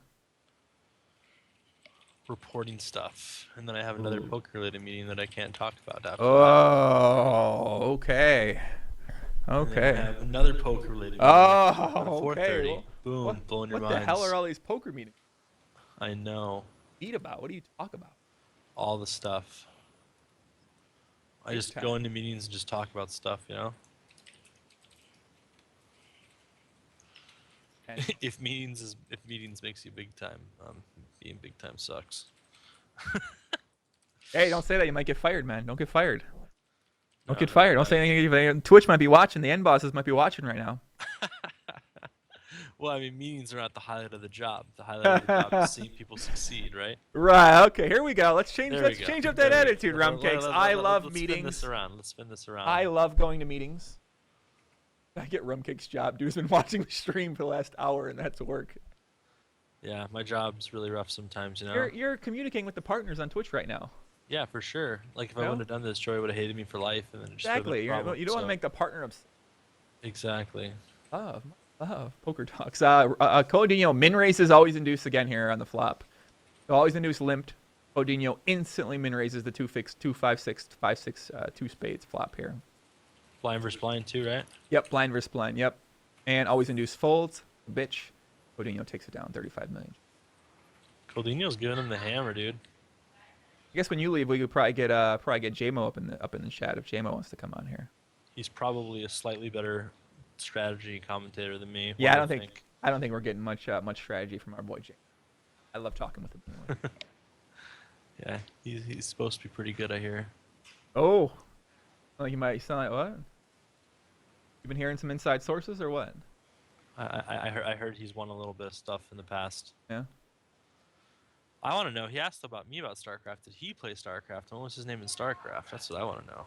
Good question. It's a good question. Oh, we got a 3-bet here. Codinho raises the small blind 3x. Ravic basically shoves all in. Gorgeous Gamer, what's up? Man, I love Gorgeous Gamer. What's up, Gorgeous Gamer? Nice to see you again. I hope your presentation thing went well. I assume that was this weekend. Tell me about it, please. Thank you very much. Thank you very much. Coldino in the tank here or what? Codinho's in tank, ends up holding like a bitch. My boy Metalhead! What's up, puppy? What's up, Metalhead? What's up, baby Metalhead? What's up, little baby Metalhead? Much love, much love. Nice to see you, man. Nice to see you. Nice hand, nice hand. I'm a mod. Gorgeous Gamer. What's up, Gorgeous? I'm down, JMO. Clink Stop is it. JMO, right? Yeah, Clink, yeah, were you in that's- StarCraft. And did you just play on ladder? Did you go to any tournaments? What did you do in StarCraft? He looks Asian, but before. he looks Asian, but he's more American than Asian. So don't let his Asian look fool you. I believe. Well, he asked me about StarCraft, so I'm Yeah. assuming he was from StarCraft or. No, I think they all played. Like WCG Ryder played. I think most of those guys WCG played. Ryder played Warcraft 3. I didn't think he played StarCraft I seriously. thought he played StarCraft. I don't know if know it he was. played I don't know if he played Warcraft. seriously. Yeah, I don't know if he played seriously. The Oh, Metalhead that's family. awesome. He I played- actually played against Doug on ladder back in the day in Warcraft 3. Link said he made it to the Masters. Is Sweet, that good? man. Is that good? Race did you play? That's pretty good, yeah. Yeah. It's a very small percentage, just like Masters and Grandmasters. And I think Grandmasters is capped at like 200 players per region. Doug I played didn't know he StarCraft. played SC2 seriously. You Nice. actually almost had a bet. Yeah, I thought he played. I thought he played it professionally. My 300K is 2K. Hey, actually, so you would know this then. So I remember when I played StarCraft, everyone talked about Kiwi Kaki's poker. Oh. All in. So tell me about Kiwi Kaki's poker. Fucking Kiwi Cocky. Kiwi Cocky was a fucking 4-ring no limit legend back in the day. Dude, he's like one of the funniest people ever. Yeah, he was hilarious. Doug was actually so you had to give him 300K if he got into Code A, and he had to give you 2K if he didn't. I think that's still a good bet for you. What's Code A mean? It's like the so it goes like Code A and Code S. It's like the trail of like pro games in StarCraft 2, and the qualifiers are like insane because it's all top Korean pros. Oh, that does sound It's pretty. like it's pretty damn hard to get into Code A. Yeah. Cody, do you know how many foreigners ever got into Code A in the GSL to the qualifier?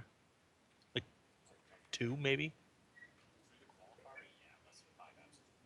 He said like 5 at the absolute most, ever. 5 ever? At the absolute most. I think you're still on the winning side of that, like margin wise, a lot, JMO. Oh. 5 ever. Yeah. Maybe less than that, actually. See you later, gorgeous game. She's gonna prepare for a presentation. She's nervous. Good luck on your pitch tomorrow. Have fun, gorgeous gamer. Look at Coldinho, it snaps his yes, dad. You guys want a team. Barry Jesus, I think it would have been funnier if Coldinho said no. This guy's a legend. Oh my god, I don't know. Yeah, High Masters in North America though is still so far from Code A. Like Code A is nuts. And was he gonna live with a Korean team? Like who was he gonna live with? If he had a way in to live with a Korean team, he's obviously really smart, so it's possible. But if he was like just gonna go to randomly PC bangs and like just practice, I don't think so. Always induced 6 on another pot. He chipped up a little bit. I found your Hungarian alter ego. Jamar, are you gonna come on here, or do you want me to, or not? Otherwise, I'll go. I gotta search for somebody else. We gotta get someone else here who knows how to play tournaments because, or someone to talk to because I need someone to talk to. I can't talk to the tournaments. Okay to watch, but it's not that exciting. Oh, all in call. Jacks versus Queens. Codinho needs a jack. No jack. Showered. Or he's not showered. He beer doubles up. Codinho's down to 26.9 million. Beer is down or up to 13 million. Man, I hope he tilts, spews, and coolers someone. All right, guys, I'm gonna run to my meeting though. Joey, thank you for having me on. It was really fun, man. I look forward to next week. It'll be cool. Got much love. I'll see you next Friday, or I'll probably talk to you before that. And good luck, puppy. Have fun. Thank you for coming on. Man. Thanks. I'll jump in the chat randomly when I'm done. Take Cool, care, man. guys. All right. See you, buddy. All right, guys. That was Rumcakes. Scott Ball works with Twitch Poker. Thank you very much to Rumcakes for coming on, man. Much love. I enjoy talking with him. Podcast with him next Friday, 3 p.m. Eastern. I'll see you later, Rumcakes, man. Much love. Peace out to him. He's making Twitch Poker a great place. Yeah, I'm gonna get JMO on the pot. JMO on here now. Jason Mo Clink 10. Beer wants to see numbers now, obviously, after he doubles up. Metalhead, I know how to play tournaments for sure. Wait for Jack, Queen. Yeah, it's true. That's true. All right, guys, I'm gonna get next on Joey's guest roulette. Dude, always in these WCOOP main events, we always get such a great guest for the WCOOP main event. Let's call up JMO. Look at this fucking photo of his main photo picture.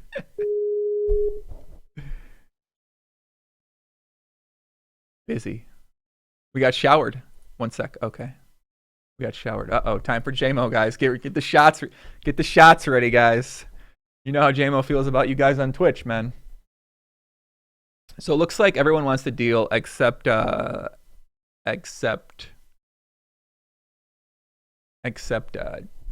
always induce, it appears. Metalhead said, what's coming up in the YouTube world? The Ant Chardonnay podcast was great. Need to catch up on a few more, but shit is awesome. Wish I had Bluetooth in the car. I wish I had Bluetooth in the car too, Poppy. You can download the podcast on iTunes, so you can watch them. You don't need video. You can look up Joe Ingram 1 or Poker Life.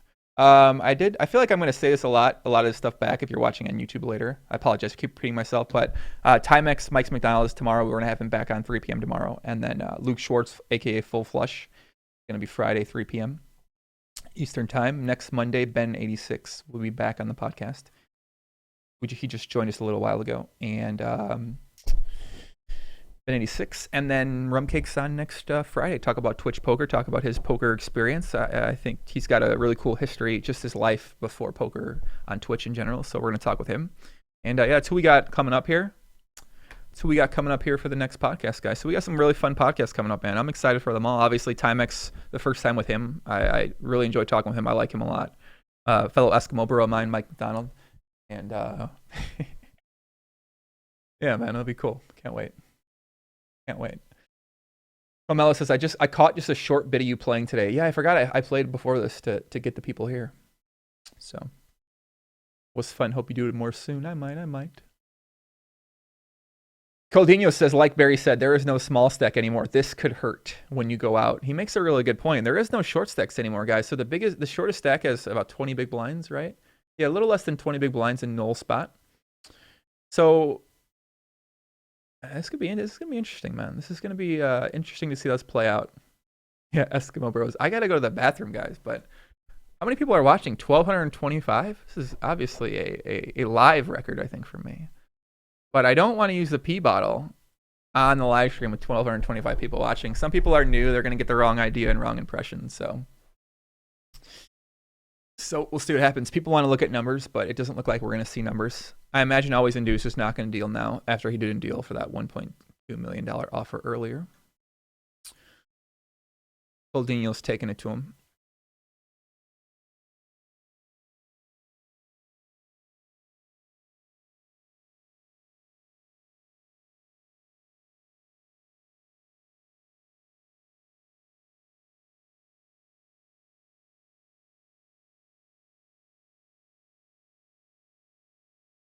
Gatorade bottle, baby. Yeah.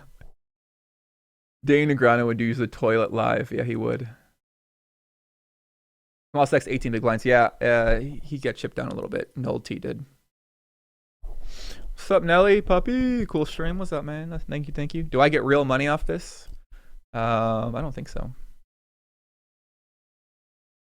Still doing podcasts, of course, man. Check them out on YouTube. Link in the description below. There was a couple deal discussions earlier, guys. Barry G says, stay classy, Cohen. You're now a wealthy man. Always Induce says, you won't agree to my terms. That's why I didn't click it.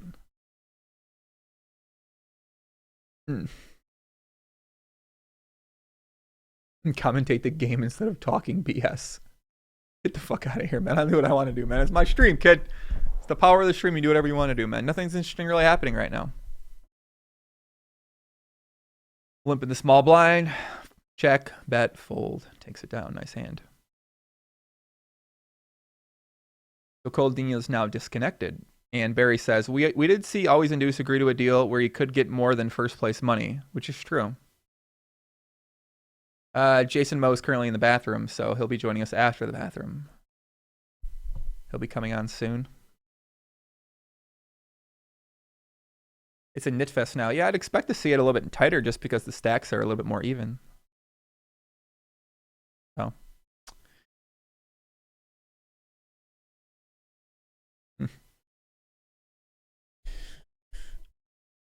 Ravik raises from the button. Call the action. Seems boring. All right, get JMO in here.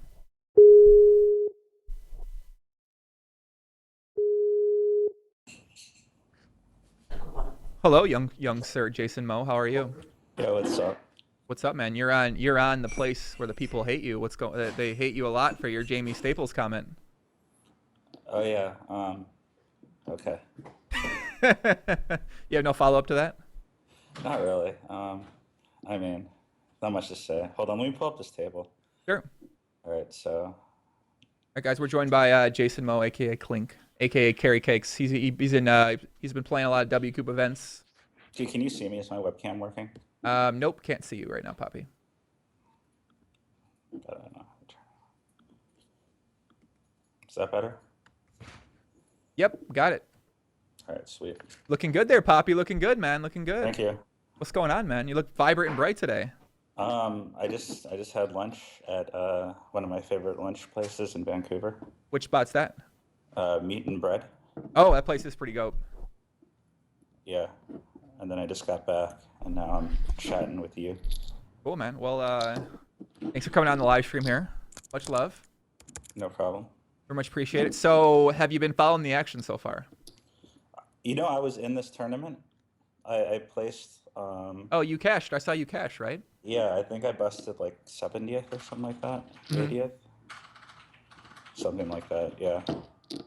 I was really close to winning, but I'm not as skilled as these people at the final table, so it happens. It happens. Yeah, Colandinho obviously is a much better player than anyone else in the world right now. So, have.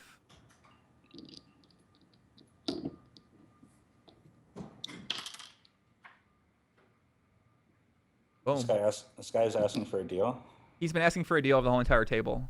Oh man. So there was a deal discussion six-handed where Always Induce was going to get 1.2 over 1.2 million six-handed, and he said he did not want to do that deal. So he would have made a little bit over second place money, and then he got stacked by Coldinho, or Coldinho doubled up through him rather. Damn. Yeah. I feel like no one at this final table has that kind of money where they can turn down a deal like that. Yeah, he said you guys won't agree to my terms, so I'm not gonna deal. Did he want like above ICM or something? So the next day they ran another by chip, and he was gonna get 1.6 million with 200K to first, so he would end up getting 1.8 million if he would have won that one, or if he would have won the tournament. And he said he didn't want. Obviously everyone else agreed not to do that. Oh, I see. People said, "Can I turn up JMO?" I can't. I think I have it up high as I can. Am I not loud enough? I'll try to be louder. Yeah. Let me know how the audio level volumes sound here, guys. Please, thank you very much. I can try to edit a bit more, but it's just not registering very heavy on OBS for me for the guest audio on Skype. People keep asking in the chat, what did JMO say about Staples? I honestly don't even fucking remember. So I don't even know what he said in the first. He said he's never spent time in a lab. That's what he said. Okay. Which he might not have spent time in the lab. I don't think he's that out of line, But obviously now Jimmy's been in the lab a lot, so. Has he? Has he really?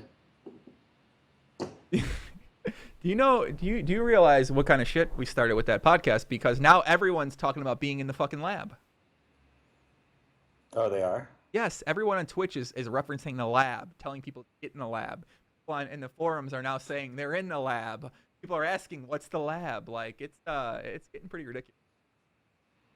Everyone's using the lab now as a way to sound smart. Here. See, but like you can talk about the lab, but you still don't really know what the lab is or how to use the lab equipment.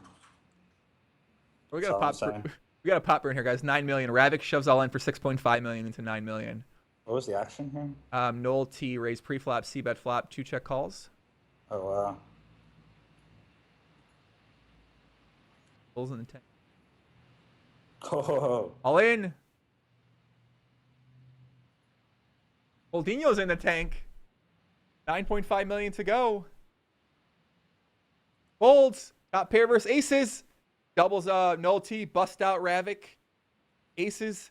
Takes it down up to 24 million. The potential multi-account Noel T 20 is up, or ghosted multi-account is up to 24 million. I'm kidding. I'm not kidding. What do you think about potential ghosting multi-accounting happening in this situation, James?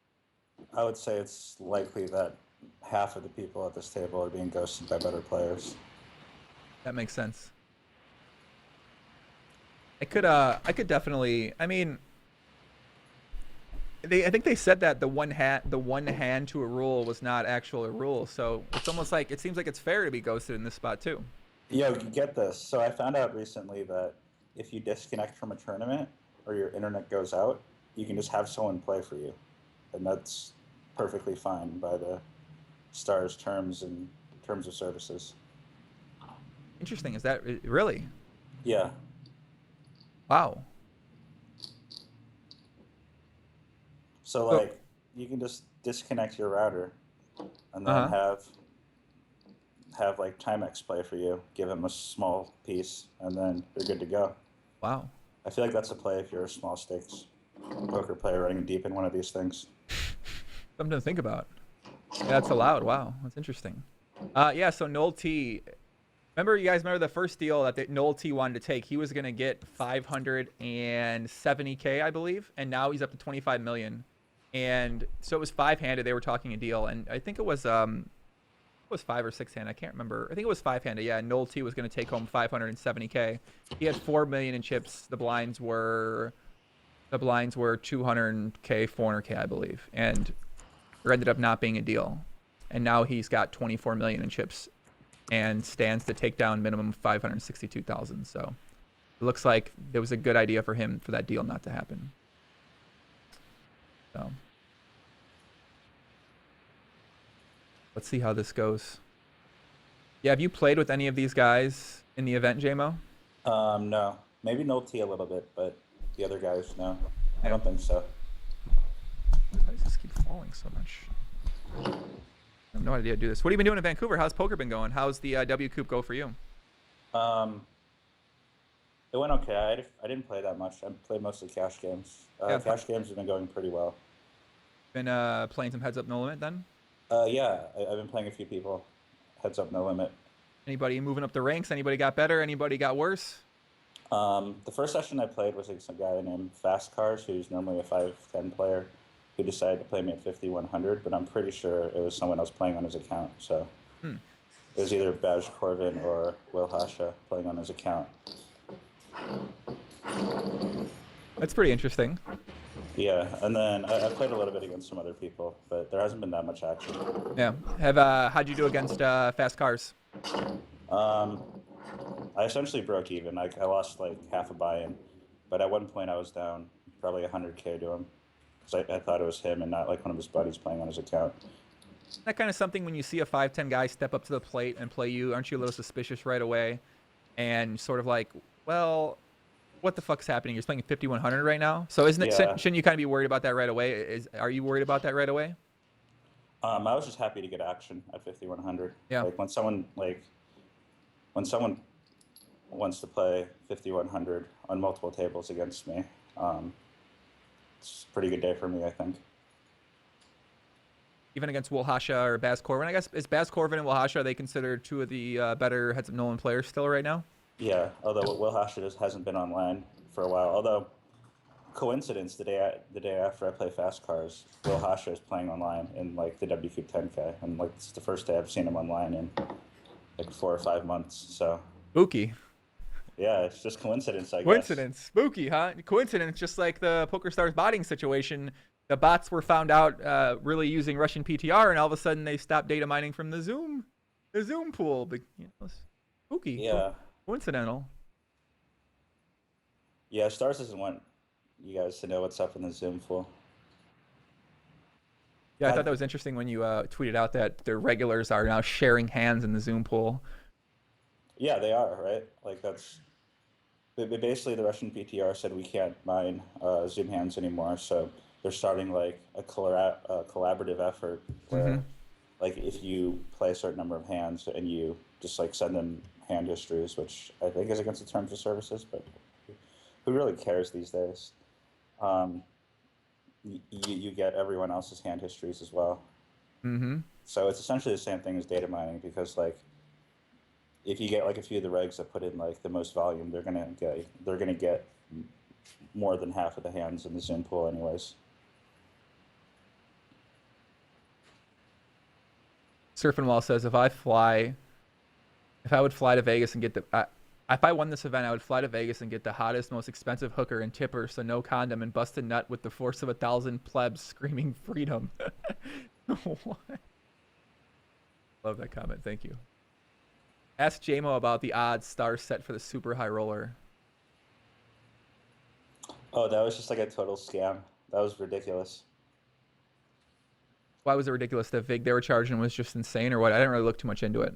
Yeah, it got what, like 40 something runners, maybe 48, 47 runners, I think. And the odds were like Negrani was like 13-1 to win. Do you think those were not good odds or not? I mean, I would have offered odds that were like twice as good as Stars was offering to people, and I still would be printing money on those odds. Like at 26-1, that's a minus EV bet, right? If with 41 players.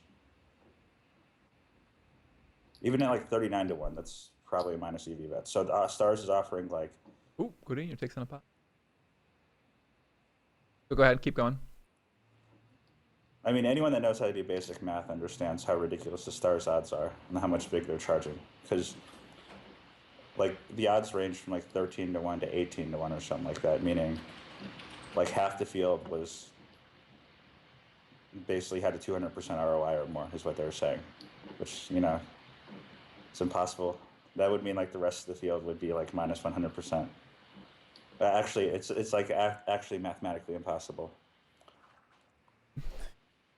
I wish I would have actually looked at the odds there. I sort of like I skimmed over them one time when you mentioned them to me, but I didn't look how much they were charging for Vig and stuff. This fine guy. All right, man. I heard you the first time. You could comment more than 1 second. Gotta give you a little time, temporary timeout. So, Jonas says I would put my entire roll on 13 to 1 against Daniel. Yeah, I mean, I think Daniel's probably like minus 35, minus 40% ROI in that field. That field is really tough. That was pretty tough field. Got a pot brewing here, 6.7 million on the turn. I think beer check called here, blind versus blind. Turn. There's the board in the bottom. 2. Queen 10, 2. Metalhead. Yeah, I'm gonna upload this on my YouTube, guys. You can find this on my YouTube channel. Description below. The whole entire replay with Ben86.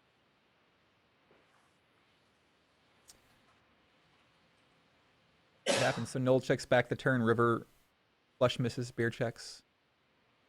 The backdoor Korean flush mix. You know what a Mexican straight is, right, J-Mo? I do not know what a Mexican straight is. Is that like a PLO thing? PLO thing, yeah. But people in No Limit can use it too. It's Mexican straight is the third or worse straight. So when there's a possibility for more than 3 straights, so 3 or more, the third straight or worse is the Mexican straight. That makes sense. And a Mexican straight gets you in trouble. It does. Like I really overplayed Mexican straights early in my career, and I went for a lot of value with Mexican straights. Oh, there's no value in Mexican straights, man. I could have told you that. Some people said my mic cuts out. Yeah. Even like the second straight. What is that, like the Tijuana straight? There's no value in that either. I haven't got a name for the second nut straight, but there should be a name for the second straight. The nut straight or the Vancouver straight? No, that's where the value is. Vancouver straight. Vancouver is not. Been coming up with names. The Korean flush has been a new one that when, What's the Korean flush? That's when you have the third or worst flush. So you never want to put a lot of money in with a Korean flush, and when you're drawing to a Korean flush, it might not necessarily be the best draw. And that. I see. A dreaded German 2-pair. I've changed the headline, guys. You need to. Out here 6.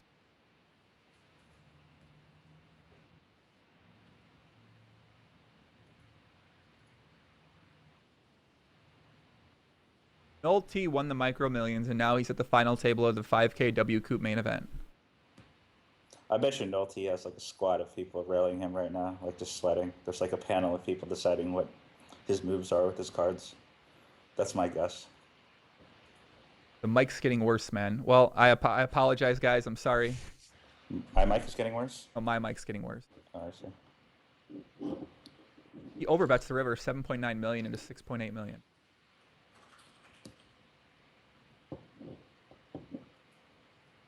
What was the action?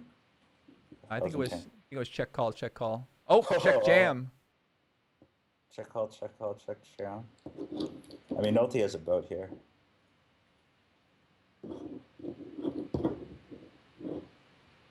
Always induce has like Jack 10 here, probably. Doesn't know what to do. My guess is Queen 8 and Jack 10.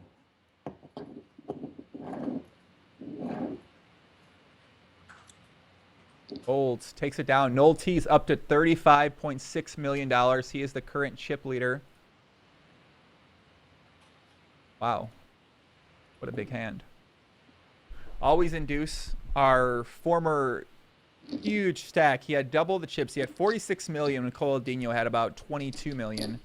And now he's down to 21 million. He's near the bottom of the chip lead. He ends up 3-betting in this spot. Barry G says, I guess I was premature preparing Noel T's exit comments. Apparently he intends to stick around. Who has 400 games lifetime? Noel T? Yeah, I have a theory that anyone that's Canadian that I can't find information on always is a little bit suspect. So if I Google them and I can't find out who they are, I'm always a little bit unsure about some people. So. Oh yeah, you'd be right. You know, I think that's like a good assumption to go into. And oh my God.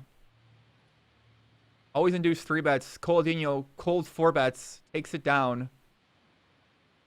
Beer in the chat says ace queen. YKNG says Mexican straight. Laughing my ass off. I'm borderline subbing. This should be the Aussie straight. It's a normal straight, but down under. Some people ask, is Brian Hastings, could he be playing? I don't think Brian Hastings is playing in this, guys, but He could be. I don't think so. J-Mo could be playing this right now. He could be playing from, no? I could be playing as Noel T right now, and He you could wouldn't be know. playing as Noel T right now. We wouldn't know. This would be the perfect cover right now. Always induce. Inducing a little bit too much action to himself. Oh, we got a deal. We have a potential deal being discussed, guys. It looks like Always Induce has hit the deal button. And yeah, Noel T. Look at people in the chat said Noel T, Noel Hayes, Noel T 20.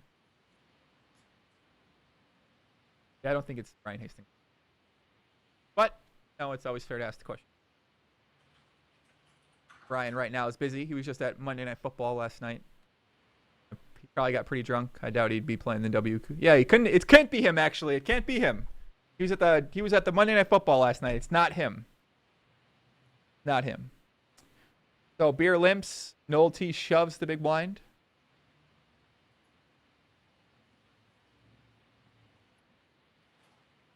Now we got a deal being discussed. See what happens. What's your approach going into a deal here, Damo? As one of these guys, or as myself? As one of these guys, what do you think? What do you think they should do? Man, I don't know anything about any of these players. Right. Yeah. So- It's pretty unknown, all of them for the most part. Coldinho, obviously, some type of fun player. Beer hasn't said too much, but from Belgium. Noel T won the Micro Millions, but don't know much about him. And Always Induce, Polish guy, don't know much about him too. So Yeah, they should probably just take the deal. Yeah, just take the deal. Let's see what numbers are being offered here. So fourth place, $562,000, guys. First place, $1.76 million. Obviously, a very large difference. I mean, $562,000 sounds like a lot of money, but when you compare that, it's a $1.2 million difference between first. Even second's $1.2 million. That's a lot of money to play for. Yeah, it is a fuck ton of money. That's pretty crazy. This is the biggest tournament, first place payout in online poker, or has there been a bigger one? There's definitely been bigger ones in the past. Like, this didn't even make the guarantee. Really? Yeah, it was like a few people short. What was the overlay on this? Really? I mean, the overlay was nothing. It was Very like, tiny, like 70K potentially? I think less than that, like maybe 25K, 30K. 25K, okay. But Stars is making like 400K in rake in this tournament alone, so they don't really care that much. Wait, how are they making 400K? 200K rake. $200 rake. How many people registered? 2,000 people, right? Oh, 1,700. Wow, I didn't realize that many people registered. No, there were 5 people off the guarantee. Oh, wow. Yeah, it was almost 1,900. 400K. Yeah, wow. Yeah. I need to open a poker site. For fuck's sakes, dude. $55,000 for this? Oh, we have a name for Noel T. We got a link in the chat. It looks like, I can't read this, but looks like this is the guy. Guillaume Nolet. Guillaume Nolet. It's French Canadian. French Canadian, yeah. I'm definitely not pronouncing his name right, but.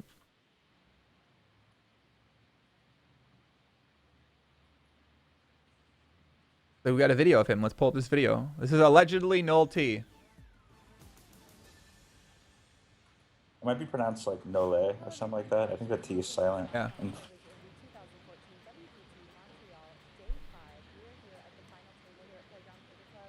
he's probably got like a squad of French Canadians railing him.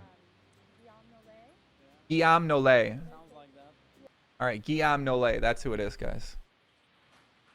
Guillaume Nollet. We're waiting for the numbers right now, guys. They're running a discussion right now. Yeah, Guillaume Nollet. Nollet. Ah, thank you, guys. Thank you. Guillaume. Yeah, Caitlin House pretty sexy too, man. These poker reporters, man, they're pretty attractive. Yeah, they are. Pretty GTO. You been on the Asian girl grind lately too? Not really. I've just been playing poker. I haven't been going out and doing much. Yeah. They said he's a friend of French Dog, maybe? Yeah, that makes sense. All the French Canadians are like butt buddies. Like Pass 72. What's his name? Jason Lavallee. Oh, I know you got some issues with those guys. What are you rolling on the table over there, kid? Oh, it's like a. I should probably put this down. I don't know what that is. I moved over to this table because like the grind room's a little stuffy and it smells like fart right now. Hate when that happens. Hate when that happens. Yeah, you have a little rivalry going with Jason Lavallee and the French Canadian kids, don't you? It's not much of a rivalry. No. One way. What is it? What exactly is it then? What do we call it? I don't know. I just don't particularly like any of them. I mean, Jason Lavallee is alright, but like but like the rest of them, kind of. I don't know. Not GTO. I'm not gonna fire any shots against them. Oh, okay. It's a rare day, guys. Mark this on the calendar. Jason Moe has decided not to fire a shot. I fired a few shots already, I think. Did you? Who else got upset last time on the podcast? I don't remember you saying too much. You didn't say too much. I don't know. A few of my friends that like don't really play poker, but they browse Reddit. Like found this Reddit thread about me, and they linked me to it. God, people in Reddit poker are just like the biggest retards of all time. It's ridiculous. Well, they're all big Jamie Staples fans over in Reddit poker, man. So they were a little upset at you. You talked to their hero in a bad way. How is he their hero? Come on. I don't know. I'm just telling you. I'm relaying what happened. I don't believe me. I'm asking the same question. I'm not sure, but he's the hero, man. He's the guy on Twitch. He's the guy, man. We got numbers. 1.16 million for Noel. Oladinho, 1.1 million. Always Induce is now down to 984,000, and Beer, 850K.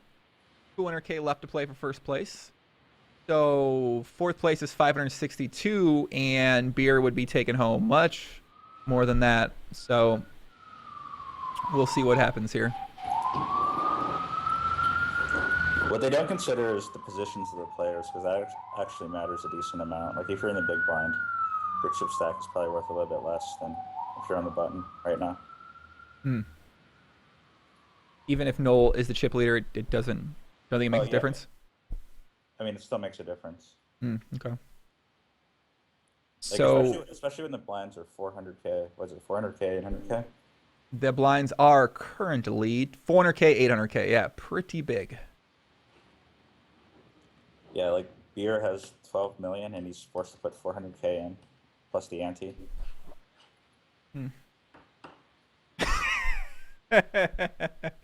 Always Induce says, I would like to have a full $1 million. Is it okay for you guys?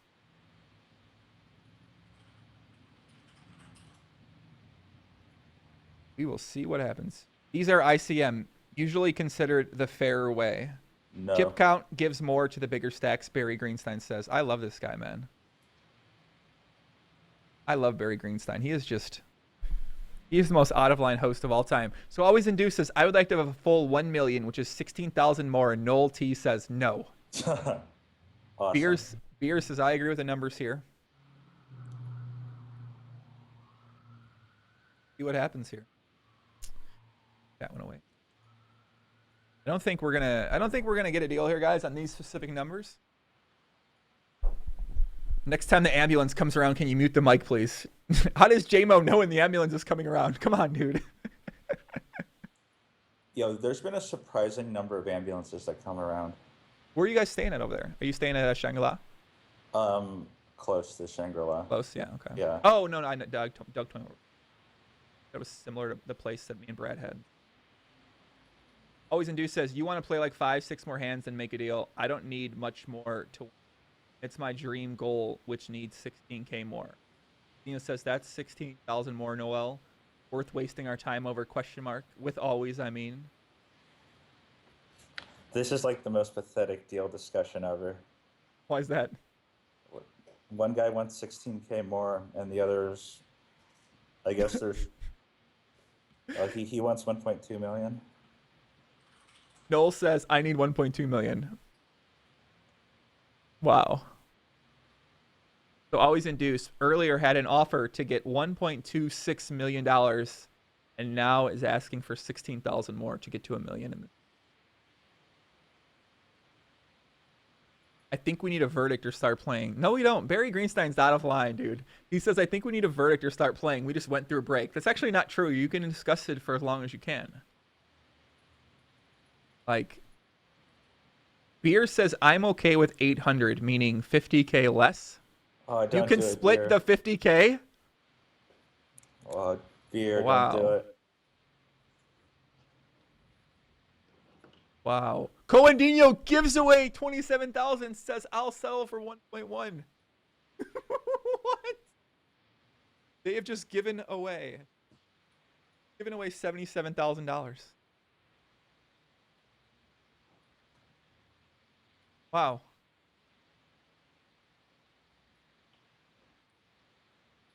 I mean, Coldino is rocking a Silver Star avatar right now, so he probably shouldn't have done that. He probably should have turned his Silver Star off. He says, okay, so I take 16K to my millions. Take the rest, guys. Thank you. So they're going to give. So Noel just made himself an extra $61,000 here, it appears. Yeah. They're giving away the money. Andy's in the big blind the next hand. He basically just scammed everyone. Okay, I'm taking the rest, otherwise we play. This is crazy. I can't. This is crazy. So they just so Codino gave away $27,000 without needing to. I mean, you're getting 1.1 million, you know, whatever, but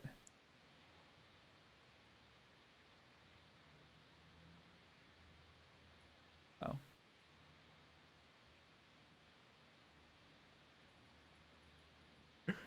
This is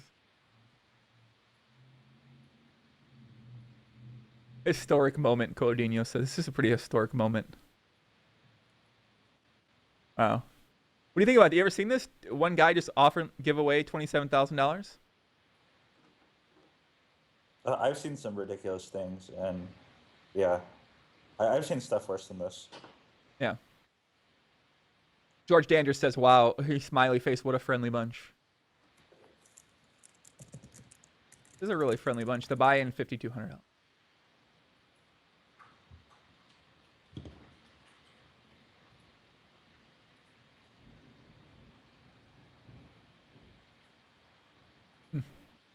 Reading some Twitter chat. Barry and Kush Piston says Barry G has been a super out of line with his comments through the final table, especially during deal negotiations.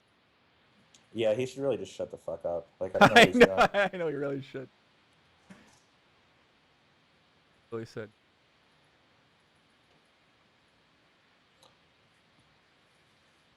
I would think it's possible that until Beer settled for less than he was owed, it's reasonable for like Barry to have a piece of one of those shorter stacks and say something like that, right? I doubt I would. It's unlikely, but right, yeah.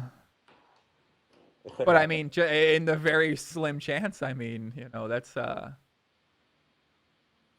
What happens here? Noel says, so I get 1.22 million. Always gets 1 million and live his dream, and you guys, that girl in the background, Caitlin, yeah. Oh, okay. Who's staying with? All right, so they're gonna count the numbers out.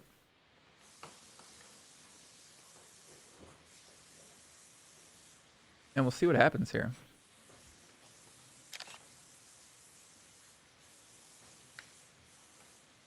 So now Barry's trying to give Beers more money back apparently. What the fuck is Barry doing? He probably has a piece of beer. I wasn't even joking about that. Like, Beer said he'd take 800K, and Barry's trying to give him more money. Andy's saying in chat that the ICM favors the big stacks, or chip counts favor the big stacks, so we should go by ICM numbers. But both things are fairly out of line, I feel. Yeah, this is I've never seen this kind of chat happen at a final table like this. Or the team pro. I mean, Stars has to be freaking out right now. Like, didn't Beer say he'd settle for 800K? Yeah, he said 800K. And then Nolte said he would take the rest. And now Barry's trying to give Beer more money. Right. Some sketchy stuff going on. This is very sketchy. Barry says, "Okay, Coendal, you rich people need to set an example for us poor people on the rail." Yeah, and then what? He gave Beer T more money. Of course, Beer says, "Okay." Yeah, he got 23K more than he accepted in chat. This is great. Okay, we got 2 okays. Nolte should actually ask for the 23K to be added to his stack. If I was Nolte, I would do that. Let's see if he pulls it off, though. I mean, they agreed on a different deal than what was outlined here. This is actually pretty exciting to sweat. I know, it's pretty sick. Your stack is, to be honest, the least. You okay with that too? What is he talking about, man? Oh my gosh. I mean, he's right. He has the least number of chips. True. Which the numbers do reflect. They're still going to be playing for 200K guys as well, so.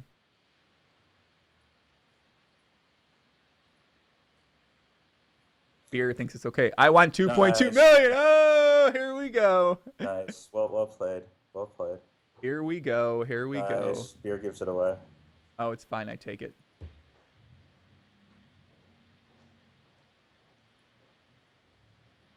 Nice. Everyone is okay then, Gary. So Noel makes himself an extra $22,000 here, it looks like. Or 23, my bad, 23. No, Noel said he only wants 1.22, so now, oh yeah, 1.22. All right, so this is the deal, guys. 1 million for Always Induce, 1.1 for Coladinho, 1.2 for Noel, and 800,000 for Beer, with 200K left to play for first place.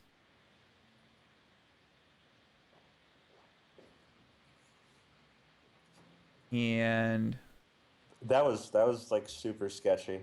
Like, what the fuck is Barry Greenstein doing? I know.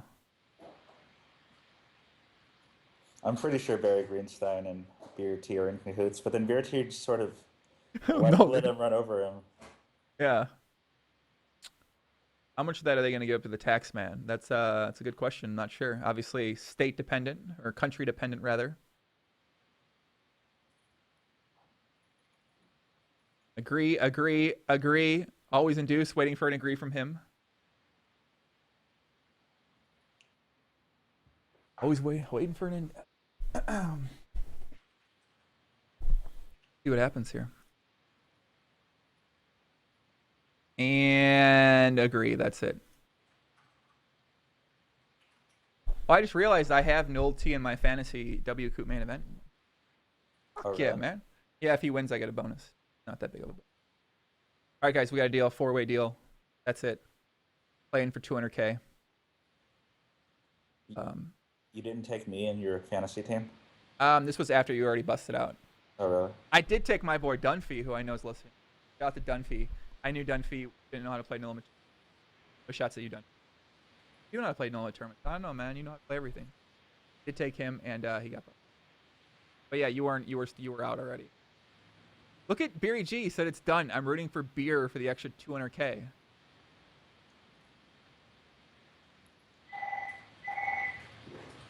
Queen Bee says Canada tax free. Only pay taxes on internet. Interest earned on the winnings. Perfect. That's it. 5-minute break. They're gonna go on a 5-minute break, guys. I'm gonna go on a 5-minute bathroom break or a 30-second bathroom break. I don't want to use the pee bottle right now. Me too, actually. I might get something to drink. All right, guys. We're gonna take a short break while the we're gonna take a short break here while the break's on.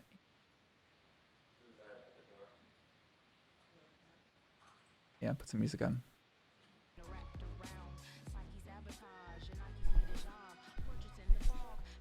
You guys just gonna go to trivia tonight? It's what? Yeah, it's. I've been to the place. I haven't been to trivia. It's what's it called? The something juggler or I'm gonna wake my girlfriend. She hates poker. something. Yo, where's trivia at tonight? Oh, it's not at the Thirsty Juggler. What's it called? The Winking Juggler.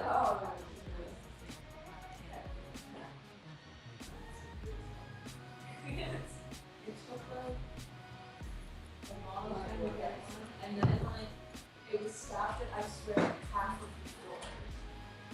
Like some lady was trying to get on with the bike, but by that time it was already like full from everyone else. So she was like, oh, this is the second one that I couldn't fit on.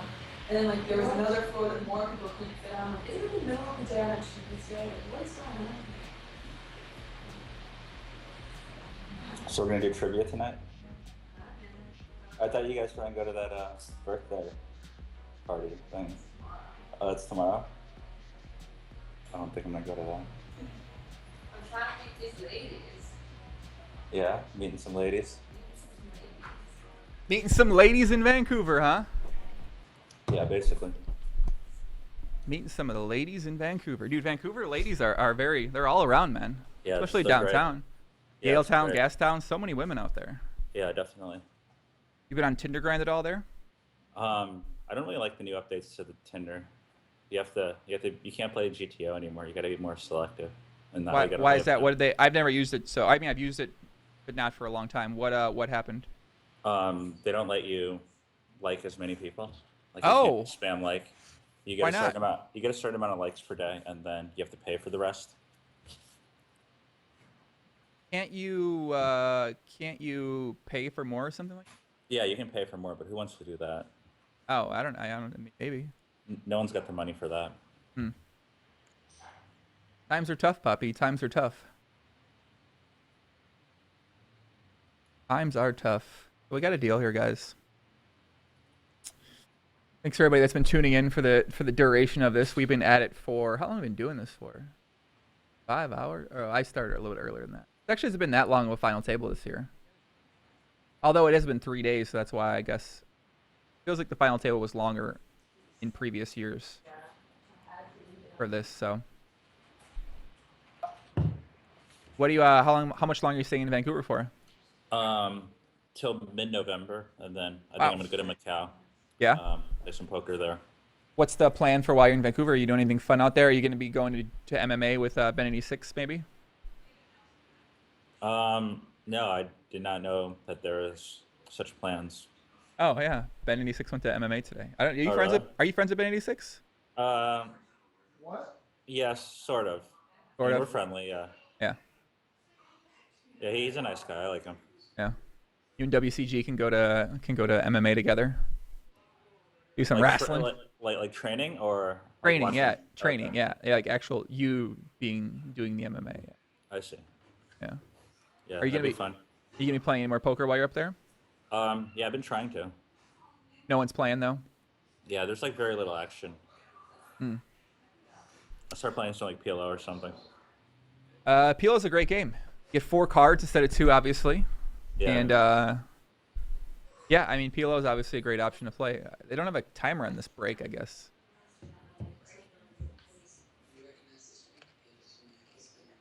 What are you guys watching? Is this the murder show? What's happening over there? There's people over here watching some murder show about how to get away with murder. Ah, okay. Yeah, I've seen that show before. Who you staying with right now? Doug, WCG, and Caitlin. Who else? Just them. Hmm. But like, there's some other people over here. Oh, the crew of people there, huh? Yeah. Nice. Shout out to them. Shout out to JMO for joining us today, taking time away from the crew over there today. Coming out. Hey, did you hear about? Oh, I told you about that segment people suggested. Shot like firing squad with JMO, where JMO comes on and you fire shots at people. Firing squad. Said, Oh, that's incredible. The segment would be I have you on and you just fire shots for a period of time or something like that, like Friday firing squad or something. I was like, that's not a bad idea. Yeah, I'd be in for that. I'd probably run out of shots to That's fire what I'm pretty saying. quickly. Like you're gonna be reaching on some shots at some point in time. You know what I mean? Like yeah. at some point the shots, like you're forcing the shots almost. You're not just, it's not like a genuine shot. Yeah. So. Yeah, and I don't want to do that. I only fire shots when it's like necessary. Exactly. When people need to know.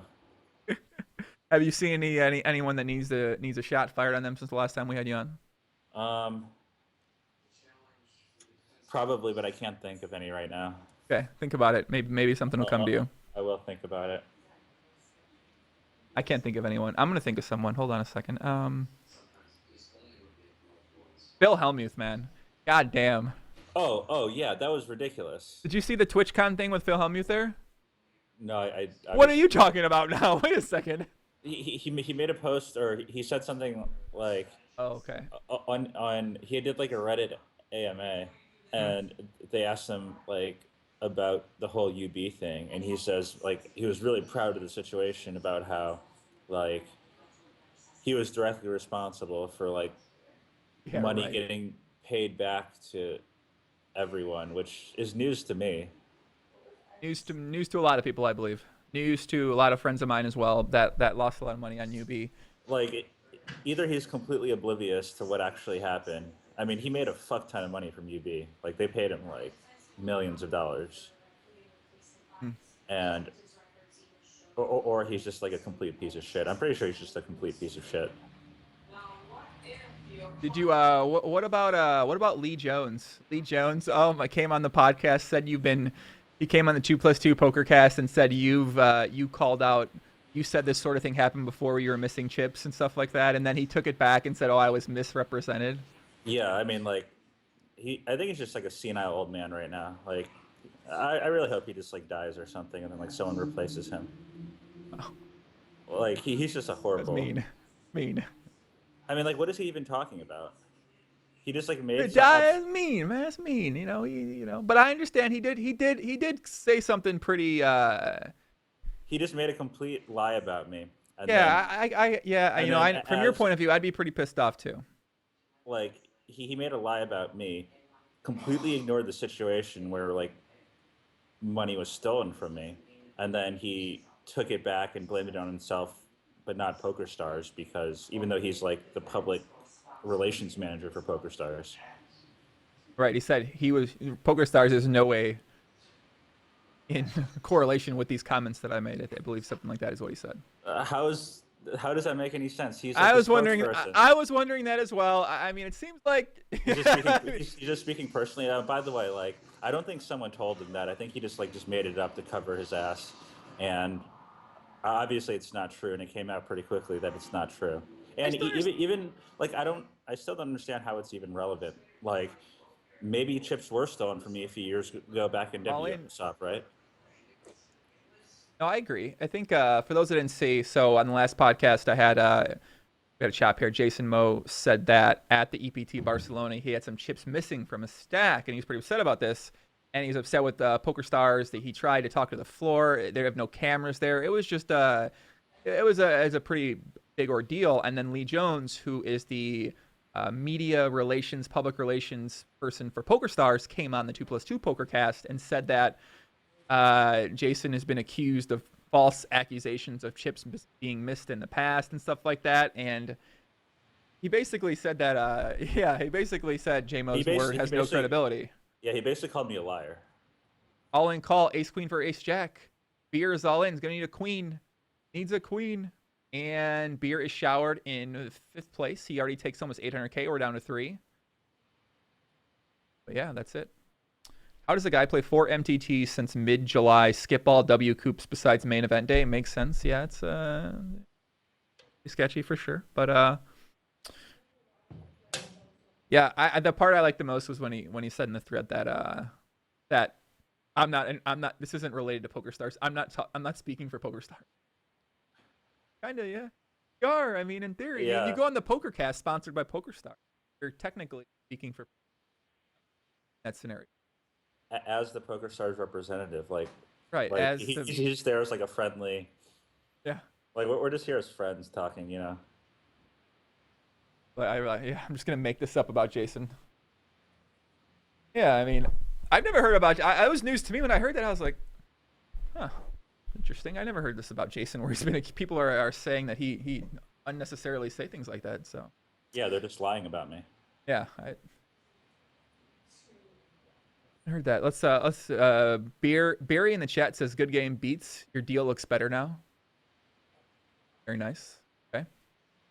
So we're down to 3, and Coldinho is in the chip lead. They're still playing for 200,000 USD, guys. So still is something to play for sure. Obviously, all of them took home over $1 million or above. So they're all pretty. What would you do if you won $1 million? Would that happen anything to you? Would that be? If I won $1 million, Would that change anything for you right now? Have you won $1 million recently? Like you personally made $1 million, not in pieces or staked, or you bought a piece? I've been wanting to get a new car, so I might get a new car if I did that. What are you thinking about getting, Poppy? The hybrid BMW i8. I like that one. That car's fucking sick, J-Mo. You get that car, and you might have something, J-Mo. You get that car, the i8, man. Whew. I did not win $1 million though, so I'm not going to get that anytime soon. I'm trying to come for a ride. Where would you even have that car at? In the Probably in Vegas. Yeah.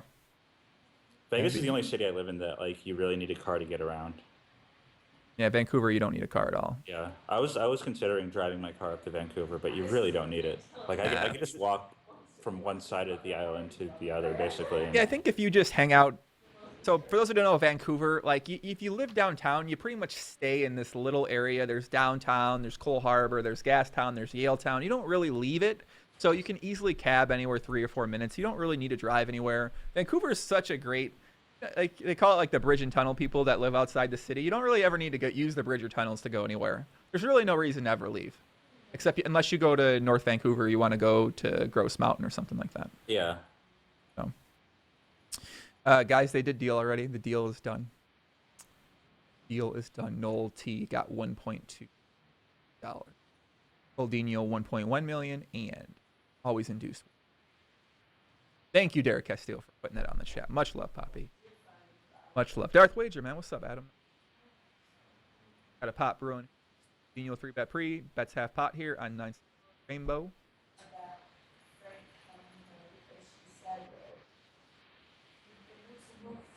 We have since you guys both been playing some heads up, do we have a heads up updated rankings list for the top heads up Nolan players in the world?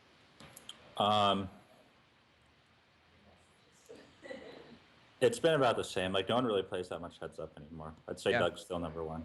Doug's still running the street. All right, so 9 paired on the turn. Coldinho goes with a very small bet size, 6 million into 18 million, 1/3 pot. So the flop check raise was to about 8 million. No, that's not true. I take that back. Let me just rewind what I just said. Let's just go from where we're at now. Let's delete the last 10 seconds of my comments. Let's see here. 6.4 million to 18.2. He check raise flop, obviously representing a 9 in this situation. Just confirm Coldinho 7. Christoph Coldinho. How is this confirmed, Dalcy? Wait, what are you talking about? What's confirmed? We got a link for a Coldinho on chat here.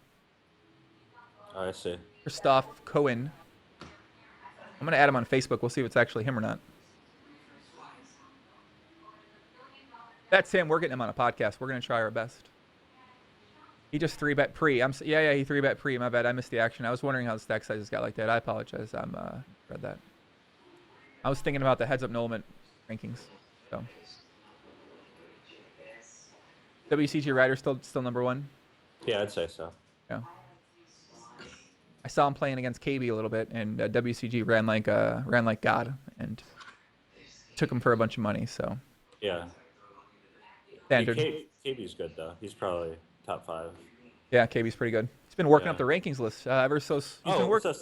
Okay, so one of your buddies, what's his name? Adrian Phoenix, is that him? Okay, all right, okay. He like That's my good friend Adrian, yes sir. He like randomly started insulting me for some reason, and he's like, "Oh yeah, like my buddy KB will play you." Like, who does that? Like, they insult my poker ability, and then they send in one of their friends to play me, who happens to be like one of the best heads-up players. Like, who is this guy? And then also, I mean, like, I asked KB about it, and he's like, "Yeah, like we met on a ski trip once. I think he's a cool guy, but that's it." Yeah, I think. I don't know. I think Adrian might have been mad about your shots at Twitch poker. So he sends KB after me. Like, sent the squad at you, man. He sent the squad at you. It's not even his squad. Like, he doesn't even. Whatever. Yeah. I mean, like, it's pretty pathetic. Like, what does he play? Like, mid-stake Zoom? Like and then he insults. Zoom, yeah. He insults my poker ability, and I told him, like, yeah, we can play. I mean, I know you won't, but we can play some. And he's like, yeah, I'm gonna send KB in. I'll have to ask Adrian about this. It's just pathetic. It's like me insulting someone and then sending Doug to play, though. Like, I'm gonna send Doug in to play you. That's funny. I'm gonna insult. Hey, you suck at poker. WCG will play. Ha ha ha. I'm gonna insult Jay Nandez's PLO, and then I'm gonna send Ben86 to toe play him. Heads up. Yeah, that makes sense. Seriously. Yeah. Seriously. It's like, yeah. What it is. It's funny. Like, yeah, you put down like, yeah, it's always in douche. Come on, man. I like it. I mean, that's just pathetic, though. Like, how pathetic is that? Goes in poker are just incredible. LOL. I love it. Nick G says. Yeah, what did he even say to insult you? I didn't really follow it too much on Twitter. I can't remember. He said, "What did he say about your poker? What happened?" Oh man, I forget what he said, but okay, he like made like a huge post somewhere, and like someone random on Twitter linked me to it. I forgot what it said.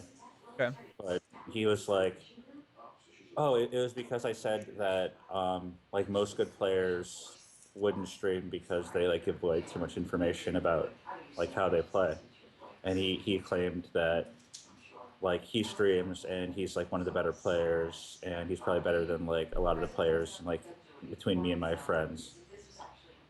And then I said like, okay, I still think I'm maybe around like the top 5 players in the world right now, and he wasn't close, and he said, yeah, I don't think you are. KB will play you, or something like that. Oh, we got a pot here coming down. Check raise by always induce. King, queen, 2 flop, 2 diamonds. Turn pairs the board. Someone in chat said, Which one? He'll send WCG in to play KV. I mean, that happened. WCG like gave KV the business. So AJ sent KB to play you, and you sent in WCG to play KB. Essentially. All in. Always induce. Check raises. That's 4.4. Calls are all in. Called 9 and doubles up. Low plays aces pre-flop. Check raises flop. Bets turn. Coldinho shoves it all in, and just like that, always induces from top pair, I suppose. And there we go. That's it. Always induce chip leader in chips right now. French Dog on Twitter says, love the Belgians. Wish every deal was that way. I'm going to wake my girlfriend. She hates poker. Yeah, we missed that comment. Ay, ay, ay.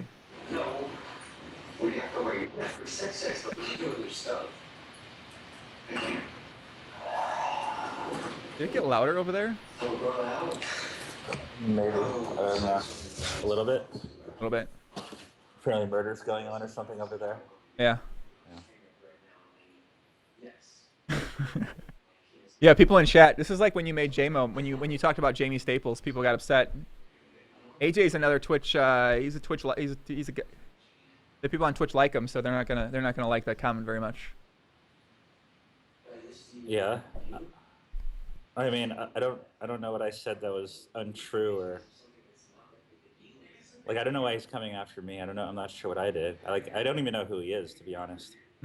Like, the first I heard of him was like 2 people linked me to like this 2-paragraph post he made about me about something.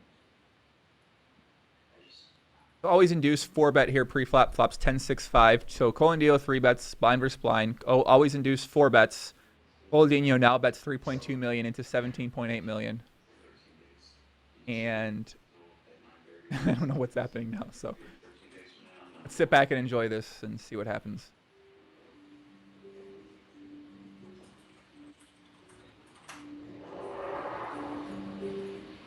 Huh. And always induce folds. Wow. Man, Nolte got away with one. He like got all the value and now he's just lost all his chips. Mm-hmm. He gets 1.22 million and now he's on the short stack there.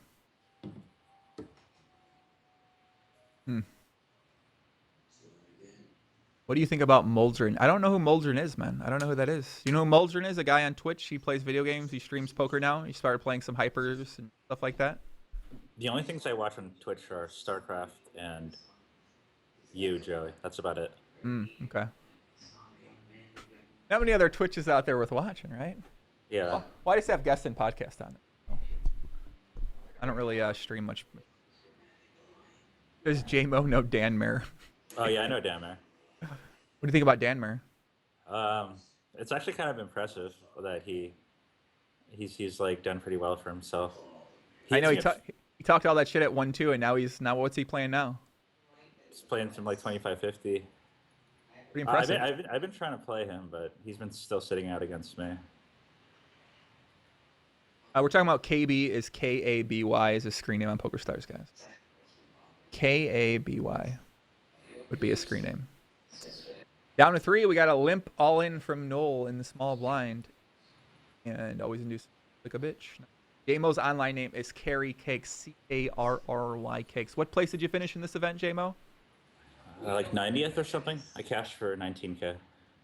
JMO finished at 93rd place in this event for $19,000. That is it from Canada. Shout out to Carry Cake.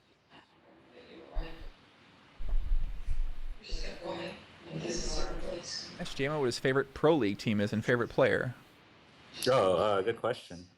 Favorite Pro League team Is that StarCraft, by the way? Yeah, it's StarCraft stuff. Okay. Let me think about this. Probably generic Green Wings. Favorite player, like either Hero or Maru from that team. You probably have no idea what I'm talking about, right? No fucking clue. No. No fucking clue, man. No fucking clue. What's up, TH Poker? What's up? Welcome back, man. Welcome back, Poppy. Welcome back. What's my... Who do you think's gonna win this now, JMO? I got my boy Colandino 7. I think Always Induce is gonna win this. Yeah. Yeah, from what I've seen, he's been playing all right. I hope Colandino wins though. I hope Colandino wins too. Always Induce certainly is a battler. That's for sure.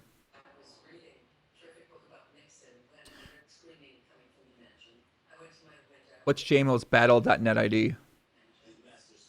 Oh, I haven't been on BattleNet. I think it's just Carry Cakes, but I haven't been on BattleNet in a while. Oh wait, no, it's Cunty Cakes 12 actually. But I've been playing mostly Hearthstone. All in here. 3-bet from Colandino, cold 4-bet shove from Nolte for 26.8 million, and takes it down up to 32 million. Now all the stacks are even. All the stacks are even. What do you think of Jason Somerville? Mr. Jason Somerville, the Twitch poker end boss.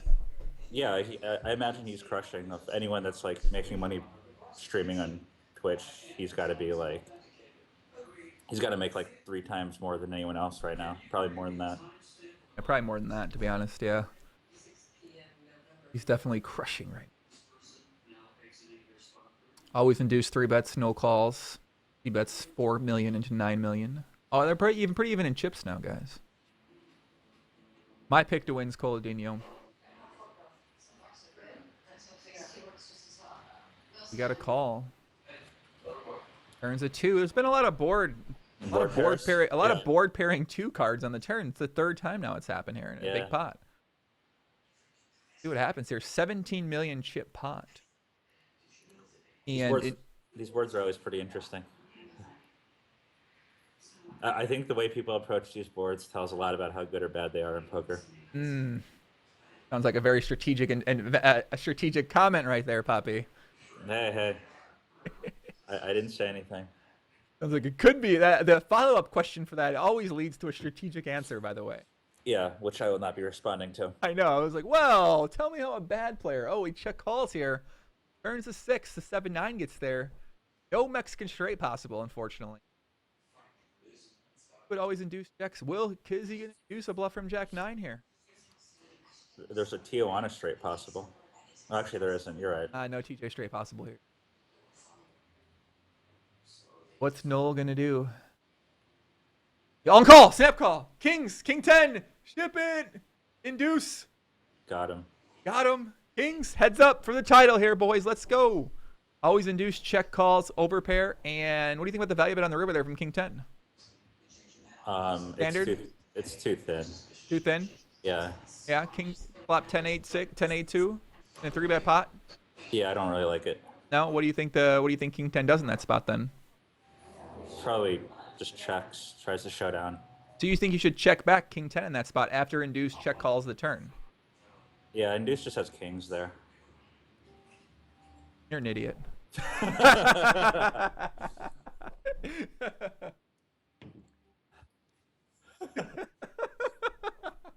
I mean, where'd T go? Where are all his chips? I would have checked and still had chips. Well, I mean, his name is always induce. It's True. not always call down light.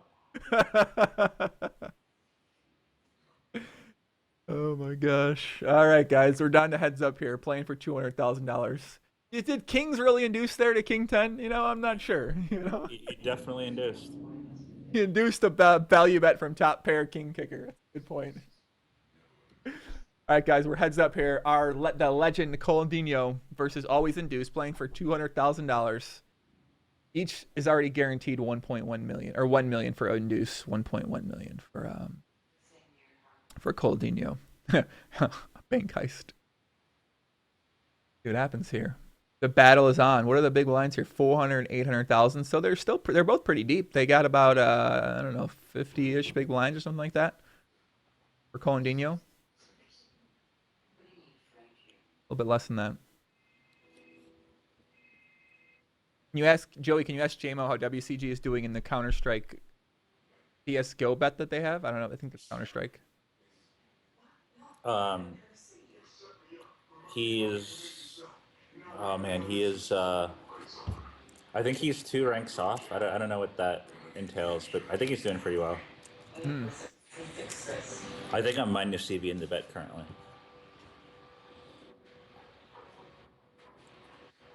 It's okay though, because we had another bet of him being able to dunk a basketball, and he recently just gave up and paid me the money. So yeah, that takes a lot of training right there. Takes a lot of training.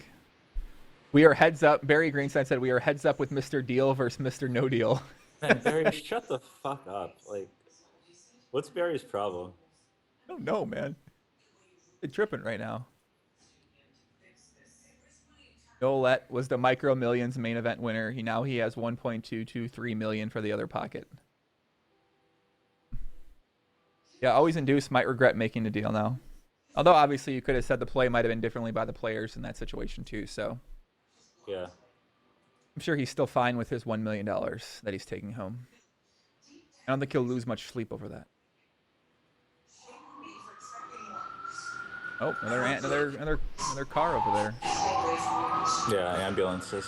It's a fire truck, actually. Bodinho 3-bets, C-bets flop, gets raised by always induce. Bodinho calls, turn, pairs the board again. Always Induce doesn't have anything here. Always induce does not have anything. No, he doesn't have anything. He's going to fold. Bodinho leads half pot, 13.6 million, leaving himself 9 million behind. I mean, Always Induce doesn't have anything, and Colandino is just clicking buttons. So let's see what happens. Did always induce with his river raise, or flop raise rather. I don't think so. It's the cop car going to get Barry Greenstein.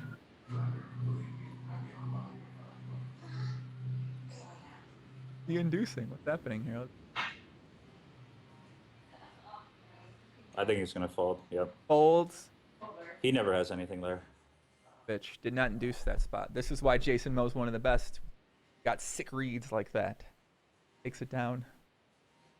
Nice hand, nice hand. This is the end of the stream almost, guys. You can catch the replay if you want to watch the replay back on YouTube, my channel later.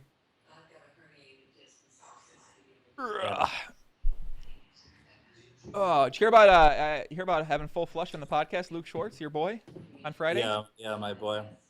Yeah, right, your boy.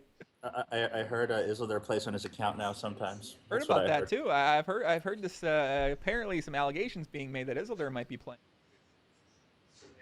Yeah, it's probably true.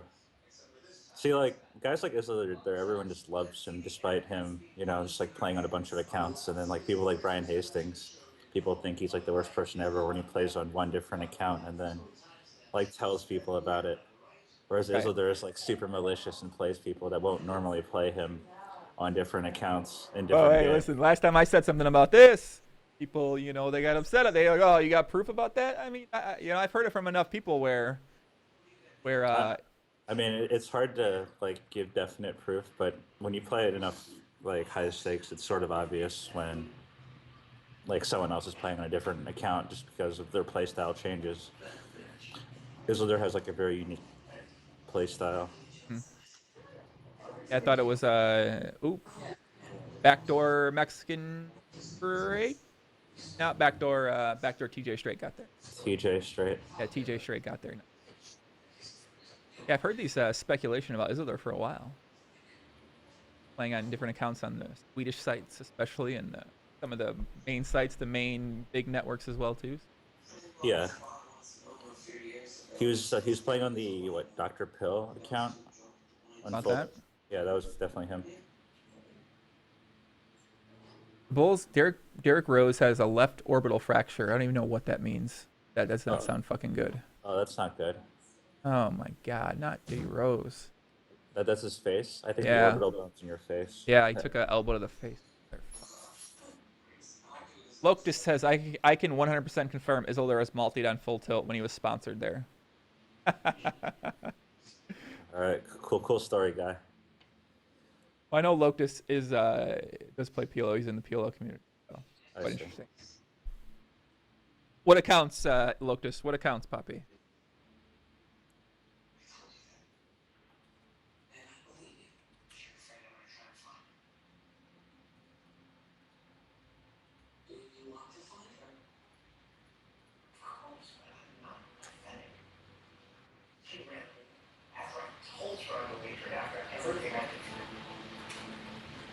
These two are playing street poker, man. Yeah, they are. There's no rhyme or reason anything going on here. This Coladinho guy's got a lot of heart. Yeah. Always Induce is like a bit more of a reg, but he's like very easy to figure out. Like it's so obvious. Like call and then raise on 10-6-3. He never has anything. Colandino might show up with like a lot of things. He's probably like more difficult to play against. Musco Buster said, would JMO play Isildur heads up no limit? Oh yeah, definitely.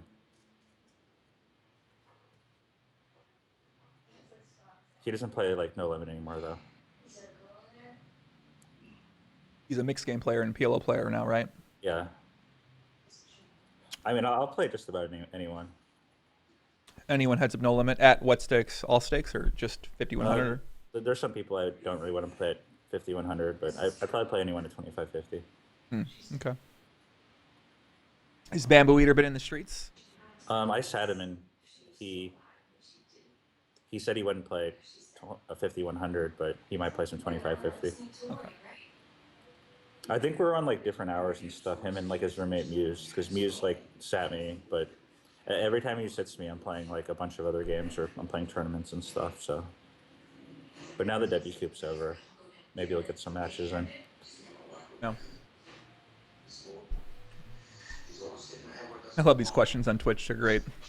Would he play Raul Gonzalez? Would he play Lee Jones? Would he play Pizza Man 4817? Like, Oh yeah, I'd love to play Lee Jones at some Heads Up No Limit. That'd be some good stuff. that's funny. Where would Gmo rank? Oh, you already said you'd rank Kevin Ratchabau. Oh, that's K-Rab, I assume. Yeah. He's like a bit of a bum hunter. Yeah, I don't think he's very good. Man, really? I love his videos on Run It Ones.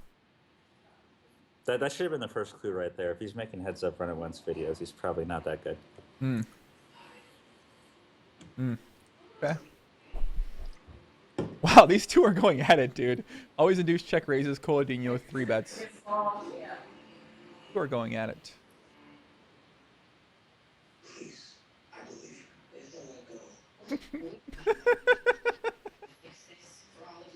What percentage would you pay back if you played Joey over 10,000 hands? I haven't played No Limit in a long time, but even if I did, certainly not a heads-up player. Jane would have to pay me a lot of money. I'd probably give you like 25% back. What stakes? I guess the min I'd play is like 10-20. Be able to do it. I wouldn't know. I don't know what I'm doing. Like I haven't played No Limit or Heads Up No Limit in so long. Like I wouldn't even have a clue what's happening. I'm also like a bit rusty. I haven't been playing that much, so like this month I've been playing more. I've been making like fundamental mistakes and stuff like that. So yeah, you definitely get rusty if you don't play with like a bunch of people. I imagine that sort of happens over time, and it sort of sucks for you. There's no way to get unrusty in a way because no one's going to play you anyway, so you can't really work your way through that rust. Yeah. Another 3-bet pot here, induce C-bets. Nah, it was a limp raise call. Oh, was it? Okay. Yeah, he's been 4.5x. This is awesome. This is actually very entertaining to. Coldino raises the flop, checks back turn when the flush gets there.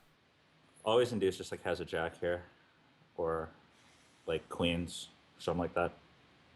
Check, check. Oh wow, ace-3. Coldino shows down top pair, jack kicker, and Mexican straight draw for always induce with the ace high. So Always induce is horrible, actually.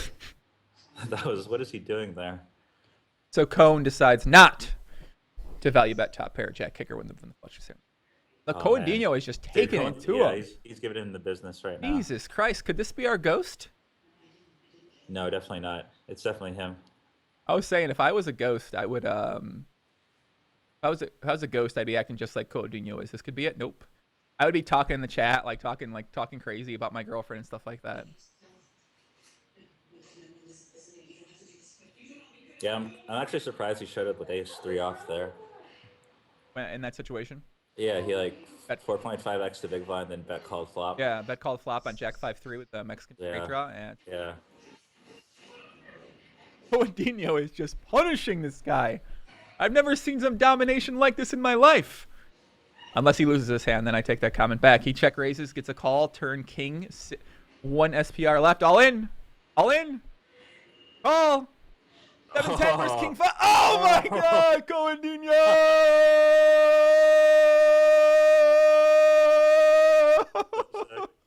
Oh man. Boom! 10 on the river. It's incredible. Oh my God. Wow. Oh. King 5 gets check raised with middle pair, calls, turns 2 pair, gets it all in, river trips. Oh man, that was kind of Booyah! entertaining. He's done $200,000 river for Colandino. Colandino 7 is our WCOOP main event winner. A slightly different winner than last year's winner, Fedor Holes. But Fedor won last year? Damn. Fedor runs good. There's a Fedor. But that's awesome that this Colandino guy won, though. Wow. I'm gonna start sitting the high stakes lobby. Maybe he'll. Better get in the high six lobby. Coutinho might hop in, man. He Coutinho. has a little spending money now. Wow. That was incredible. Like that, guys. WCOOP today is over. If you want to catch the replay back, you can check it on my YouTube. I'll be back tomorrow on Twitch, 3 p.m. Eastern with Mike Timex McDonald. Friday, 3 p.m. Eastern, Luke Schwartz, Full Flush. Monday, 3 p.m. Eastern, Ben86, a.k.a. Ben Tellerine, back on the podcast. Damn, you have like the A squad this week. Yeah, I know. I mean, you gotta stay balanced on your podcast guest, you know? Yeah.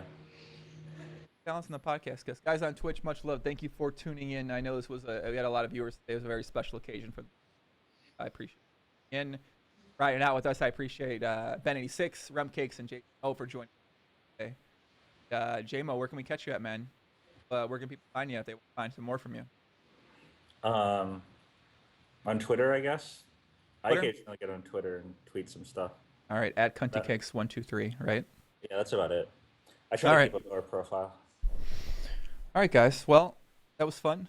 Jason, I'll talk to you later, my friend. Thank you for coming out here with us, man. Have fun over there in Vancouver. Good luck in the streets. We'll catch up with you soon. All right. Thanks for having me. All right. I'll see you later, buddy. Drink his beer. All right, guys on Twitch. That was fun. Much love. If anyone followed or subscribed, appreciate it. Be back tomorrow. New podcast. If you want some more content now, you can go check out. My podcast yesterday with Jessica Dolly on my YouTube channel and a bunch of other podcasts too. So I'm going to give a host to somebody, and you guys were great. Much love. I appreciate all the comments and questions. I'm going to send you to my lovely, beautiful Swedish friend Blair, and she's going to be like, how the fuck are there this many people watching me? So see you guys later. Coutinho got first place. Much love. Take it easy.